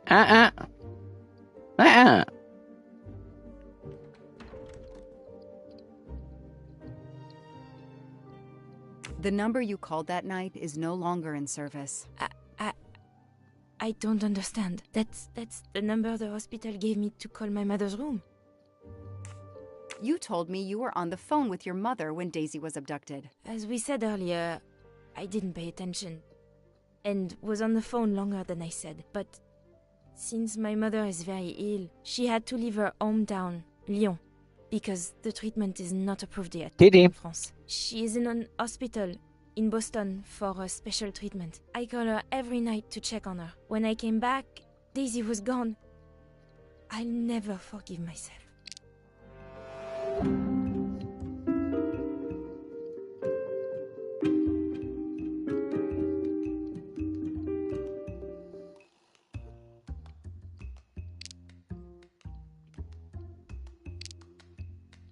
Are you sure you called your mother? Yes.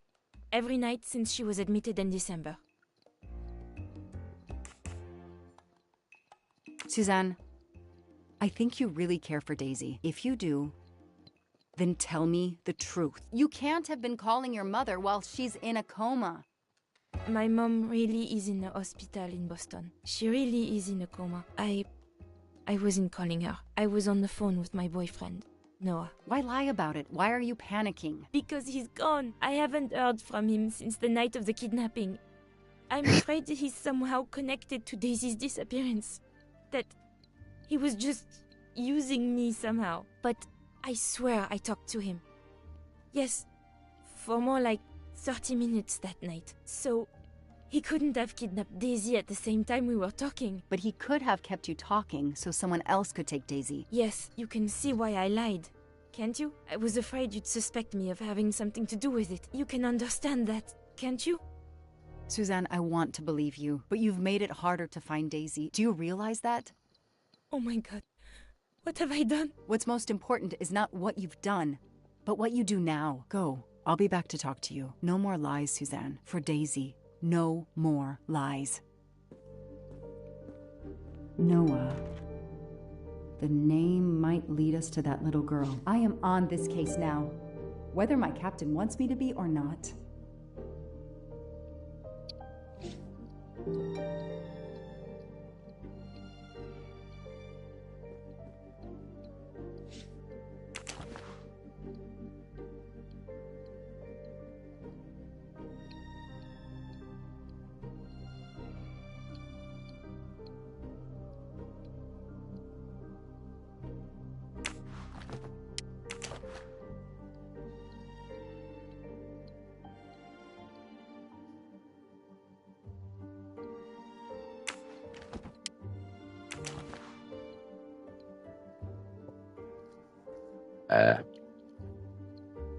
Right.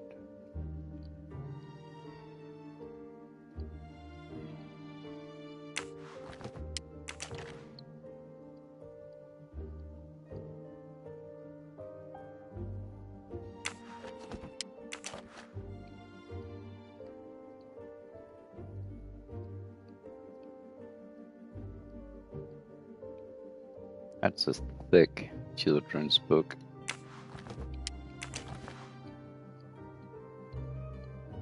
A locked diary? Let's see if I can shine some light on its secrets. A locked diary? A locked diary?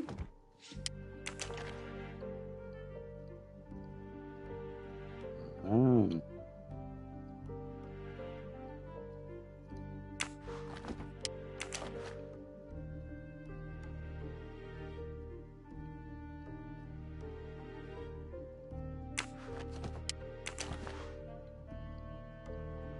Kitty.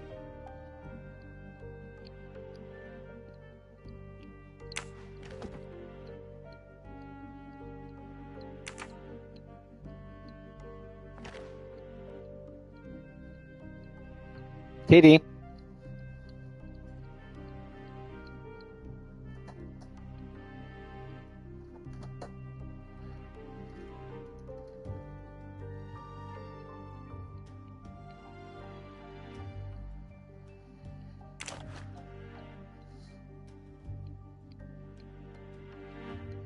A card from the florist. It's signed N.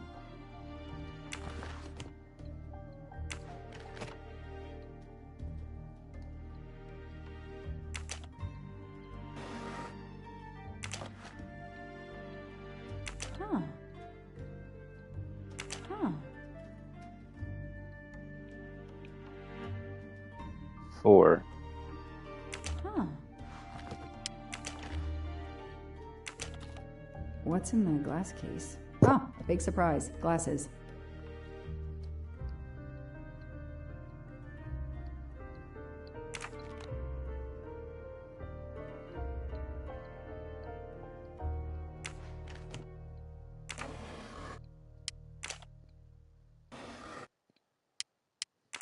Small jewelry box. By the size, I'm guessing earrings.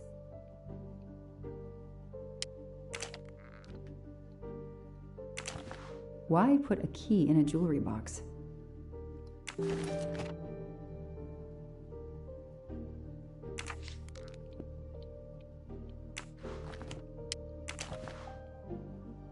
An Eiffel Tower keychain, but no key.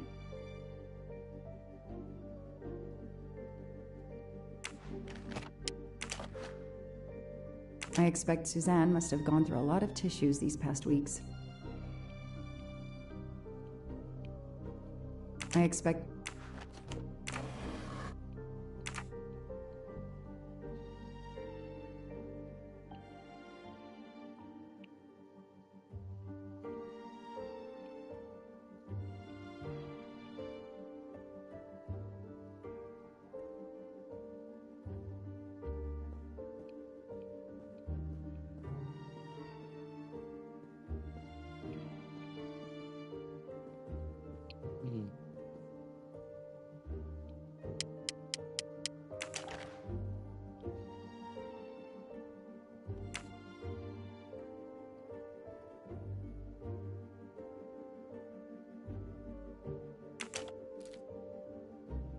Okay, Suzanne. Let's see what you haven't told me.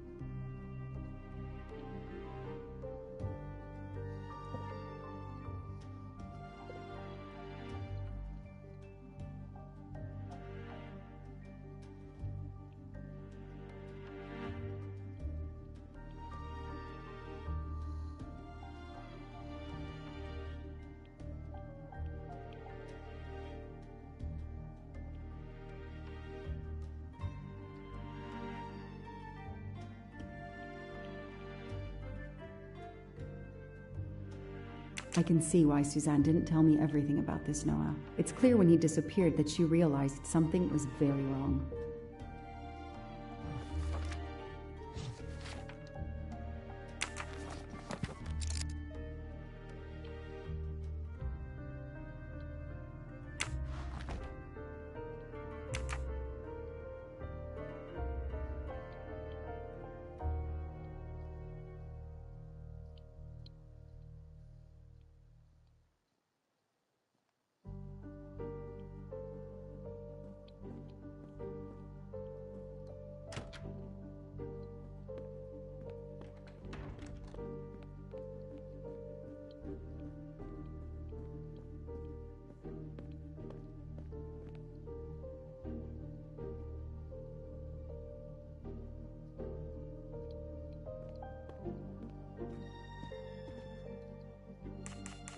Know anything about Miss Moreau's boyfriend? Her boyfriend?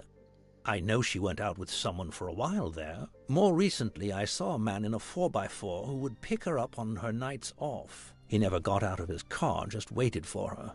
She did seem to spend more time than usual on the phone these past few weeks, but she worked hard. We weren't going to begrudge her what free time she had. Since the abduction, she keeps pretty much to herself. I won't be long. Take whatever time you...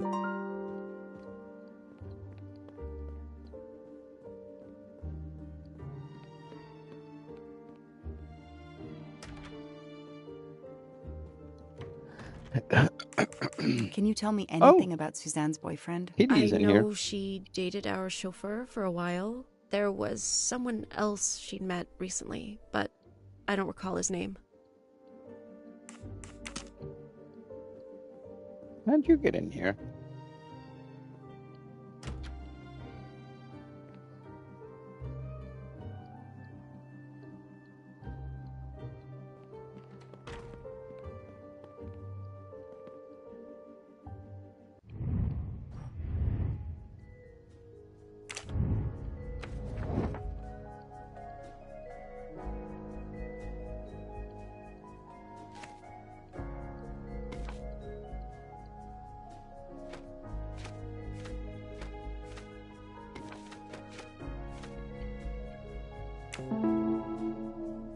These tire tracks could well be from Suzanne's boyfriend's 4x4.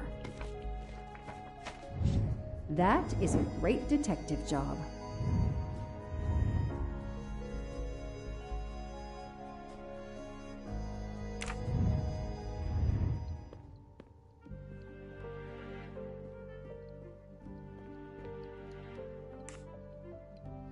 I imagine these flowers must have been beautiful.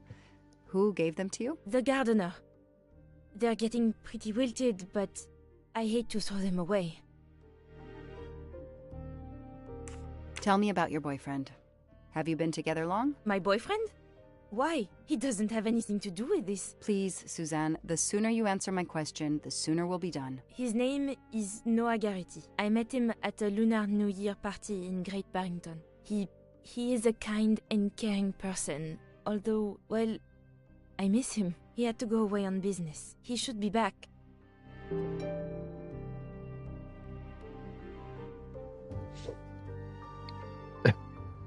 She's contradicting what she said. Literally, what, only 5 minutes Tread marks ago. of a four-wheel drive vehicle were found outside the garden on the night of the kidnapping. Noah drives one, doesn't he? Where is he, Suzanne? If you know anything more about him, you have to tell me. I know what you're thinking, but it's impossible. He was very nice to me. He never did anything to make me suspicious. We went out to eat, to the movies. Just like a normal couple. He's not the only man in the Berkshires who drives that kind of car.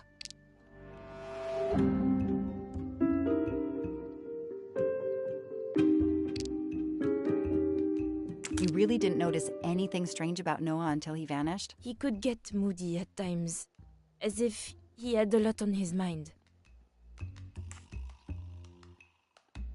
In your diary, you say that Noah took you to a cabin in the mountains on Valentine's Day. You read my diary? I'm sorry, but we have to find Daisy.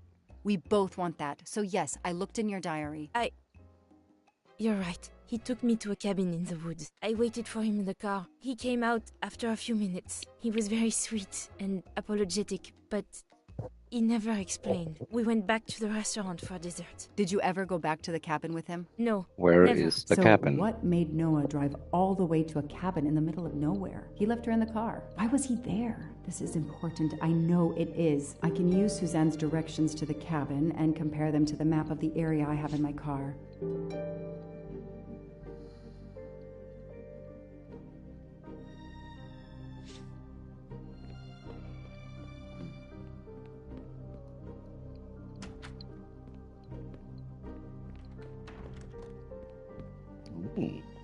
Kind of a cool police cruiser.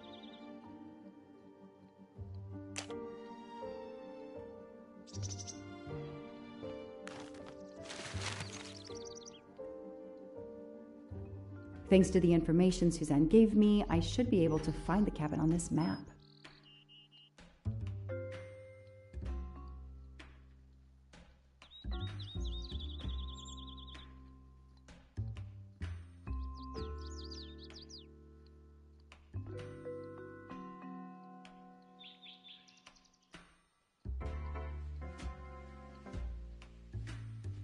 Oh, F8. This is not easy.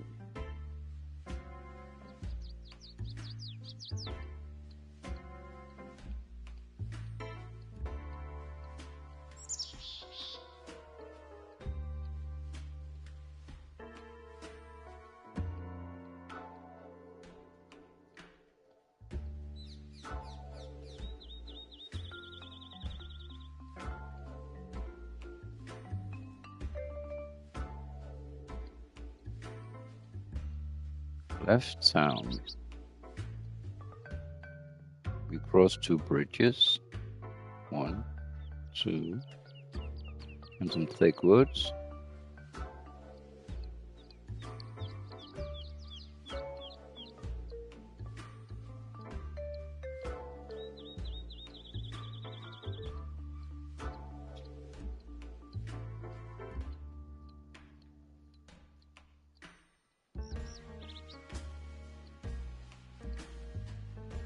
Left sound cross to 1, 2. There's in the woods here. Cornfield on the left. It said vegetation, but that could easily be. Trees and more trees. Here? I got it. The cabin has to be here. I have to find that cabin. I hope I'm not too late.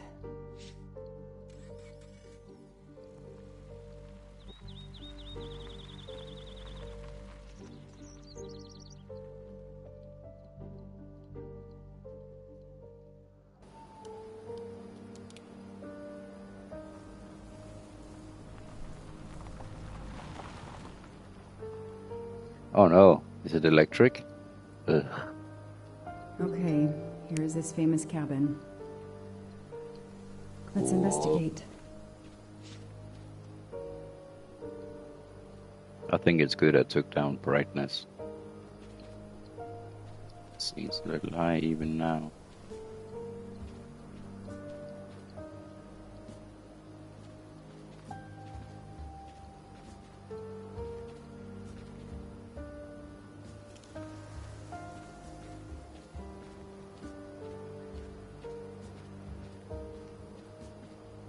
Noah brought Suzanne to this dump on Valentine's Day? What a romantic.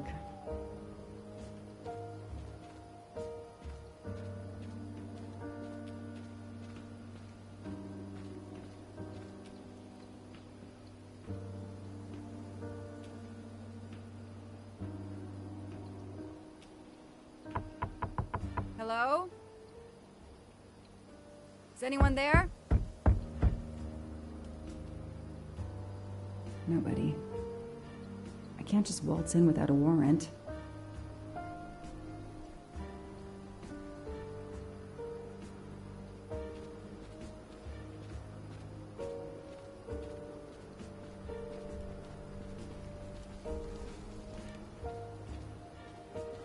That window is too high to see through. Basement.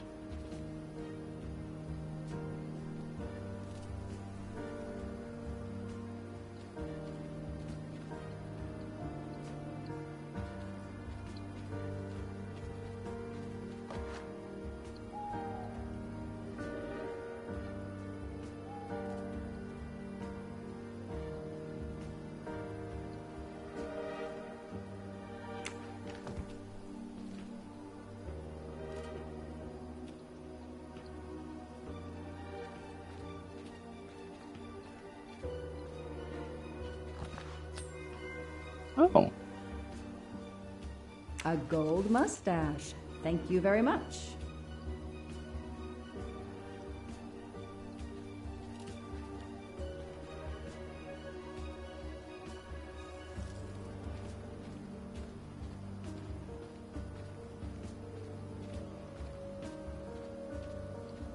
I need to see what's inside.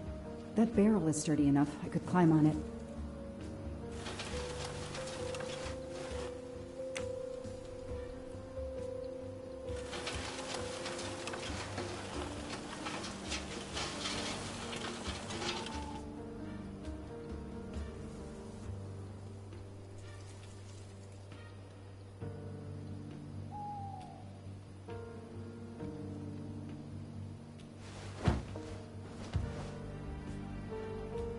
Ugh, an old hunting trophy, starting to molt. Empty wine bottles. Somebody has been here lately. It's Daisy's plush toy. If Fluffy is here, the kidnapper has been here. I have to get inside this cabin.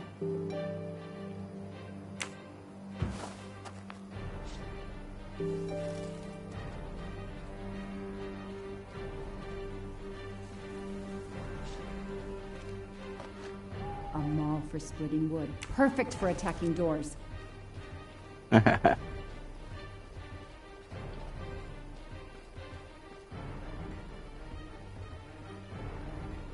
broom isn't sturdy enough to force the door.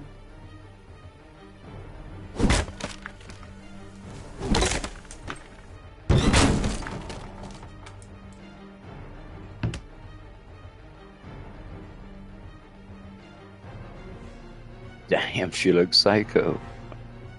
Look at that. A broken door to investigate. No need for a warrant.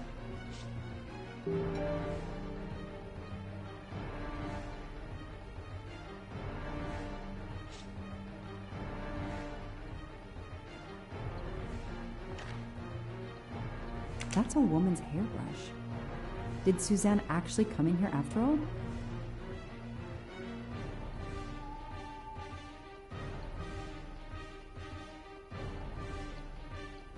That's a woman.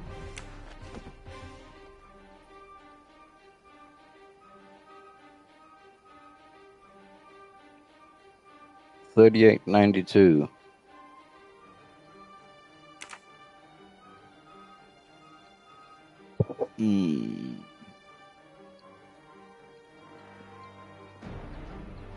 Ha ha ha ha ha ha ha. Shiny facial hair. The good news is that it's gold.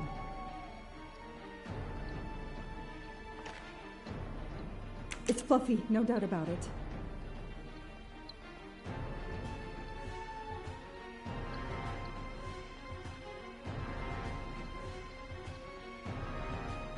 It's fluffy.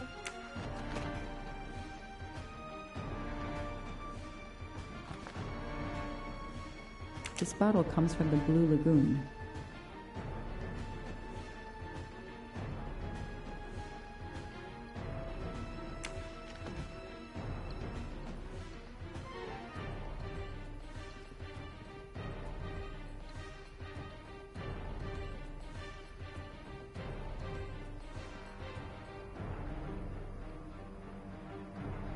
The stove is cold.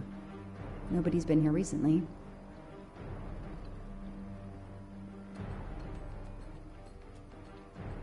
Some people seem to have played here before.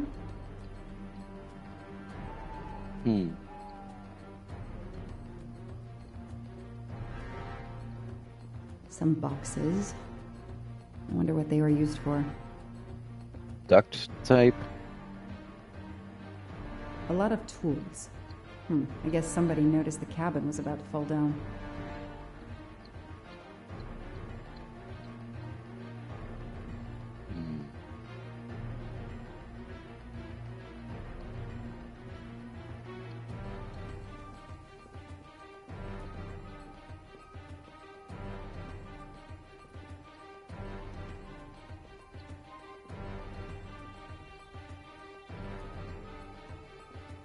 The floor is scratched and worn in this area. The sofa must have been moved a lot.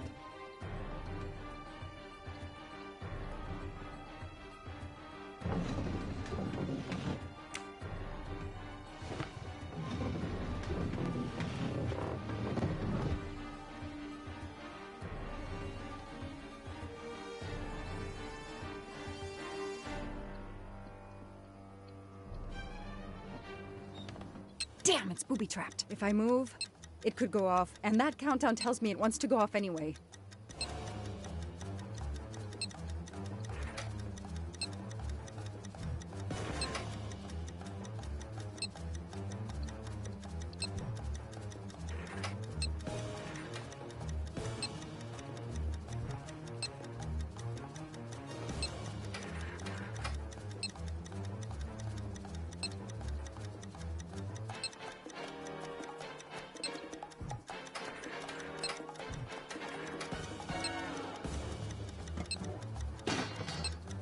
Oh.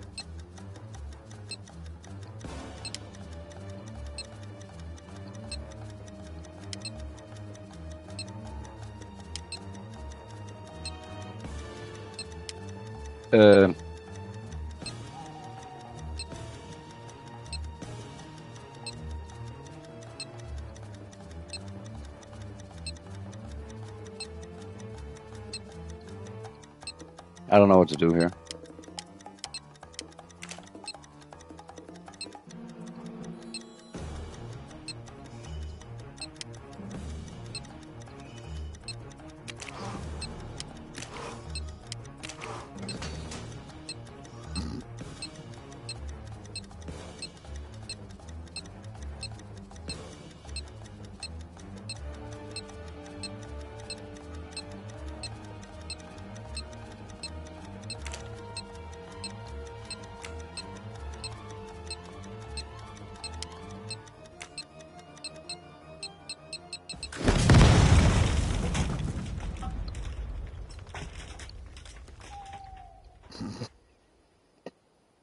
Since I'm telling this story to you, Mr. Poirot, you should be able to deduce I didn't blow myself up. Let's see if I can remember how I defused the bomb.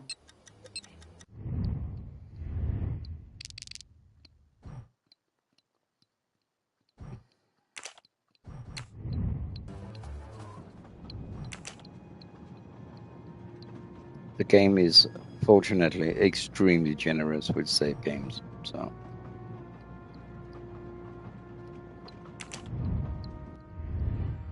Okay, here is this famous cabin. Let's investigate. The stove is cold. Nobody's been here recently.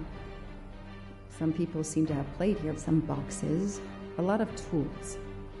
I guess somebody noticed the cabin was about to fall down. Weird, there's this big wardrobe and it doesn't have any.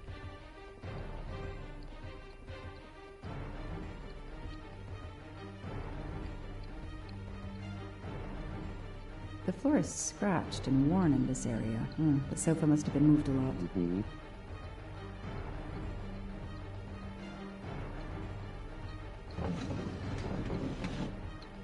Alright, but the first one was not too shabby. The second one was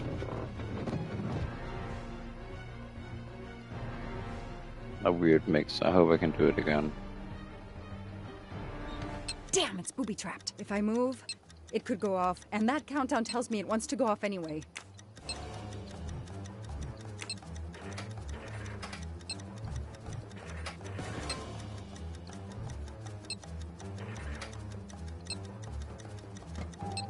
There.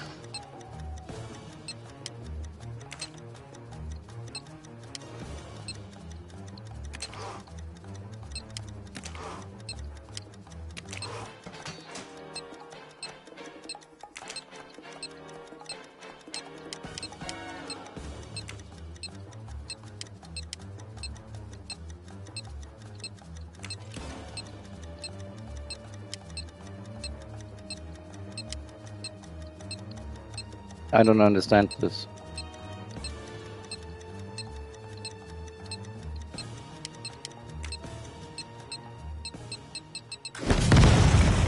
Oh, I turned it around.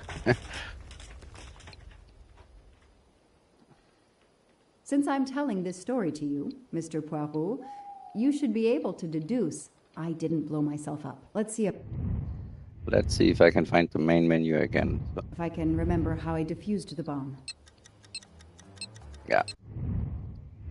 I'm actually not sure that this matters, but why not?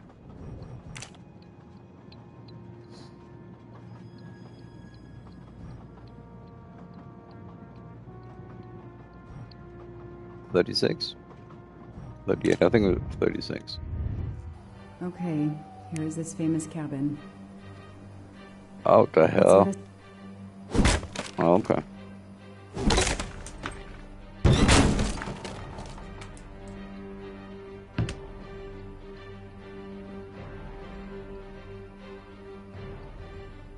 Looks so much like a psycho there. Look at that. A broken door to investigate. No need for a warrant.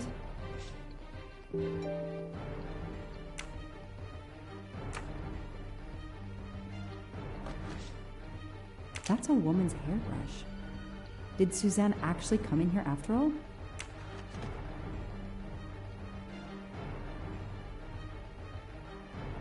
Moose. Or whatever this is. Monster.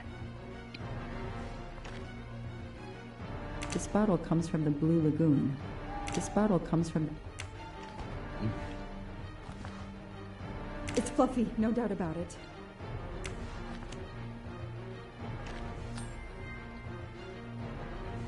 Help yourself, Joanna. You earned it. A lot of tools. I guess some boxes. I wonder what they were used for. Some people seem to have played here before. The stove is cold. Nobody's been here recently. The floor is scratched and worn in this area. The sofa must have been moved a lot.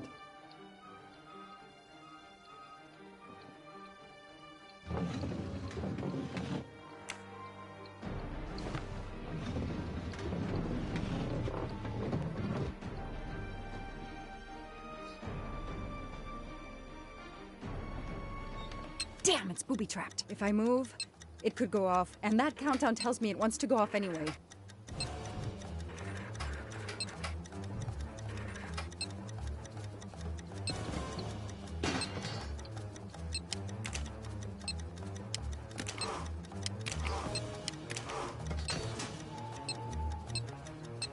All right.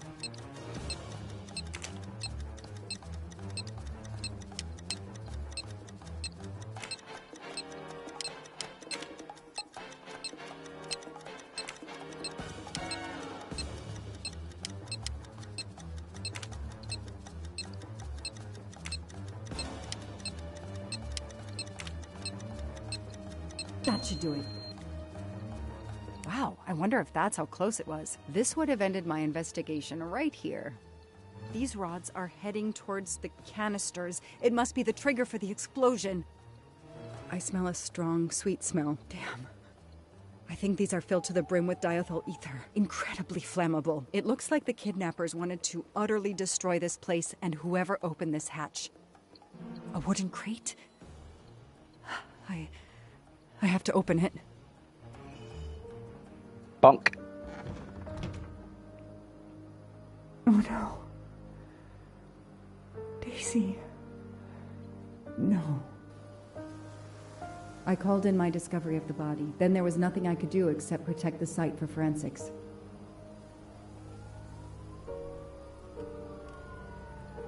The forensics team arrived an hour later, cordoned off the cabin with crime scene tape, and went to work, looking for physical evidence, fingerprints, testing for fluids, DNA, any clues science can uncover.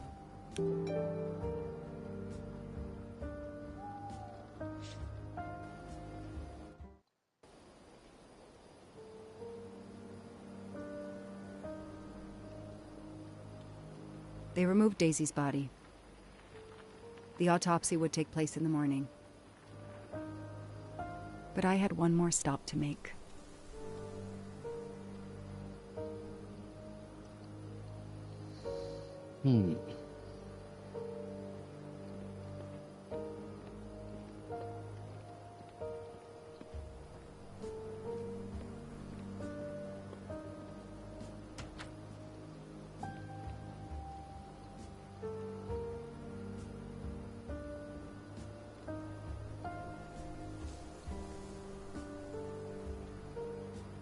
Oh no!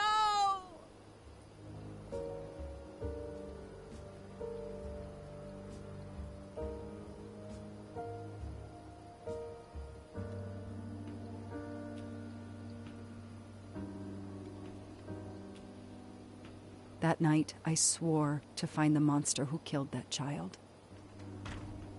A simple mistake leads to grave consequences. Bronze trophy.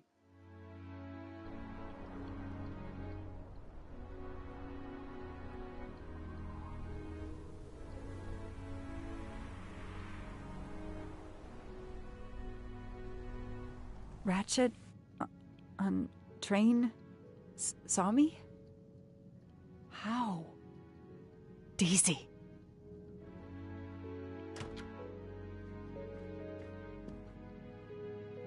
She was awake? Then she collapsed again. I take the responsibility. She was weaker than I realized.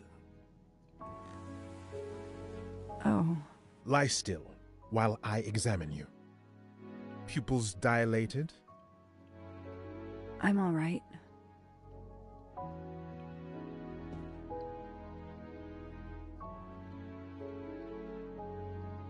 You are far from all right. You have been heavily sedated. Your pulse is very weak. I have to finish my story. Ratchet can't escape again. Can't escape. Have no fear of that, mademoiselle. Ratchet will not escape. We must hear her story. This woman needs rest. I will let you know when she is recovered enough to continue. But I warn you, it will be some time. I understand, Doctor. Thank you. I have completed my preliminary examination of the deceased. I think that it will interest you. Indeed it will. And I have other witnesses to interrogate. You are right. Let's not put this poor woman in danger. There will be plenty of time for her to finish her story when she has recovered. By all means, tell me the results of your examination.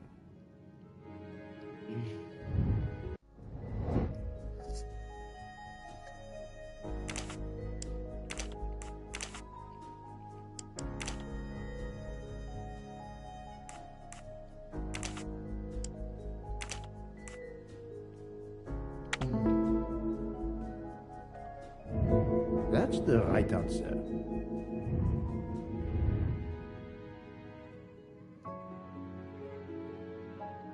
Can you estimate the time of death? Rigor mortis was advanced, but not complete. I estimate the death occurred between midnight and 2 in the morning. That tallies with the Already witness said that. statements I've collected so far. What is the cause of death? Multiple stab wounds to the upper torso. It's odd there are no signs of a struggle. That might indicate one of the first wounds was enough to kill him. It seems that Monsieur Ratchet had taken sleeping pills during the night. Ah, that would explain the lack of defensive wounds. Mr. McQueen and Mr. Masterman told me that Monsieur Ratchet didn't smoke. Can you confirm this? I can't say without a more extensive post-mortem. What can you tell me about the stab wounds? I counted 12 in all.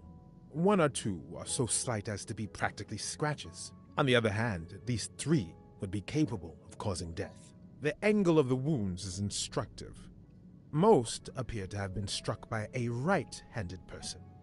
But you see, this one, under the right armpit, it's not a deadly blow, given the depth, but a right-hander couldn't have done it. It was most certainly struck with the left hand. So, our murderer is left-handed. No, it is more difficult than that, is it not? As you say, Mr. Poirot, some of these other blows are just as obviously right-handed.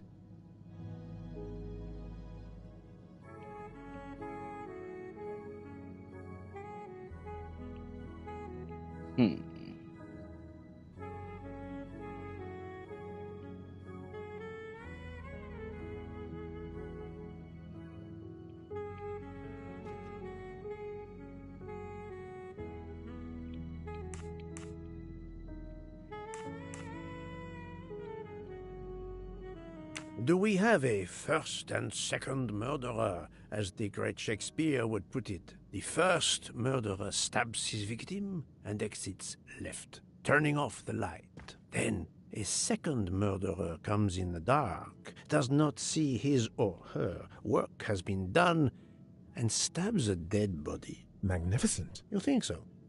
I'm glad. It sounds to me a little like nonsense. What can... I counted. On the other hand, the angle of the... It's not... It was most... So, as you said, some of these up. Do we have the first murder? Then... Magnificent. You think so? Thank you, Doctor. Excellent work under difficult circumstances. Please let me know when I may speak again with Mademoiselle Locke. Of course.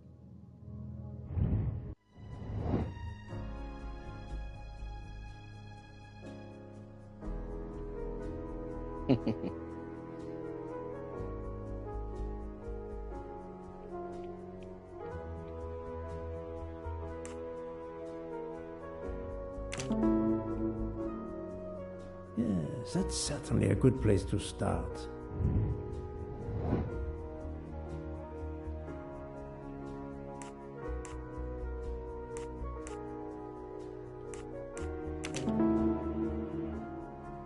Yes, I have personally seen some passengers smoking. I just have to remember who they were.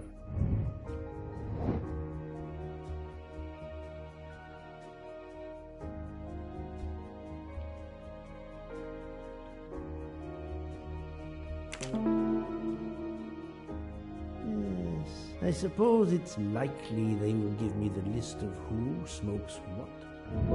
I'm right again. That happens to me a lot.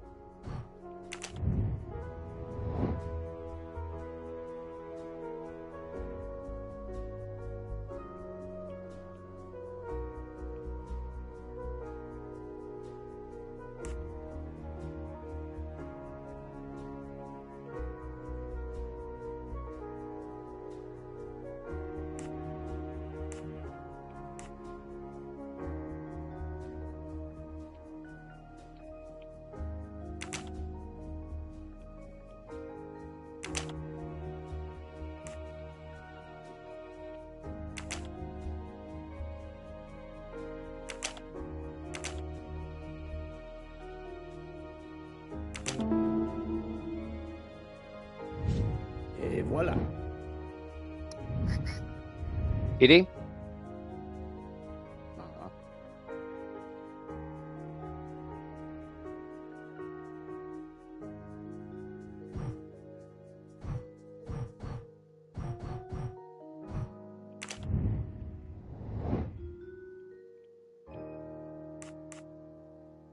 Miss Hubbard, she does not smoke.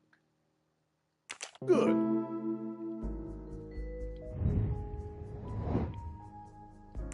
He smokes.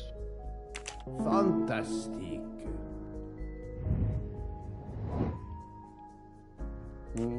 Occasional smoker. Nice.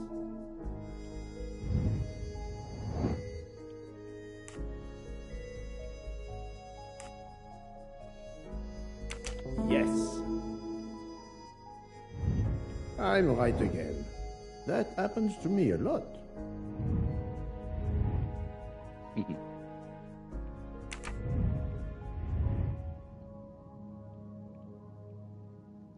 How is Mademoiselle Locke, Doctor? Her vital signs are improving, but she is still unconscious. I understand. Thank you for looking after her.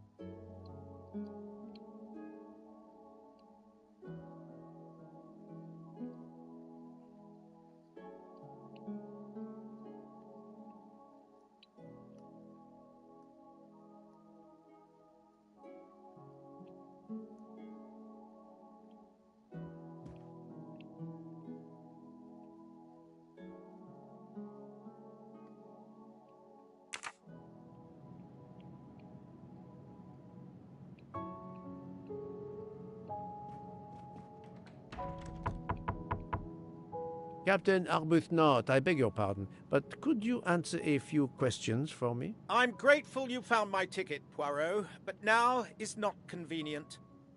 I certainly didn't expect such a resistance. I need to be sure before accusing the captain.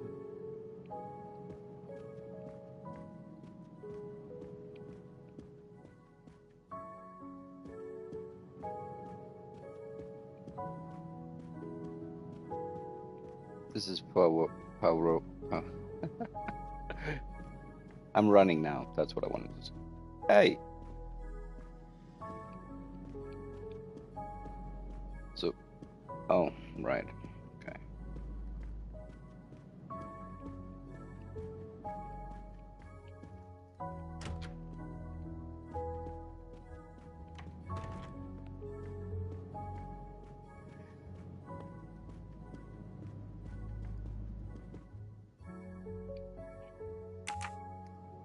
I think it's more or less the same view.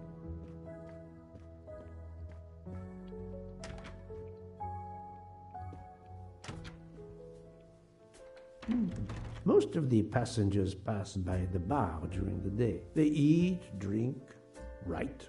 Maybe I can use this information for my investigation.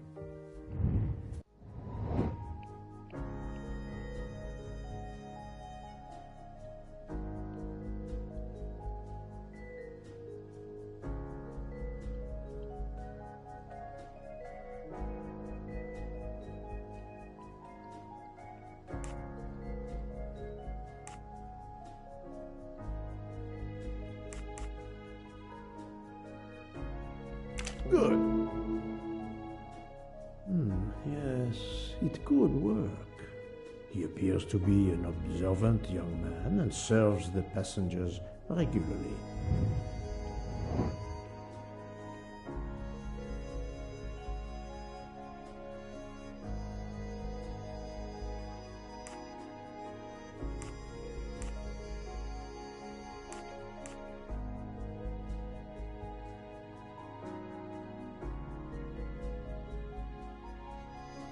Brilliant.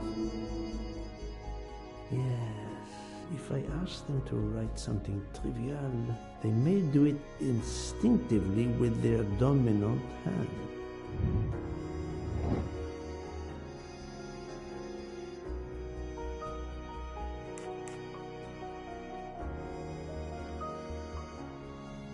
Right. Yes, I will remember which people use their right or left hand. That was easy.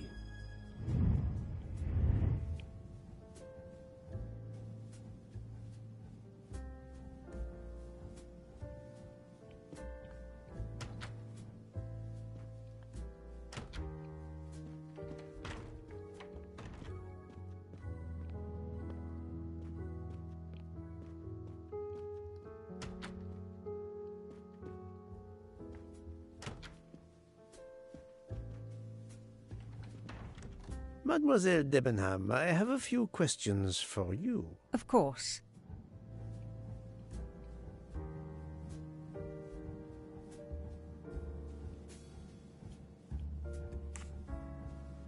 Would you mind writing your address on this paper for me? Not at all.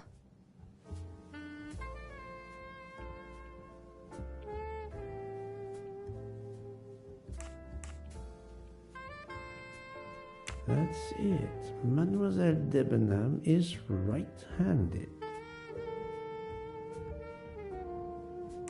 Let's start with your movements last night. There's little to tell. I went to bed and slept. Did you know the man who was killed? I saw him for the first time during lunch yesterday. Did you notice anything about him? Well, if I believed in auras, I might say he seemed dark.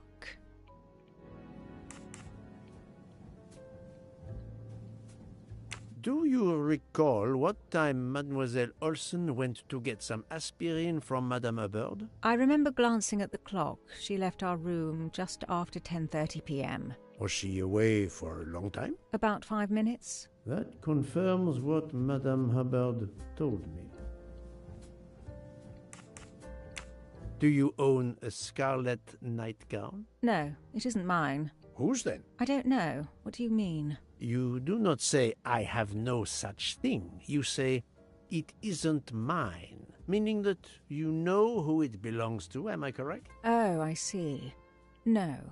I woke up this morning about 5 a.m. with the feeling that the train had been standing still for a long time. I opened the door, and I saw someone in a scarlet kimono some way down the corridor. Her back was turned. It was impossible to see who it was. I understand. Do you smoke by any chance? No, I never have. Thank you for your assistance, mademoiselle.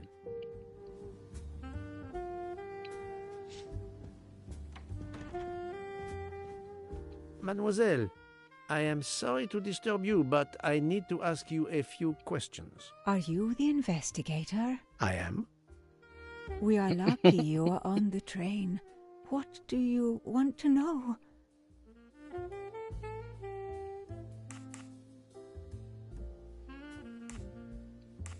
Perhaps you will be so amiable as to write me down your address. With pleasure.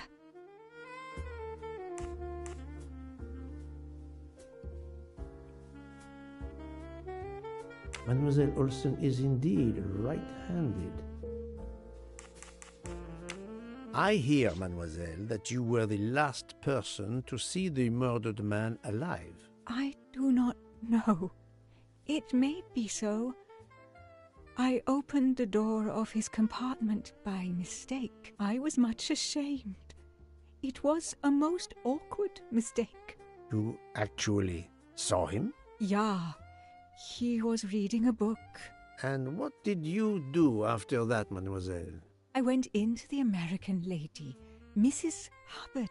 I asked her for some aspirin, and she gave it to me. I usually carry extra aspirin for the refugees, but I gave mine to a camp in Turkey. They needed it more than me.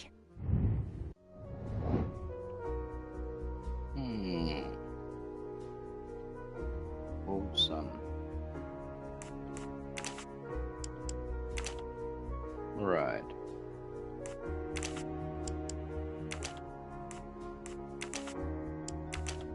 Foot 6, yeah. I'm right again. That happens to me a lot.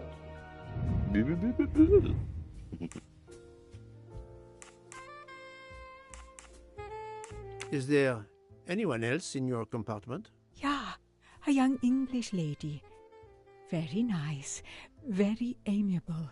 After the train left Vinkovsky, did she leave the compartment? No, I am sure she did not. Why are you so sure, if you were asleep? I sleep very lightly. I am used to waking at a sound. I am sure that if she had come down from the berth above, I should have awakened. Did you yourself leave the compartment after that? Not until this morning.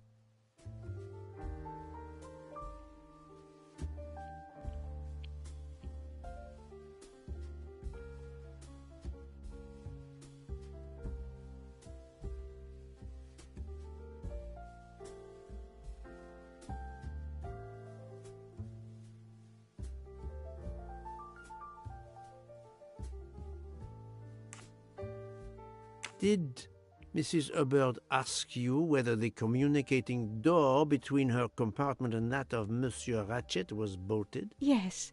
And was it? Yes.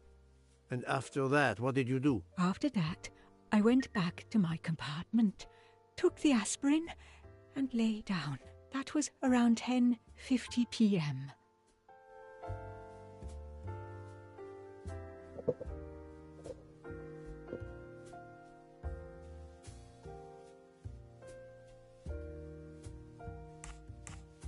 Do you have a scarlet silk kimono, mademoiselle? No, indeed. I have a good, comfortable dressing gown of Jaeger material. Do you smoke, mademoiselle? No, I can't stand the smell of tobacco.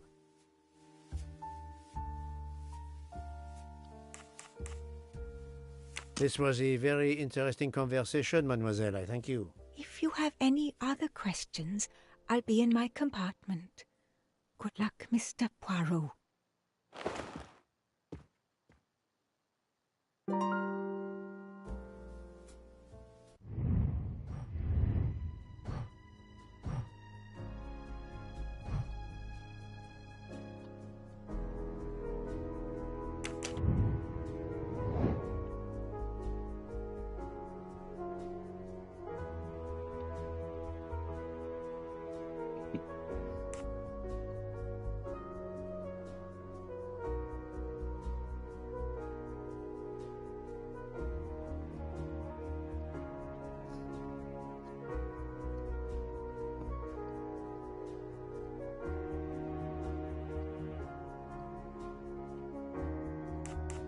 Adequate.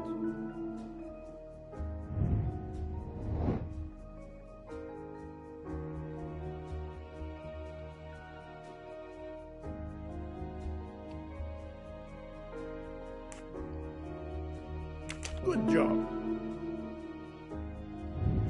That was easy.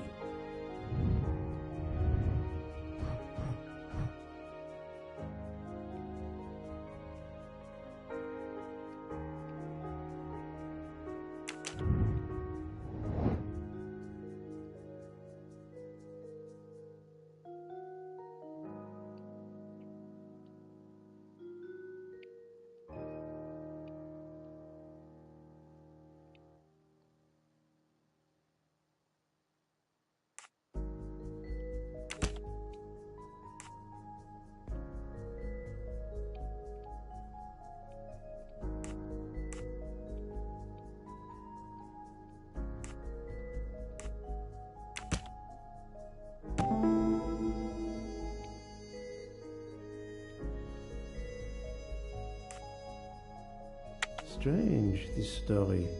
If Mademoiselle Olsen is such a light sleeper, why didn't she tell me about Mademoiselle Debenham getting out of bed? She even made a point to tell me the opposite. Et voilà.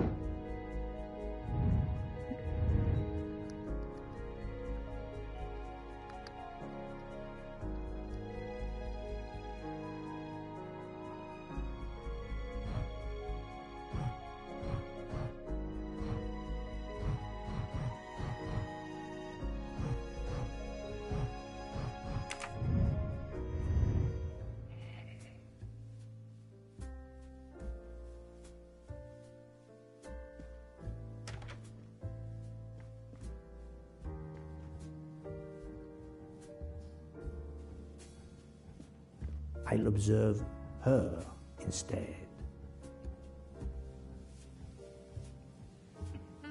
I'll keep an eye on them instead.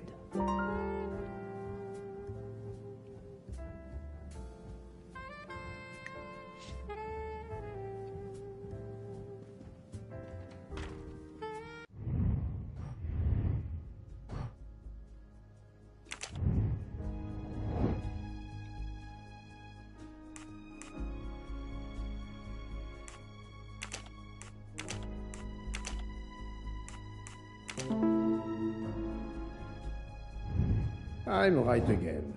That happens to me a lot. Oh, the modesty.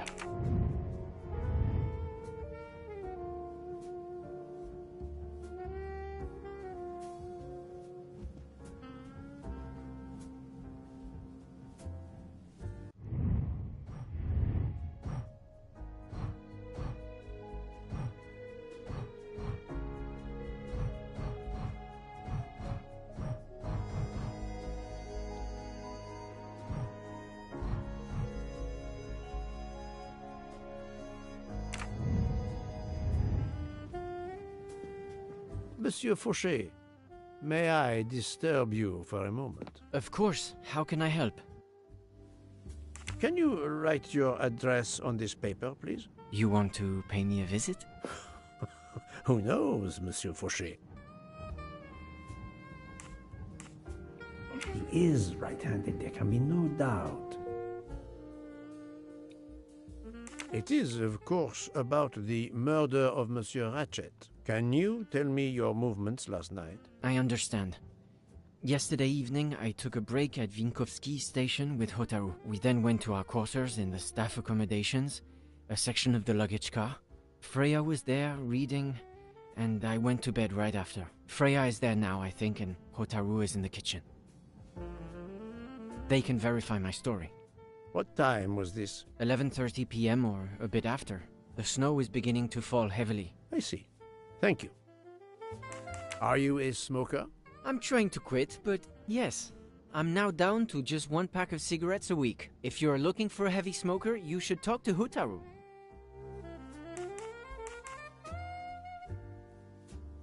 Thank you, Monsieur Fauché. I'll come back to you if I have more questions.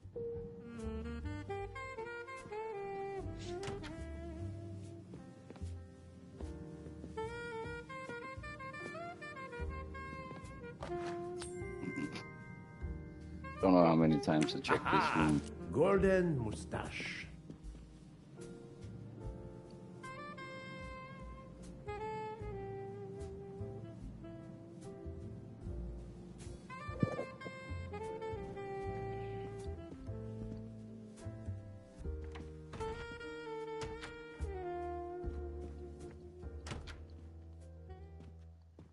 All alone?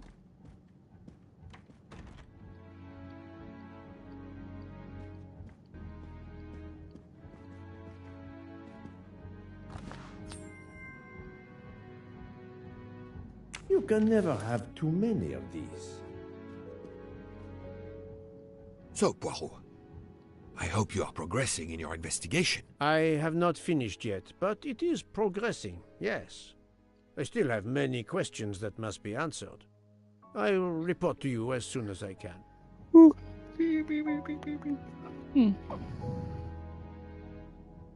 So, Poirot. Oh.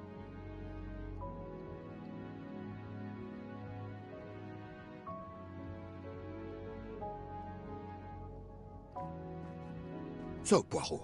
I have not... Weird.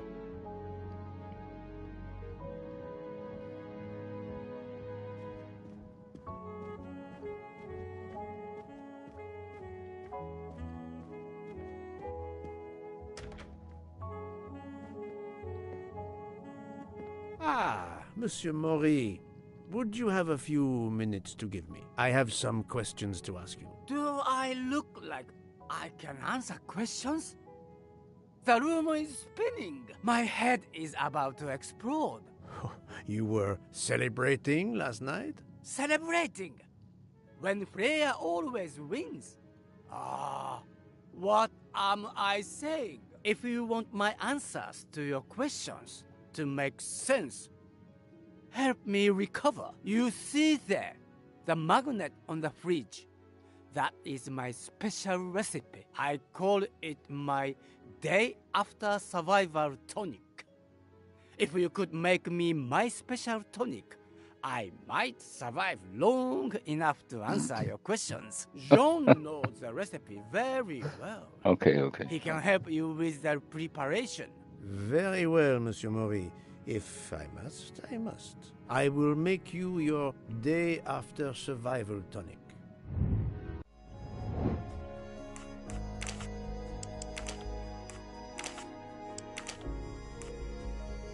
No. No. That's not what I wanted. My little gray cells did not let me down.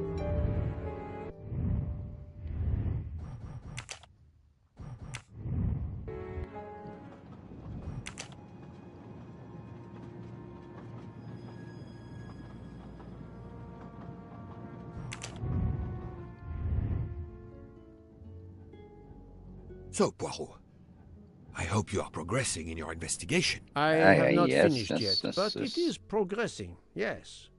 I still have many questions that must be Oops, wrong one. answered. I will report to you as soon as I can.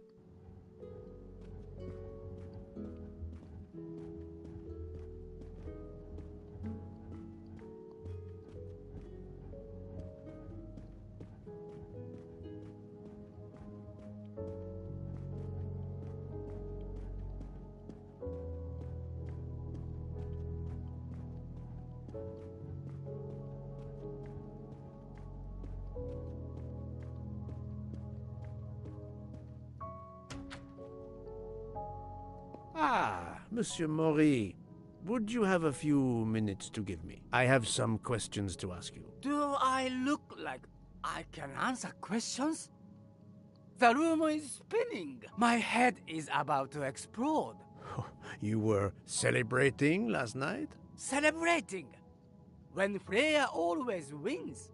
Ah, what am I saying? If you want my answers to your questions to make sense, help me recover. You see there, the magnet on the fridge. That is my special recipe. I call it my day after survival tonic. I don't mean to do that. If you could make me my special tonic, I might survive long enough to answer your questions. Jean knows the recipe very well. He can help you with the preparation. Very well, Monsieur Maury. If I must, I must. I will make you your day after survival tonic. Alright. And then what happens here is I press down and it goes directly to confirm instead of H. In my head, I would want it to go to H. Yeah. Chef Japanese 55. I'm right again. That happens to me a lot. Yeah.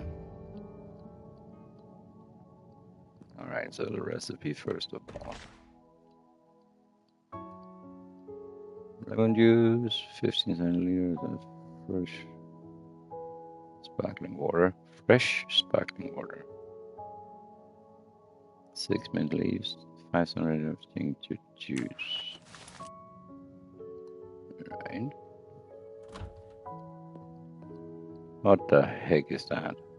Oh, it's boxes. This must be the freezer. That's lettuce.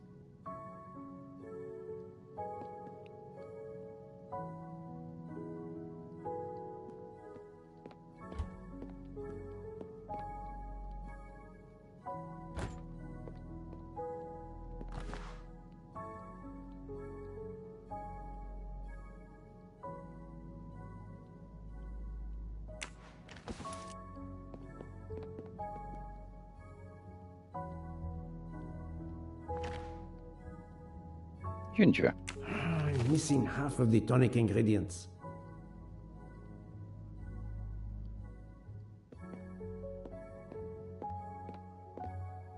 Those pears or lemons and pears? What's that? Lemons or potatoes? That was lemon.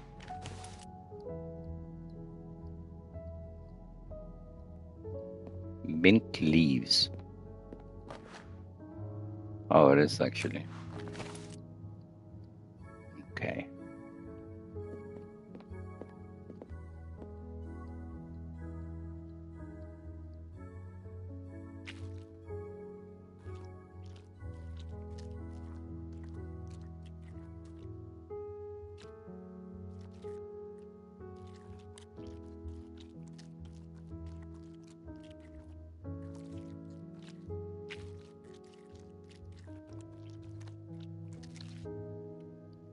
I have all the ingredients for Monsieur Maury's tonic. I have to go and see Monsieur Fauchet so he can prepare it for me.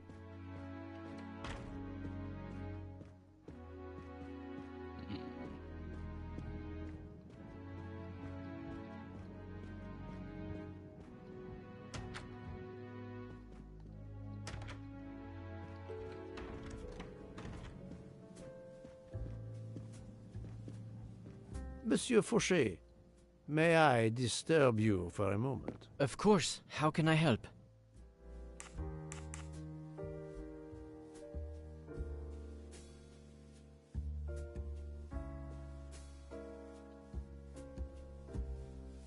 Monsieur Fauchet, I need your help to prepare a cocktail.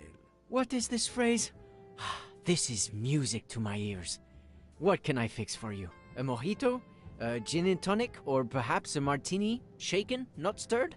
It's not for me, but for Monsieur Maury. Ah, his day after survival tonic. Unfortunately, I know it well. Here is everything that was listed on the magnet. Excellent! I can take it from here. Mr. Poirot, I'm uncertain about the lemon juice. Is it half a lemon or a full lemon for the recipe?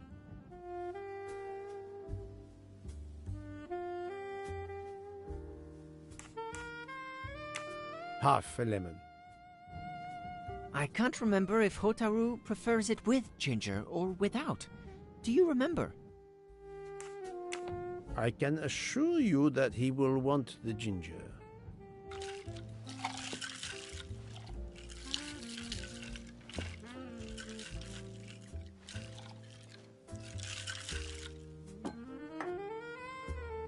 There you are, sir. Hotaru will be himself again. Excellent. Thank you very much.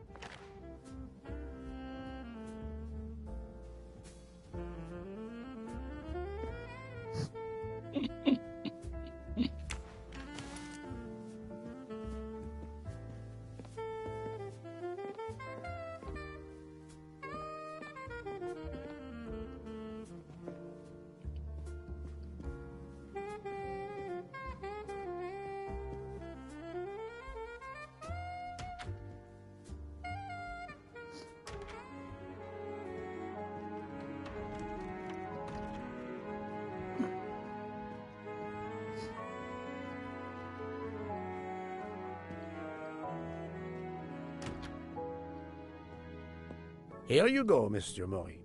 I hope this will help you. Thank you very much. Please give me a moment while this takes effect. It will be a while, I'm afraid. But I will not move from the kitchen. Since I have to wait, do you know where I can find Mademoiselle Nielsen? She is in the staff quarters in the luggage car. If the door is locked, John will have the key. Thank you. I will return. I hope you have a speedy recovery. How are you feeling, Monsieur Maury? Everything is still fuzzy. My tonic needs more time to take effect. All right.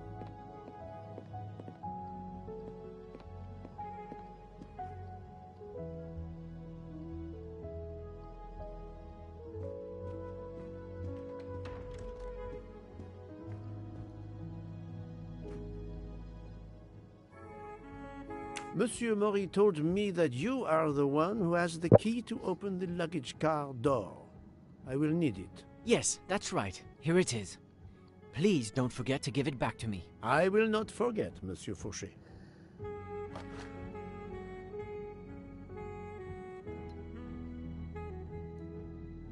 That's a small train, is it? Choo-choo! It is. I have a favor to ask. Could you visit the passengers who are in their rooms and explain there has been an error with their allergy and diet form? But, Monsieur Poirot, I made no errors. Of course not. Call it a computer error. Yes, it is possible, but even if I can see this is part of your investigation, I do not understand it. I would ask that you observe which hand each passenger uses. Ah, you wish to know if they use the right or left hand when they write? That is my intention. I will take on this mission for you. Excellent. All right. Storage card.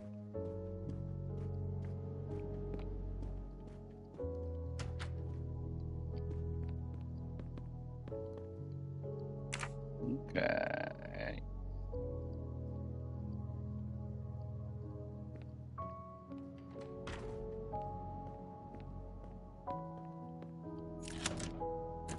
That's it. It's open now.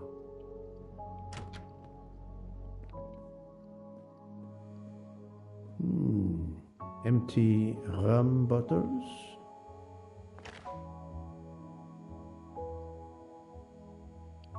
A deck of cards. I suspect they were reading diamonds and spades instead of books.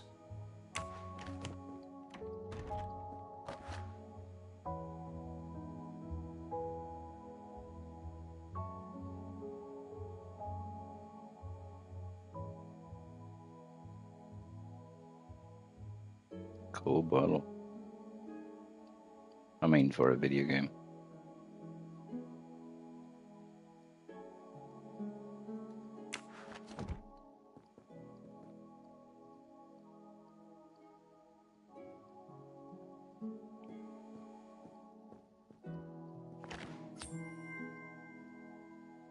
Another golden moustache to treasure.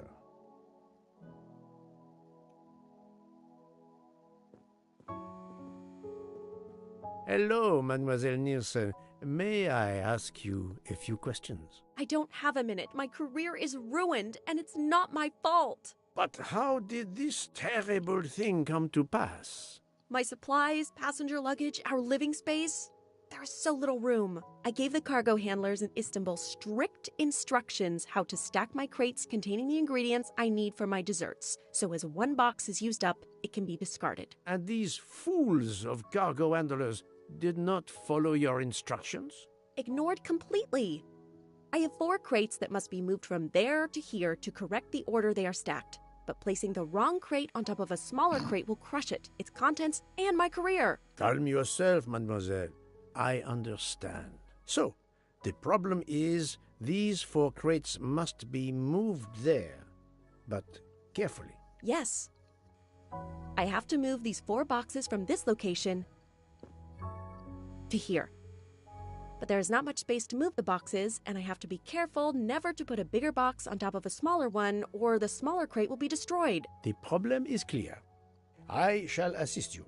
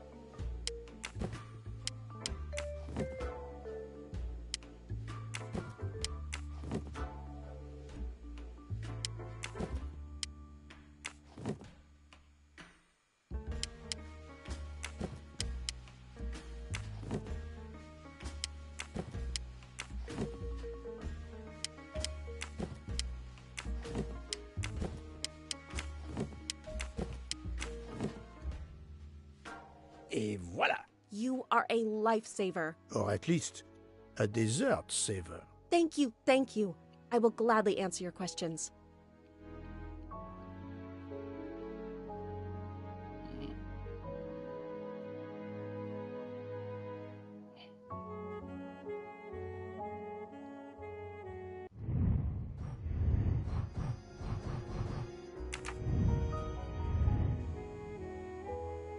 Would you mind writing your address on this paper? I'm asking everyone on the train for addresses, in case I need to contact them once they leave the train in Paris. I understand.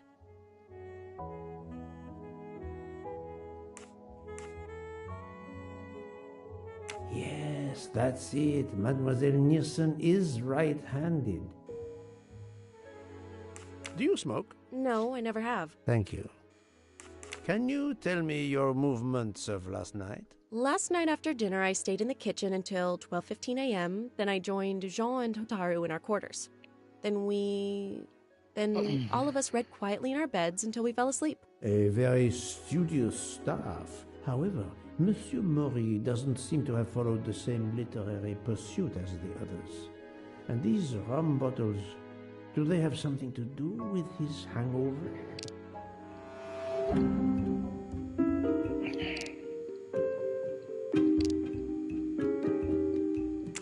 I rather think that you didn't just read last night. What makes you say that? I spoke to Monsieur Maury. He seemed to be quite hungover. He even asked me to make him his day after tonic. He blurted out, "Freya always wins." Wins what? Looking around, it is clear you were gambling and drinking most of the night. You don't understand.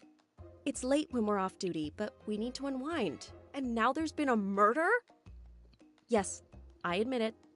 We went overboard last night. But please don't tell Mr. Book. It's against regulations. We could all be fired. Mademoiselle, I realize your difficult jobs have been made more difficult. But as you say, there has been a murder. I must have the truth. Of course. I'm so sorry. It's not such a crime. I'll leave it there and check in with Monsieur Fauché.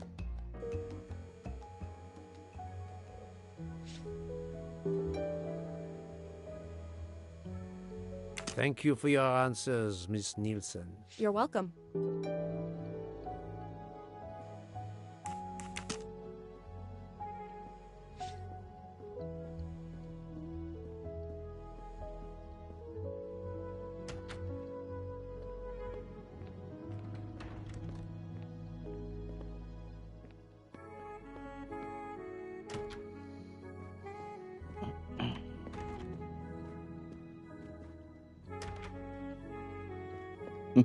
How are you? It's better. Thank you. Then may I ask you some questions? It will not take long. Quickly, please. I have hungry passengers to feed. Please, write your address on this paper. My address? I don't see why. I think I hear Monsieur Book approaching. My address? Yes, of course. Another right-handed person. Not surprising, most people are. You are a heavy smoker. My job. It is very stressful. Would you happen to know who vapes on the train? A banana flavor? Oh, yes. The smell disgusts me. What is wrong with the good tobacco? I do not have time to answer that. Who is it? I've only seen one person who vapes. It's Captain Arbuthnot. Captain Arbuthnot, I see. Très bien. Can you tell me your movements last night? Oh, nothing special. When I went off duty, I joined John and Freya in a compartment. I read for a short while, then went to bed early. Reading? I'm not sure you have recovered enough to tell me the truth. Don't waste what little energy you have recovered to lie, Monsieur Maury. Yes, sorry, Mr. Poirot. You're right. It obviously wasn't reading that made my head hurt like that. But if you told Monsieur Book, it could mean my job. I will keep your secret, but I am investigating a murder. You must tell me the truth. Thank you. Your testimony was invaluable to me. Thank you. Take care, Monsieur Maury. My palate depends on your good health.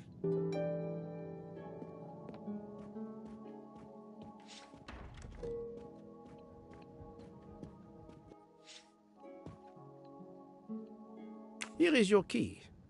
Thank you very much. My pleasure. About the little favor I asked of you. Aha, but of course. I was able to get new allergy forms from guests who were in their compartments.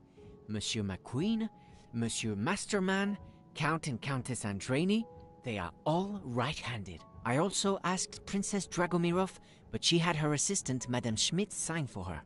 She is right-handed as well. You have exceeded my expectations. Well done. Thank you, Monsieur Fauché. I'll come back to you if I have more questions.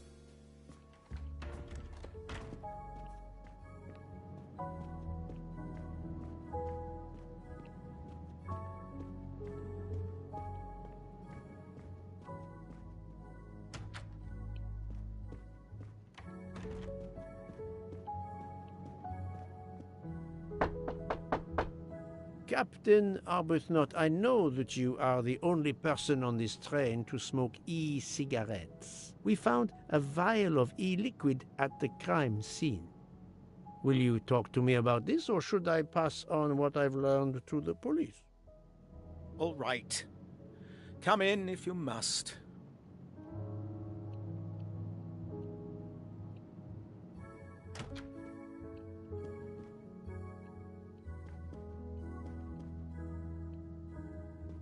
I have just a few questions for you. Very well. Let's hear them. The young English lady, Mademoiselle Debenham, was at the Tocatlian Hotel. Perhaps you met her there? We exchanged a few words. Fellow Brits abroad, that sort of thing. What can you tell me about Mademoiselle Debenham? Nothing whatsoever. We barely spoke. The director of the Orient Express, Monsieur Bouc, thinks the assassin is a woman. And that is enough to accuse her? She had nothing to do with this murder. How can you be so certain? The idea is absurd. Ratchet was a perfect stranger to her. She'd never seen him before. Ah, did she tell you so? Well, yes, maybe she did. She may have commented once upon his somewhat unpleasant appearance.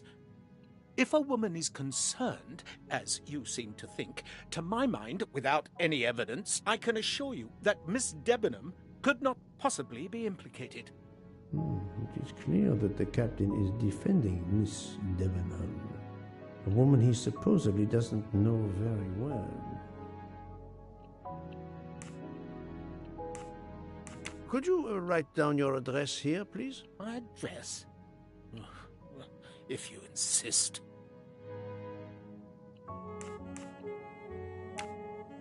This man is right-handed. What were you doing last night around 1:15? 1:15? I believe I was still talking to that young American fellow, Mr. McQueen, the secretary of the man who was killed. We were in his compartment. He was a friend or acquaintance of yours? No, I never saw him before this journey. We'd hit it off at dinner, and the conversation continued into the early hours. Until what time was that? Until 1:45 or so. Then I retired to my room and went to sleep. There is nothing you can recall last night that in any way struck you as suspicious? It's nothing.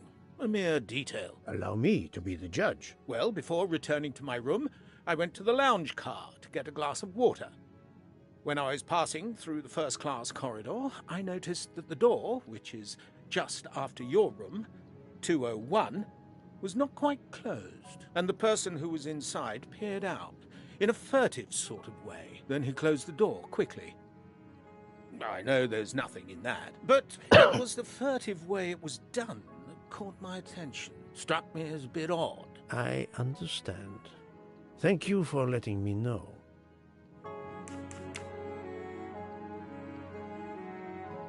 Is this e-cigarette liquid yours? What flavor is it? Banana. Well, that is awkward. That's my flavor of choice. But I have no idea what it was doing there, whatever. Can you explain how it ended up there? I have no idea. I never entered the man's room, Poirot. That's the truth. Thank you, Captain. You're welcome. Alright. This has been a big chunk of the game. I don't know how far I am. Maybe this can be done into videos. Maybe. But tomorrow... Oh shit, I got school tomorrow, man. Oh, yeah. Deal with that when it comes. Actually, I forgot that I have to get up in the morning. It's 10 to 2 a.m. Yeah, I want to save it here and go to bed. That's my plan. Well, that's what's going to happen, because I will be dead in the morning. Dang it. No, I must have gotten caught up in this.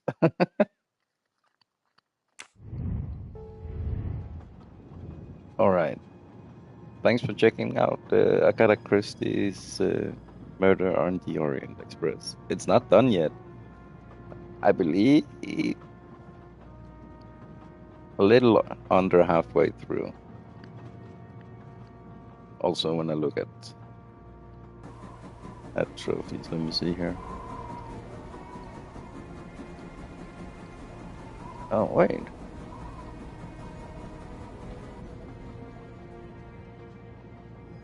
Oh, it's not very good. It is 5 trophies out of 27, where the 28 would be the platinum. This is only 9%, so there's a long ways to go. But I'm fine with that.